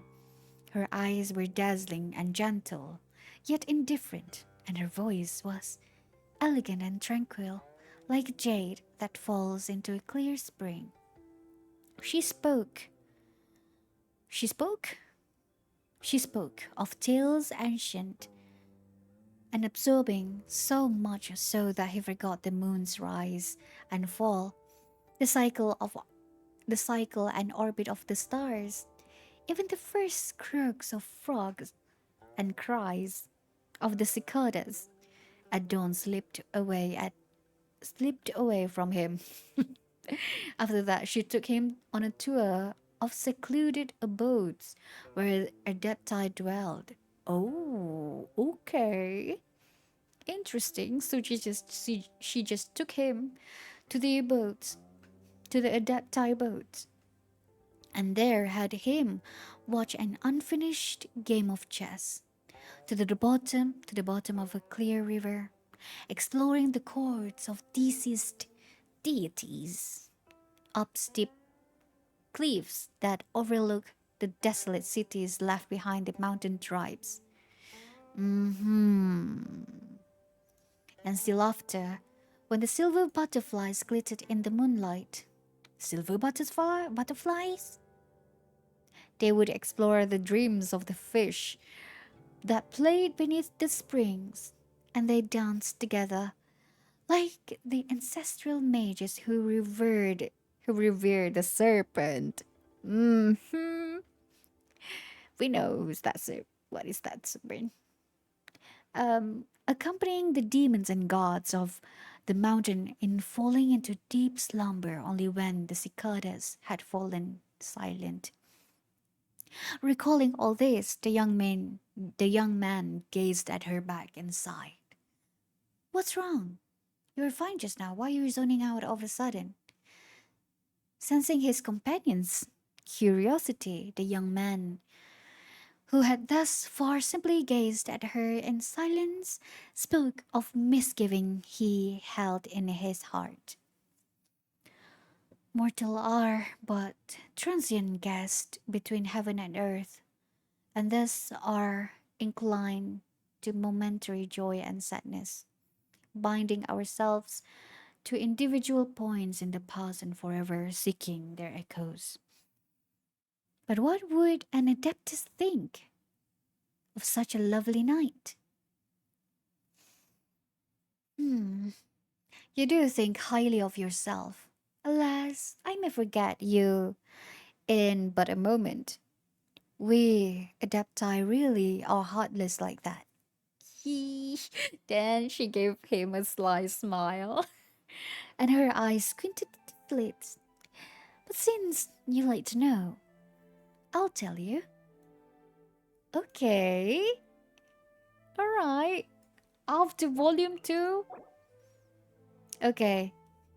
Alright.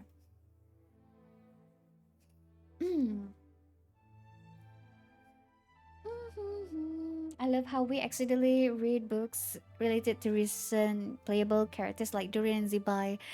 Yeah. Oh wow. Yeah, when you think about it. Yeah. Man, what a coincidence. Damn. It's good then. It's good. It's good. We have Dorian in here in this batch. And then we have the white horse adapters on the next batch. Damn. Wow. The timing couldn't be more what to say. Couldn't be more well, not accurate, but kinda accurate. Yes. Okay. The Adepti have a long lifespan, and thus they naturally perceive time differently from short-lived mortals. A mortal's eyes are fixed upon a narrow, limited future, but in her eyes, time unfurls like a vast painted screen. A mortal views Time as an eternal river of blood. Hmm. No matter how the crimson torrent rushes along its fixed path, no matter how it branches and diverges, it surges inexorably toward a horizon so red it appears black, toward distant, silent death.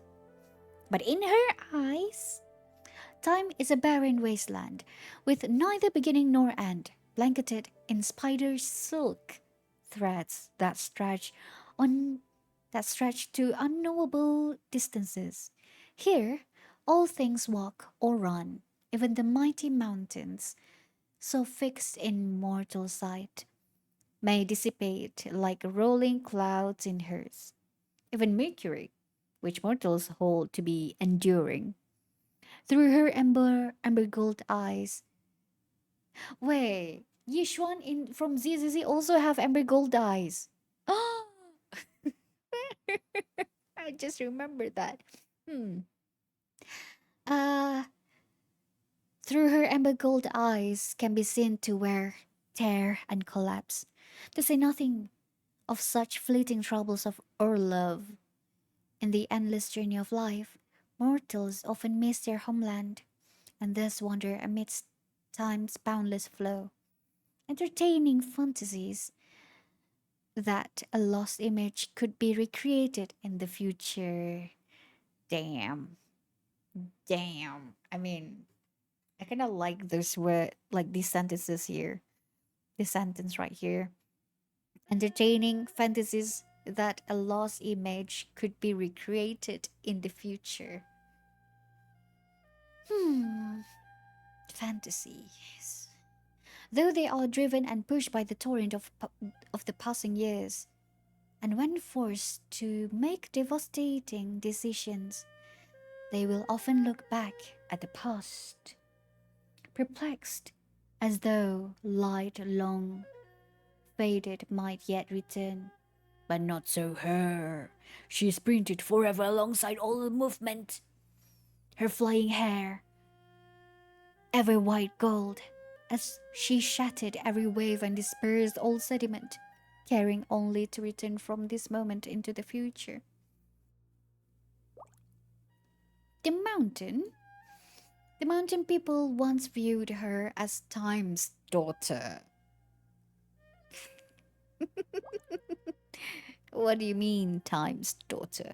Okay, it's not capital T. We're good. It's not capital T. But still, though. Okay, like a white horse leaping from a pure spring, one whom no shackles could bind, just as it was with her proud mother, so it was with her. Her proud mother? No wall or eggshell could bar her path. The shepherds of the plains once pursued her steps, freeing themselves from the fetters of the wilderness, embarking on the migratory search for the waterweeds, and thus did the golden white fall blaze the trail for all the herds in the land. The kingdom of one of the ocean depths. One saw her as an emissary. Oh? And based on her imagination, they granted her scales and tail, plumage, falling down in worship of the light, brought by one was both mother and daughter white. What do you mean?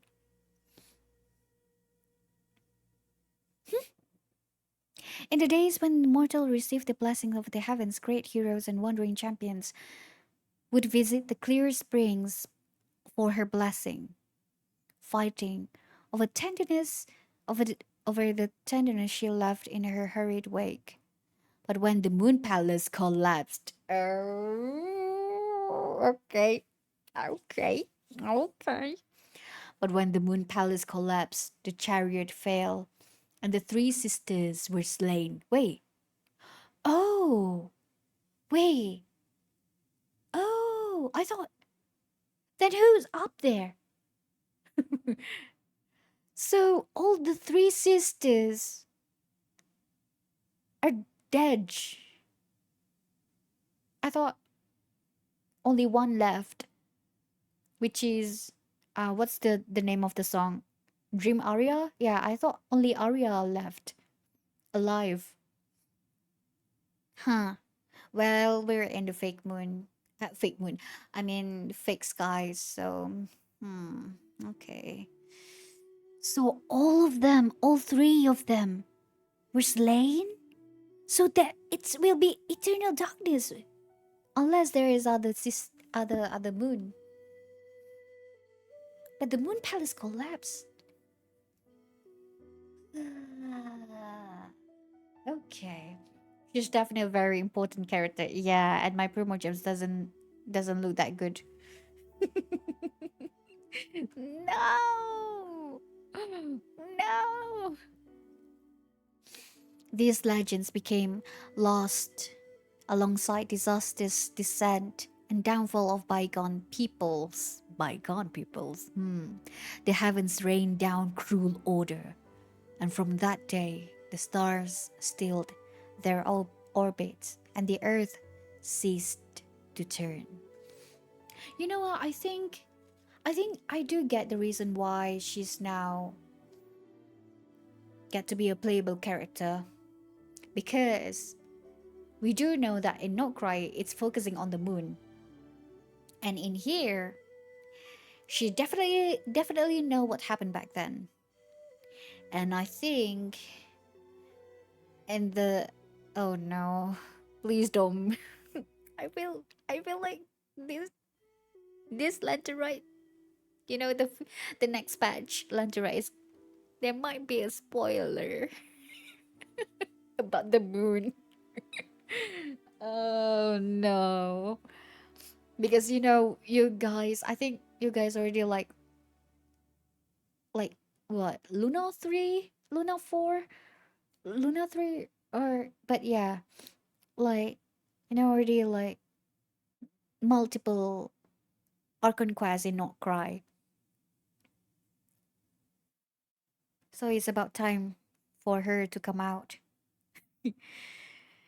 Oh boy. Okay, where were we again? The heavens rained down cruel order, and from that day the stars stilled their orbits. Gosh.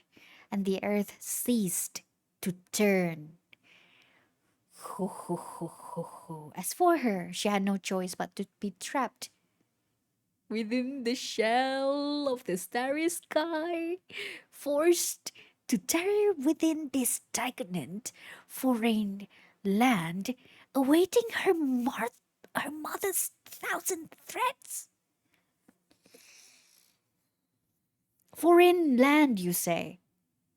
Are you trying to say that you're not from Teyvat? Nah, I can't be.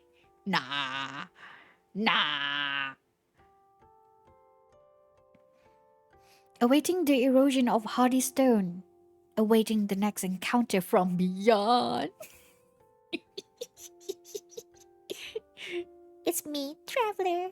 Yes, we're going to meet. Yes, finally. Now then, I've answered your question.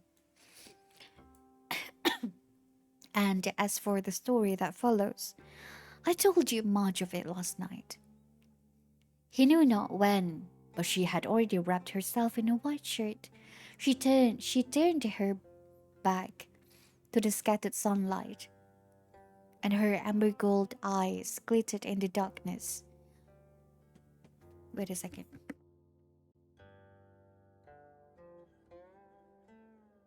Hello, guys. Hello. I'm back.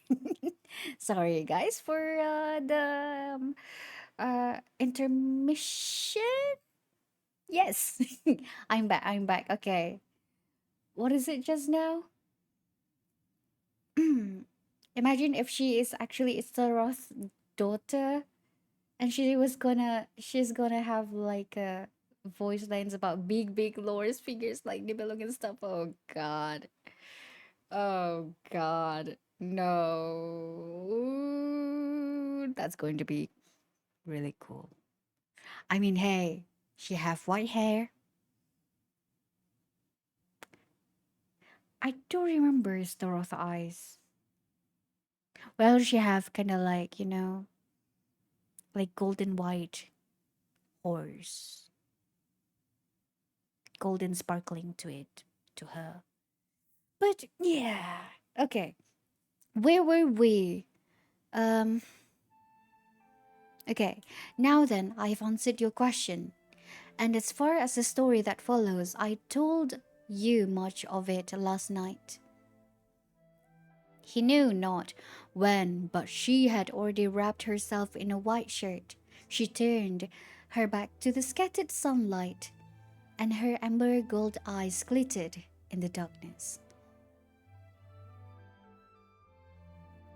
I know it seems rude to mention this now, but I know you only as a transcendent Adeptus, but not where you come from, or even your name.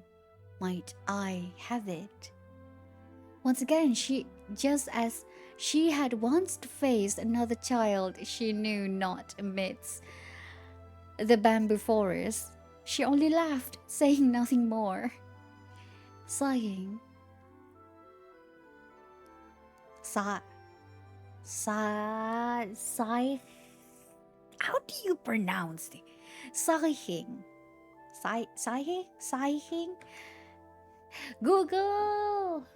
How do you sigh?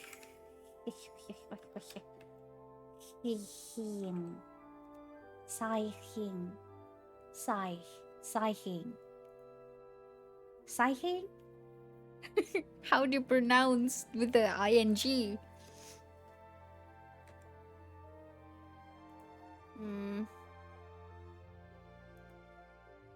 Wait, no, this one is not it.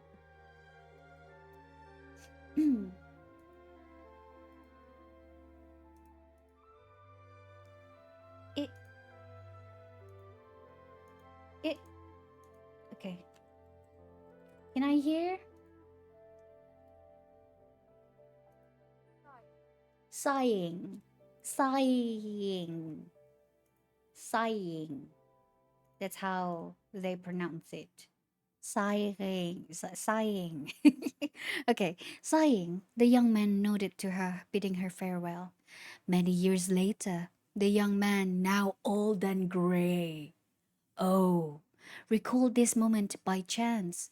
By then, he had honed his sword blade to flow like water, founded his own sect. Oh, and became. Wait a second! Don't tell me it's a Gua. Wait a damn second!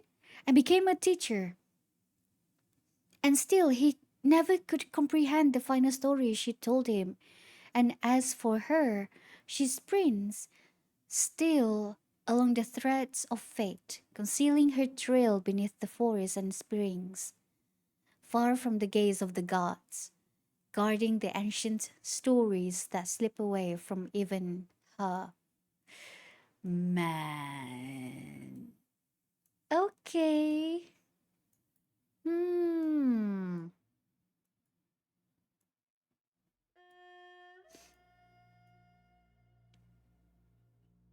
I think this guy.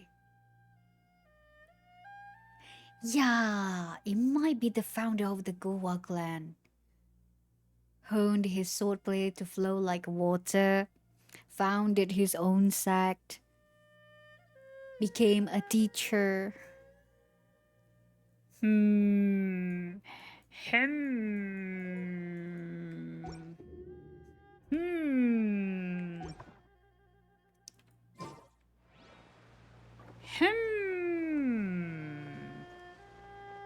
And the book is based on this place.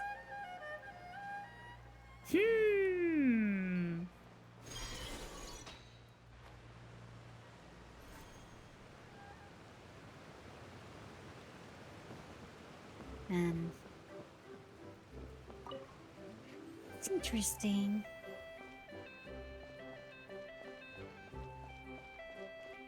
So Zibai, or it's not Zibai, right? Zibai.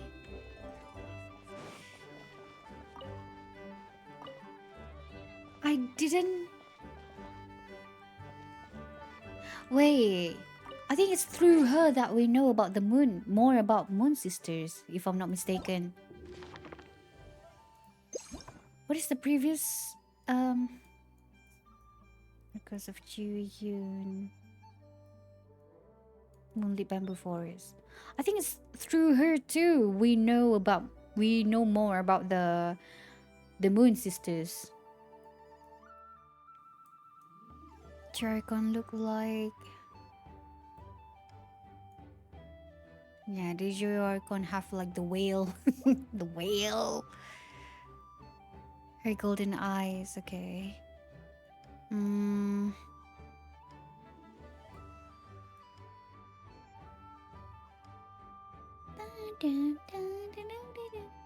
Where is it? I know it's somewhere around here. When she mentioned about the moon. The moonlight. Oh, this. Longer 3 bright moons once hung high in this night sky. These 3 moons were sisters, their years numbering more than those of Geo-Archon, predating the very bedrock upon which Li Yun harbor now rest. Of prose and song, sovereign over the night sky, they navigated the heavens above in the silver carriage. Okay, that is their chariot. Okay, alternating with one another thrice a month. Yeah, this. Okay.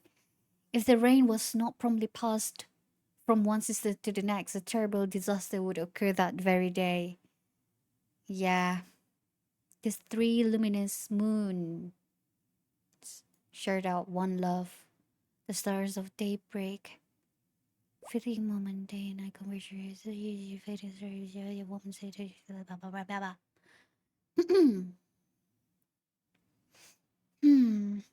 3 sisters shared an equal affection for their one and only love, much like the affection they shared for one another. But this was all the world before the world was smashed against the tides of the great calamity. The disaster overturned the sovereign carriage and laid to ruins to the halls of the stars. The Lunar Palace turned against one another. Oh, leading to their eternal parting by death. Only one. Oh, it's the only one of their pale corpses now remains. It's not that it's alive. It's, the corpse. Oh boy. Okay. And then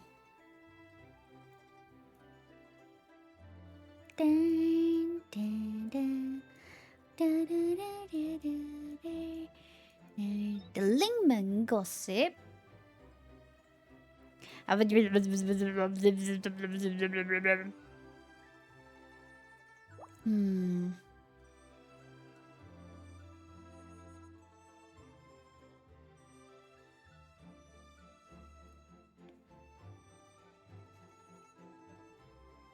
This one.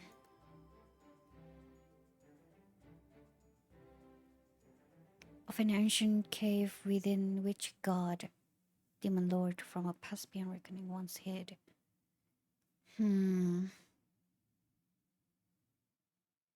Leaned on the long destroyed lunar chariot, the silver carriage. So this god.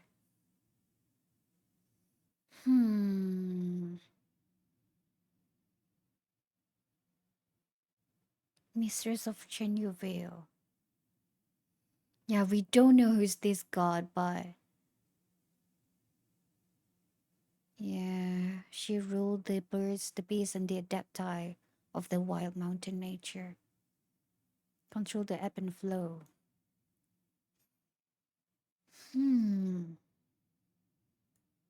This is really interesting.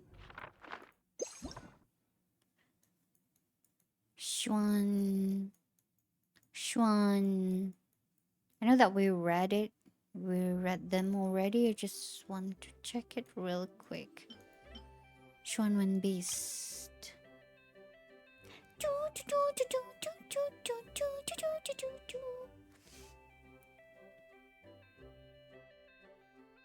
In the region's folklore, these beasts were servants of an Adeptus in the ancient times. Tasked with vanquishing evil, protect the region. However, they devolve into brutal creatures after said Adeptus passed away. I thought it was the Bluey. Okay, so maybe not. These legends cannot be verified. Oh. Okay. And no one knows the true identity of this Adeptus, but we do know, right? It's Bluey. This much is for sure. However, one should stay away from these aggressive creatures. Over 1,000 years, these beasts have lost a tremendous amount of territory that once belonged to them to relentless human encroachment. They can only occasionally be spotted in remote mountains. It must be Bluey, right?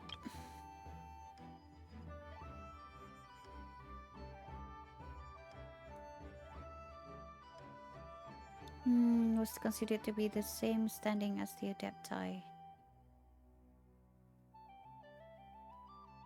Are the descendants of Swanee, but the thinning of their blood over the years has caused them to devolve into violent creatures. That contradicts another theory regarding the origin of Shuanwen beasts. The few records of the Swanee often show them unattended by a large number of Shuanwen beasts. Wushu dance. Okay. Yeah. So we learned about the Hexen Circle members, about Durin,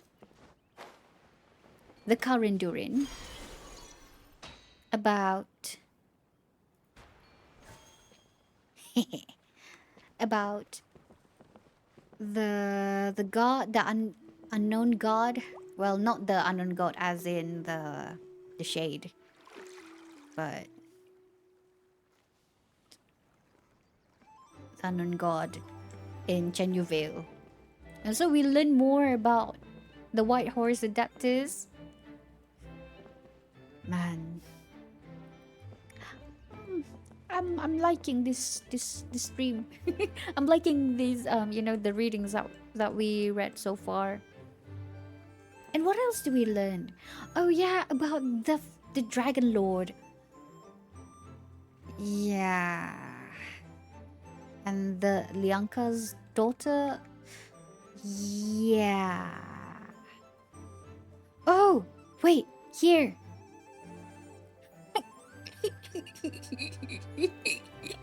I just saw something that I shouldn't see.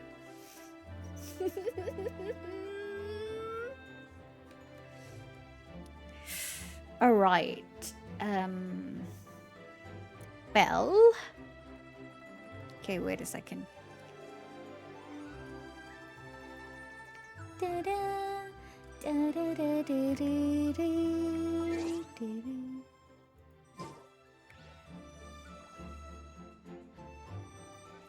OBS. One last one, guys. I forgot that the page has, the page has been loaded. And so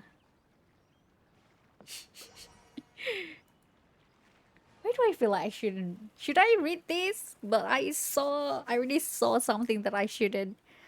And so yes, I would like to read it. Okay. Look at her. Oh. Wait, the moon. Oh, wait, the moon. Moon. Horse. Wait, look at moon. Moon! Moon! Wait, there's so many moon on her. There's so many moon on her. Ah, okay. All right. She looks so damn cool. And yeah, my eyes fixed on that. My eyes fixed on that. So here we go. Just this one character. I'm really curious. The wind. Wait. Can you guys see it? Is it huge enough? The wind carves benevolent favors into stories, sweeping. I'm sorry for Lumin's yawning and stretching. Okay, the wind carves benevolent favors into stories, sweeping them into the far corners of the world. It whispers tales into legends softened by the mist of memory, destined to be forgotten. Why then did you make such a choice?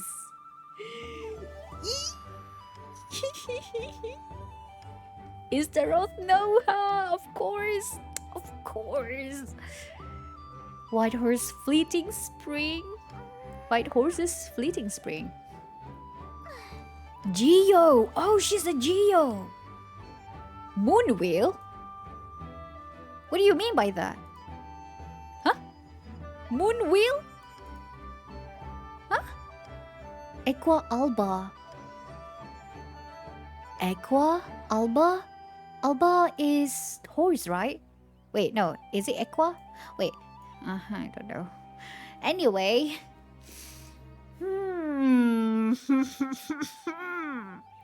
Among the people of Liyue, tales of the Adepti are ever abundant.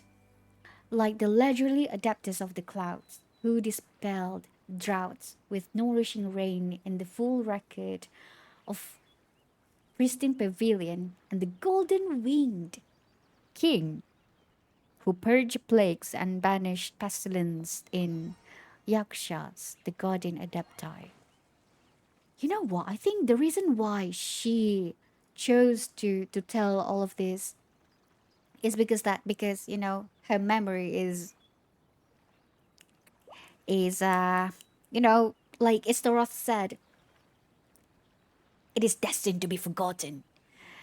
So he tried to relay as much as possible, what her memory is able to remember, what her memory is able to. Yeah, you guys get what I mean, right?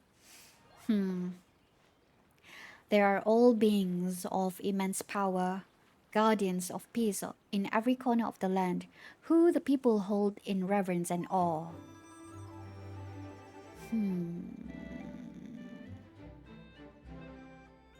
And there was in particular a certain white horse Adeptus whose trail pervades many a book and folk tale.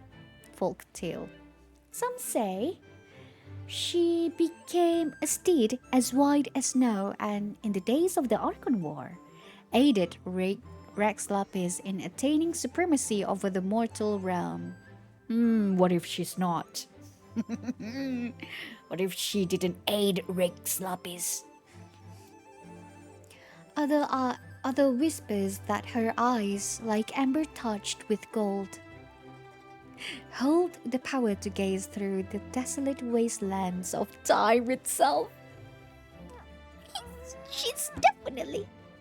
I feel like she's definitely have some quote-unquote some relation to Istaroth. Wait, how did Istaroth have a daughter?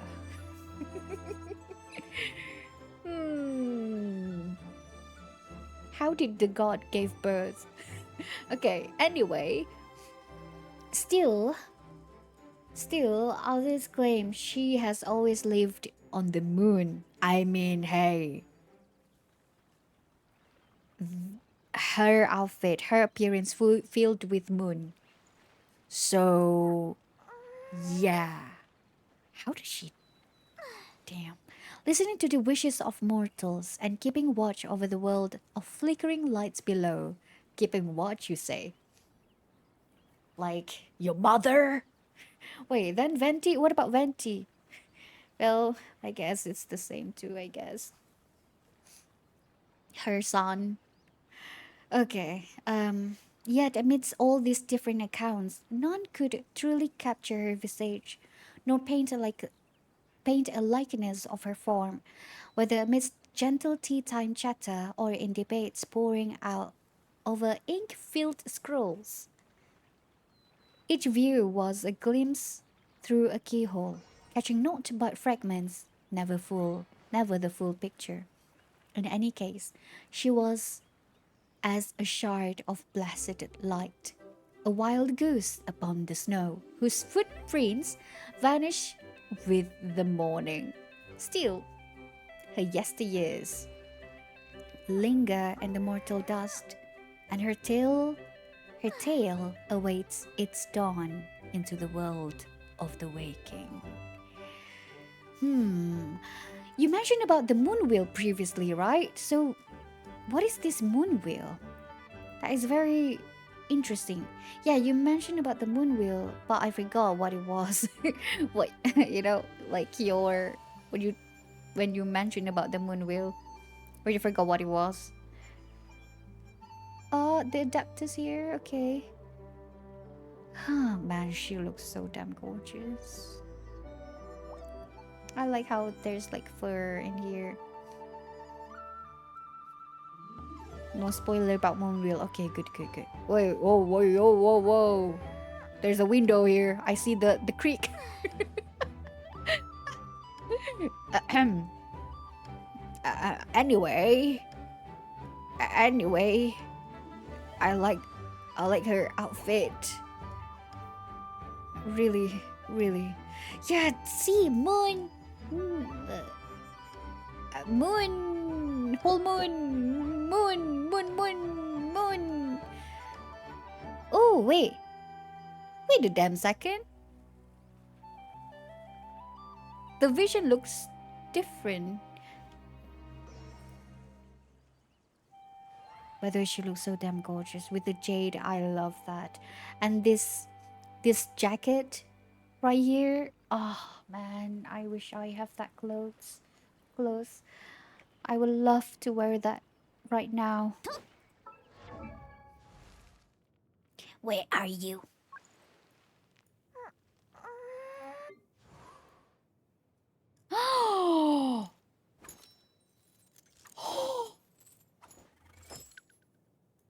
Why do you have a vision from Nod-Krai?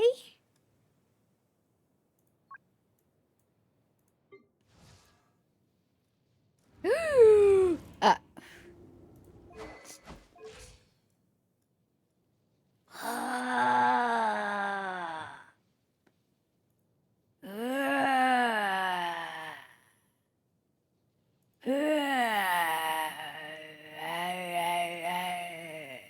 okay. A bit unrelated, but Hogwarts Legacy is free on Epic right now. Yeah, I know. I know. It pains my heart a little because I pre-ordered the game, so it cost me a lot during that time. But it's fine.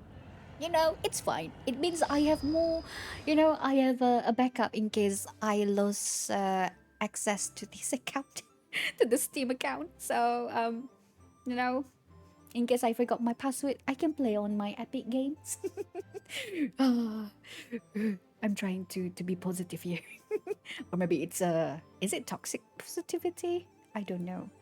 But yeah. But yeah, guys, claim before it's gone.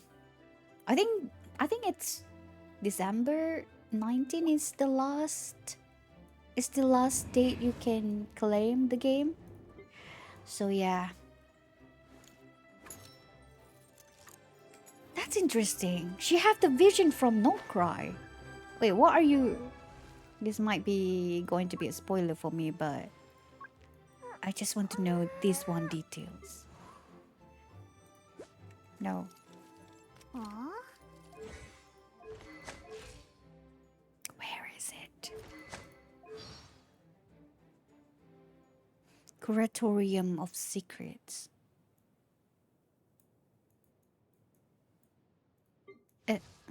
Not you. You're not Flint. Lightkeepers. Okay, I think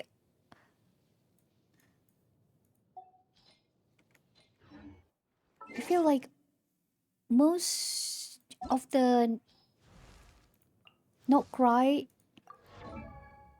yeah, they all have that vision. Yeah. The question is if she see moon. Ah, maybe she's just like you, Lauma. Oh, maybe. I feel like she might be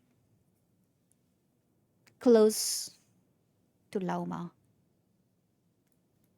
Maybe because she's the second one, the second character that have Moon's theme for her appearance.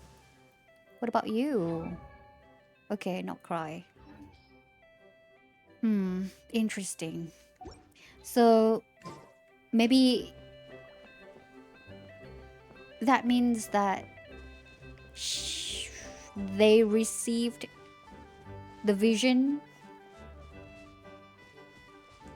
in Not Cry then, right? Scaramouche. Wait, but Scaramouche is...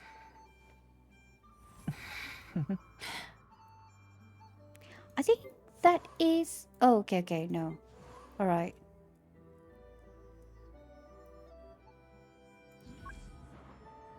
Where's Sumeru? Okay, that is Sumeru. Okay, so they received... The vision is in... Took shape of the nation that they received the vision on. Okay. What is my plan for the next stream? We're going to continue. We're going to continue the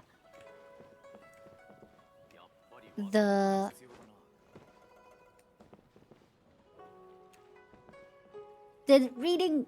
Yes. We're going to continue to read the lore. We have... Okay. This is the... We've done with version 5.2, and what we're left with is version 5.3. On version 5.3, we have like the weapons. Okay, wait. Maybe I should just show you guys this. This is just like a simple notes that I make. Alright. Where is this?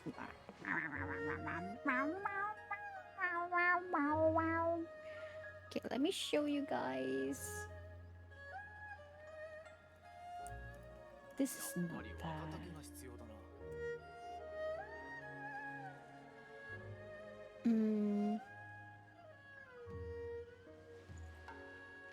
Okay.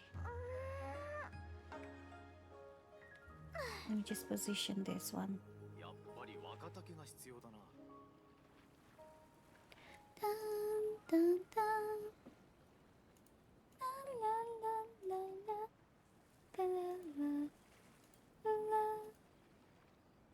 Doesn't show. Oh, this one. No.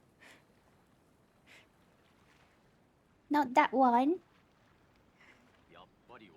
Ya putty. Why it doesn't want to change? Why? Yeah, it doesn't want to change, guys.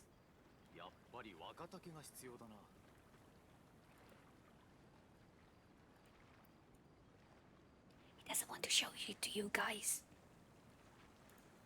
Okay, maybe I need to go to this room.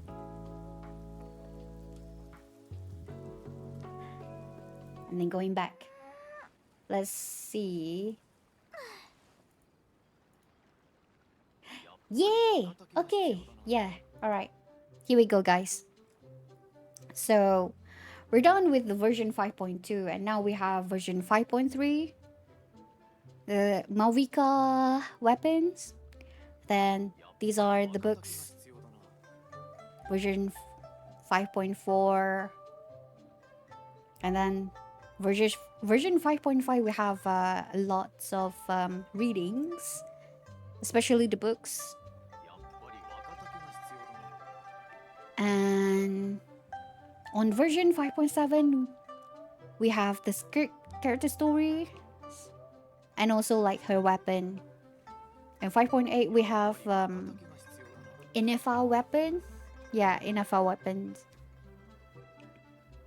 So yeah, these are the one that listed here are just like the books, artifacts, and yeah, and the weapons. We are still going to read the materials and items and about the enemies. Yeah, it's just that it will be done after we complete reading this whole thing.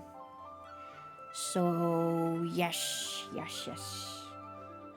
So let's hope that it's not going to take us long. I don't know, but we'll see. We'll see. So yeah, guys, I think... Ooh, it's late. I need to eat my dinner.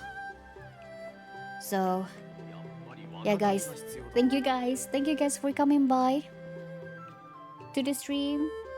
Thank you for, supporting the stream, supporting my, videos and VODs and everything. Thank you so much. Lumin, look at the camera. Yes. Look at them, look at the viewers. Thank you guys for for being here. So rest well, eat well, and I'm gonna go. But before that, yes, let's set out.